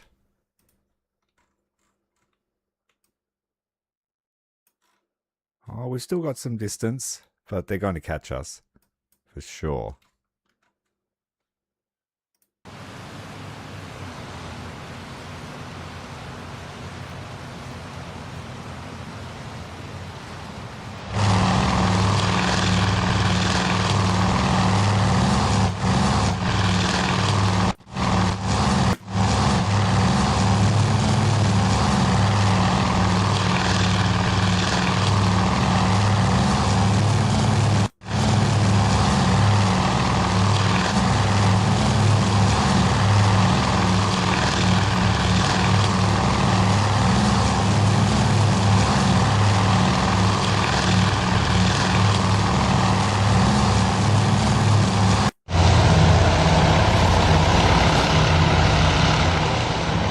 I've got him up. I just got to find him.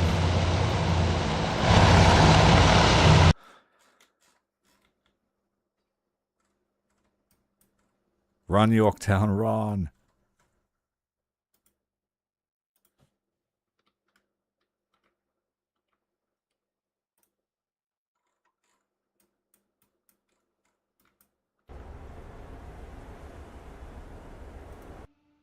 keep pressing the wrong button, but the horns are blaring.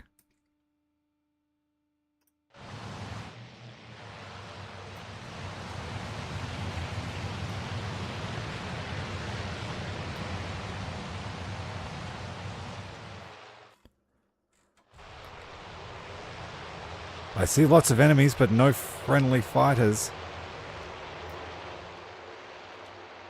This is not good.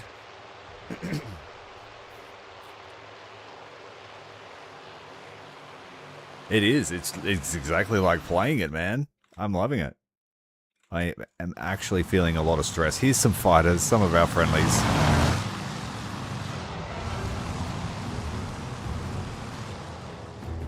Alright, the airstrikes music has started.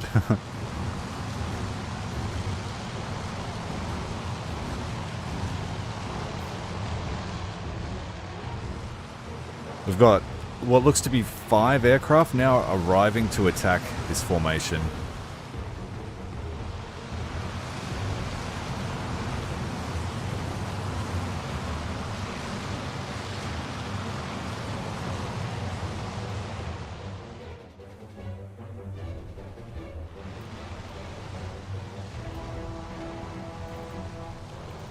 I can't find who's actually fighting. So many aircraft up.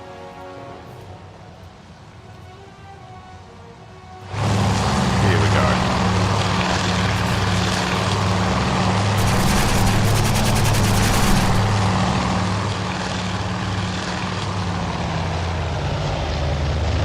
Boys, I'm a bit worried.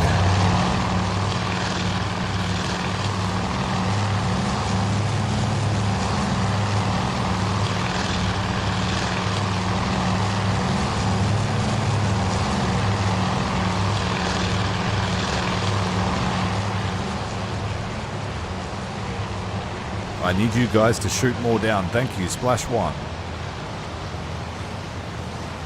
The carrier is right there in the center of the screen.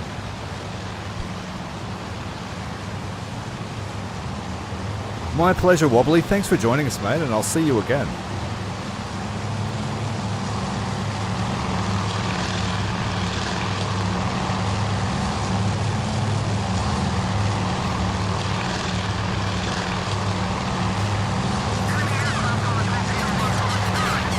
Great shot, great shot.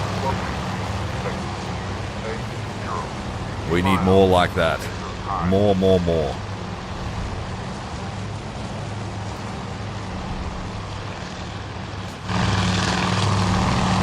Another splash.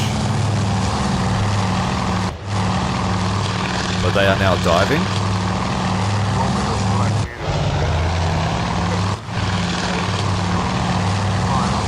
Another splash. Good boy.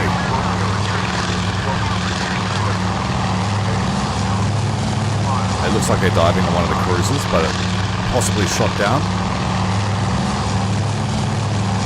We're trying to get ahead of the flat top. Here we go. We're in trouble. We need to take evasive action.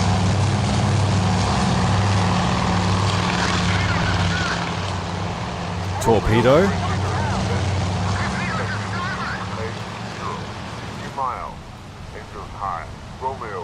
Oh dear. Enemy aircraft hit. He's going down. 60 miles. Engines high.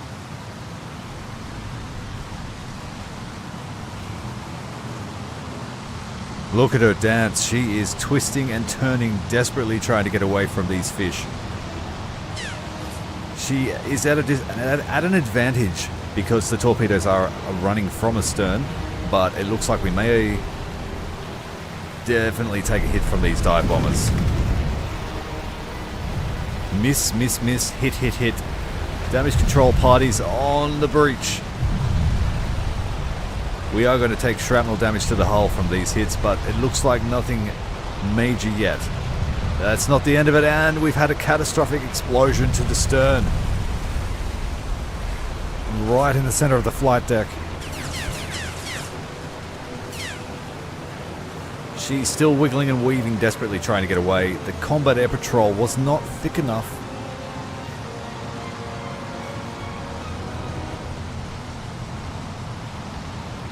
Now we need to get those damage control parties to actually do their jobs.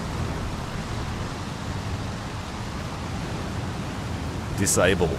We've lost the search radar, we've lost the main battery directors, we lost support searchlights. We're in trouble. Damage control party, what are you doing? Heavy fire, damage control teams unavailable. And we've got flood level 99%, massive hit there on the center of the belt. Yeah, here it is here. We've been hit by a fish. She's in trouble. Yorktown. Just can't stay out of trouble, can you?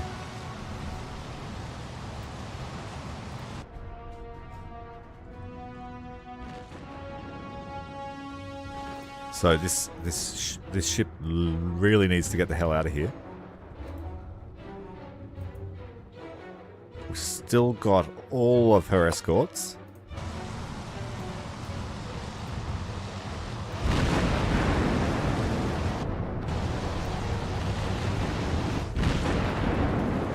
Portland and Astoria opening fire. Enemy aircraft hit. He's going down.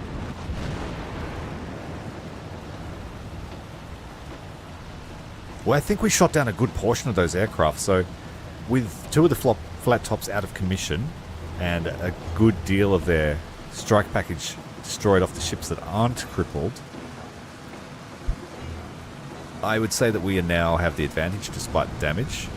Let's have a look where our next strike package is. There's so many aircraft right now.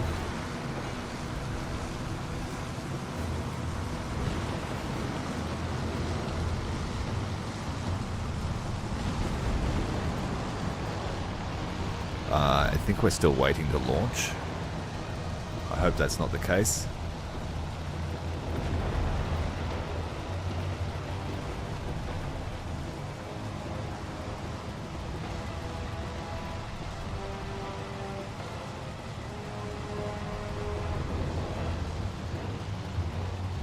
17 minutes of launch still happening here on the Hornet.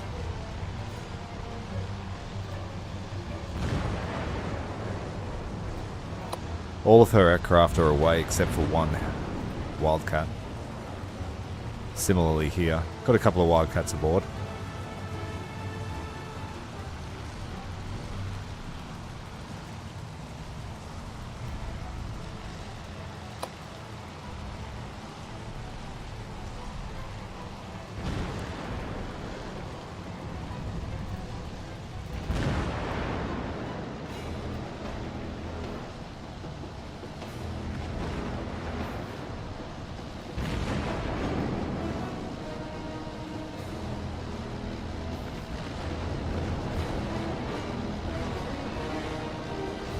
There they fly over the top.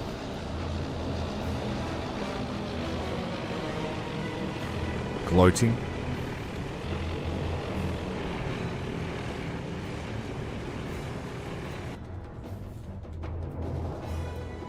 Where's my other task force? Way over here. They're running for it. We're gonna have to slot in the other task force in between.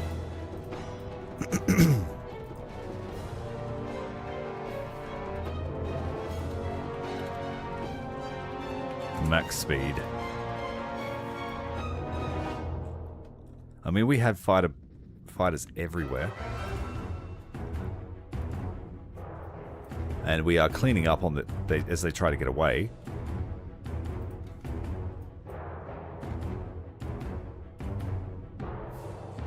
Looks like we have more aircraft inbound. We knew that was going to happen.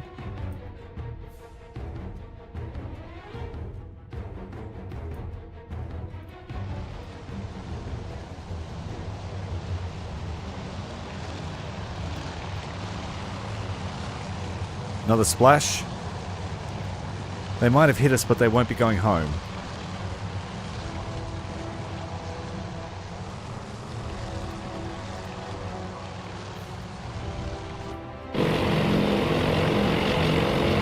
B-17s are almost back to Midway. I wonder if they'll have another flight.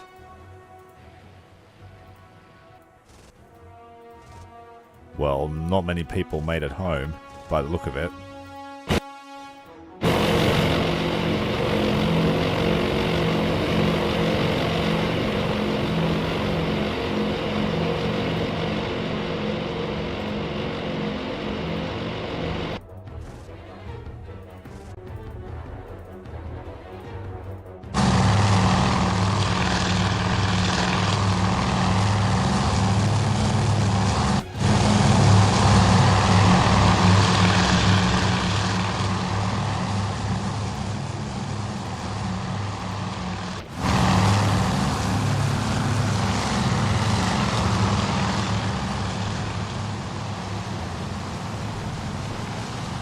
Still got bandits.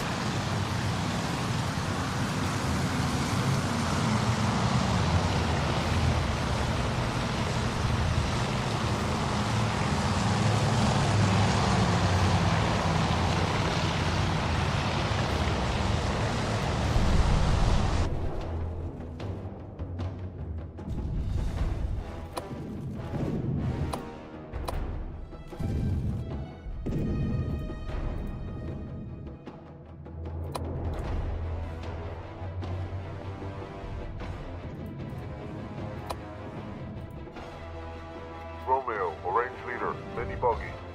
Section 290, 40 mile. Angels high. I'll scramble everyone to that new wave. Try not to pick on the old ones. I'm not sure if we're going to be able to recover any aircraft onto Yorktown.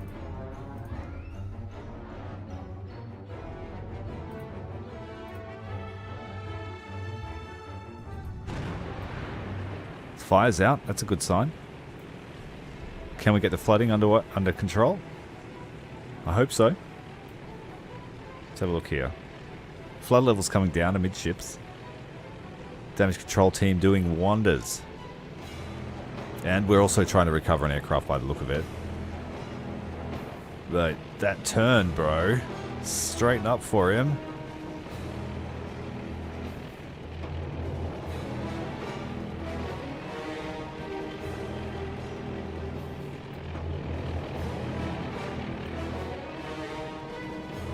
Are you going to be able to land at that angle, my friend? I hope so.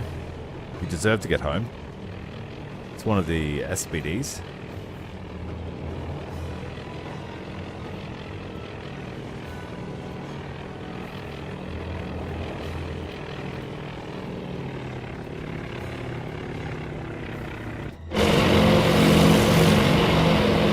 I need to make sure I'm nearby to pick up Best and his crew as well. Otherwise, that's them coming home. Great. But they need... Oh, shit. We need to be there. Or nearby to there. Hopefully they'll be able to find us.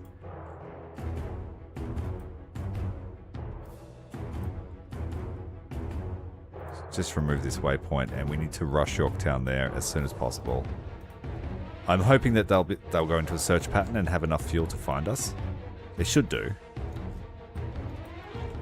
I'm pretty sure you can scramble an aircraft out to identify them and bring them home as well. Still got some contacts going on, chasing them off.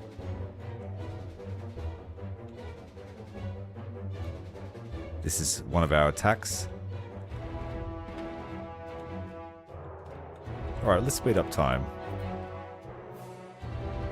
And yeah, we're moving to intercept these guys, but they're our friendlies, I'm pretty sure. And then these guys will lead them home. Please.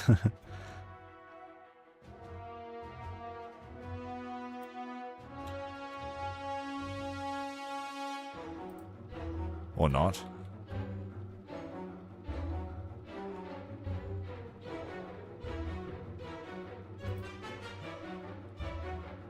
We are doing a recovery on Yorktown.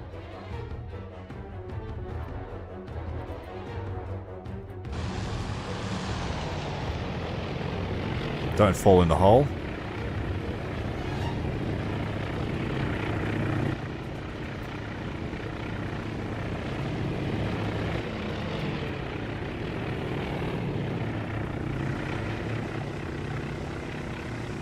Good on you, boys. You made it.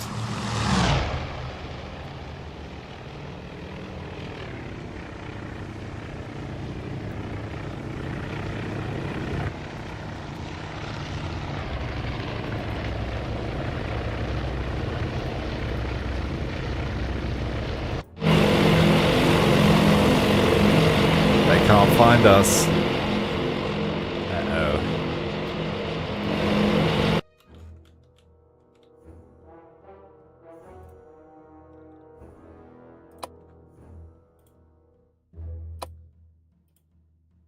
Romeo, orange leader, many buggies. Vector 350, 20 miles. Angels low.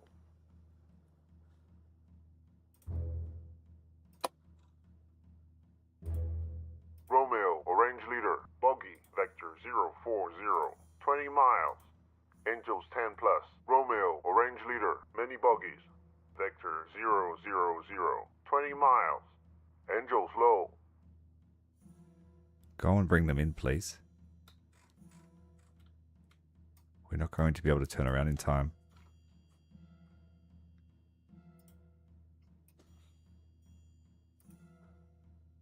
Naval Strike 13 is on the way.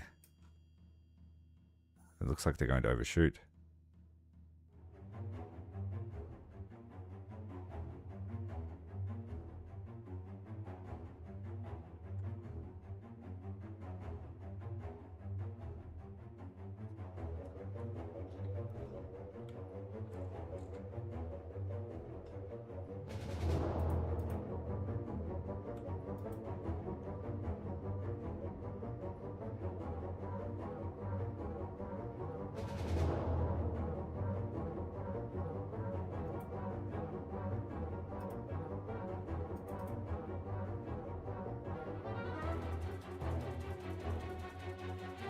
Oh, would you stop giving up on identifying those aircraft?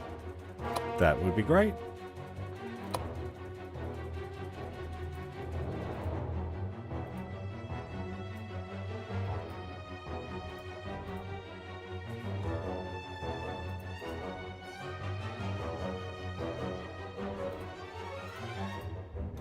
I'm going to abandon a war hero if I don't hurry up.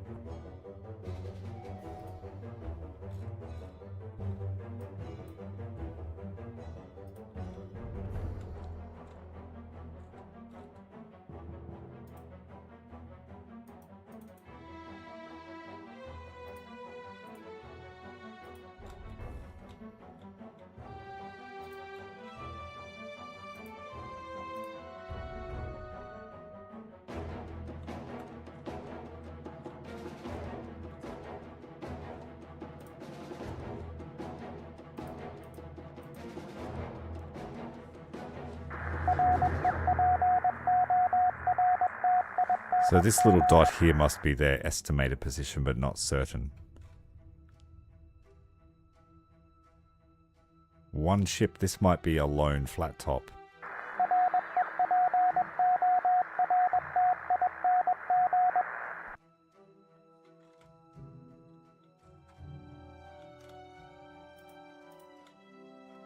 I think Bestie and his mates are going to make it home.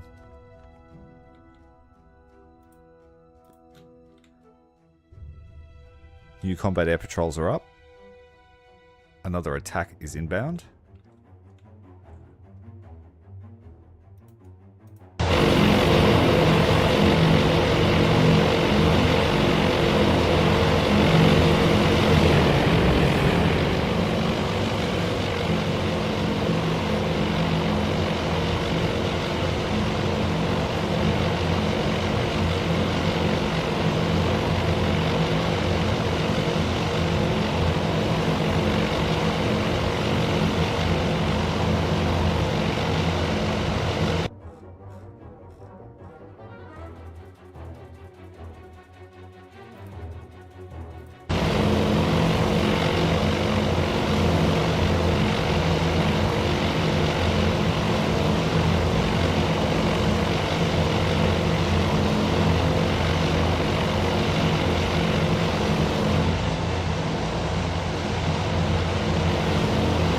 No sign of them.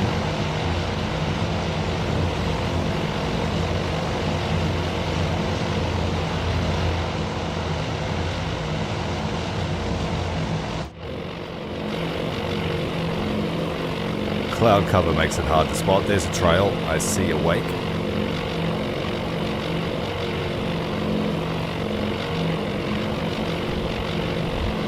We've spotted them. We're now taking anti-aircraft fire, so it's pretty hard not to see them. Oh! And these guys have made it here early, and we've hit another carrier. I don't know if it's one that's already taken damage. I think it's a new one.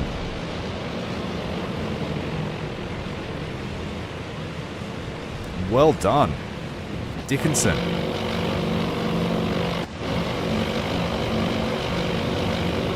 And it looks like we're going to get away because they don't have any zeros up.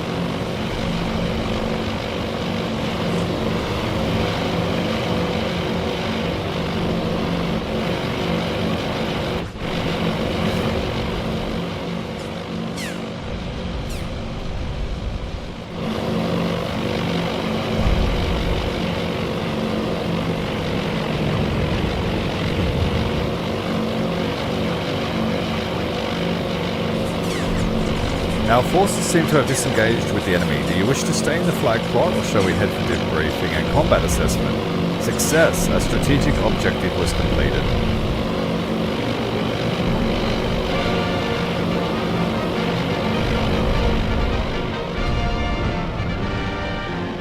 Early access will be available on Steam if it's not already in a few hours' time. I think they said 8 p.m. Europe time? Midway stands! As the courageous island licks its wounds, the latest tallies report an outstanding victory for U.S. forces. Navy, Marine, and Army airmen have struck a crushing blow against the enemy armada, shattering its recent streak of bloody successes.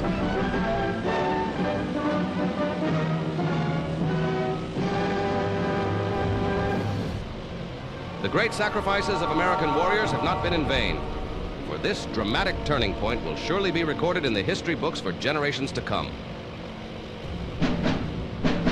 With the Japanese Navy broken and in retreat, High Command is already shaping new plans to restore Allied superiority in the Pacific. Many trials still lie ahead, but spirits are high and confidence is strong. At Midway, Japan's imperial ambitions met their doom, and the enemy's final downfall has begun.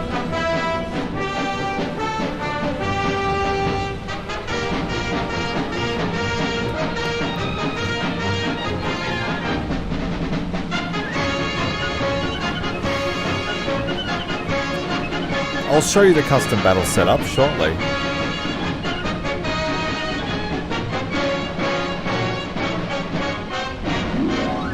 After we receive our debriefing, lest we forget to the heroes that really died, defending what we know today. Midway stands, and so does the US Navy, proudly so. Although the battle began under uncertain circumstances, the valiant crews flying from Midway and our carriers prevailed in a clash that has now turned the tide in the Pacific. The enemy's sword was irreparably blunted by this reversal of fortune, and our outstanding victory is giving hope to Allied forces around the world. We have defied fate, and the near future now smiles upon us.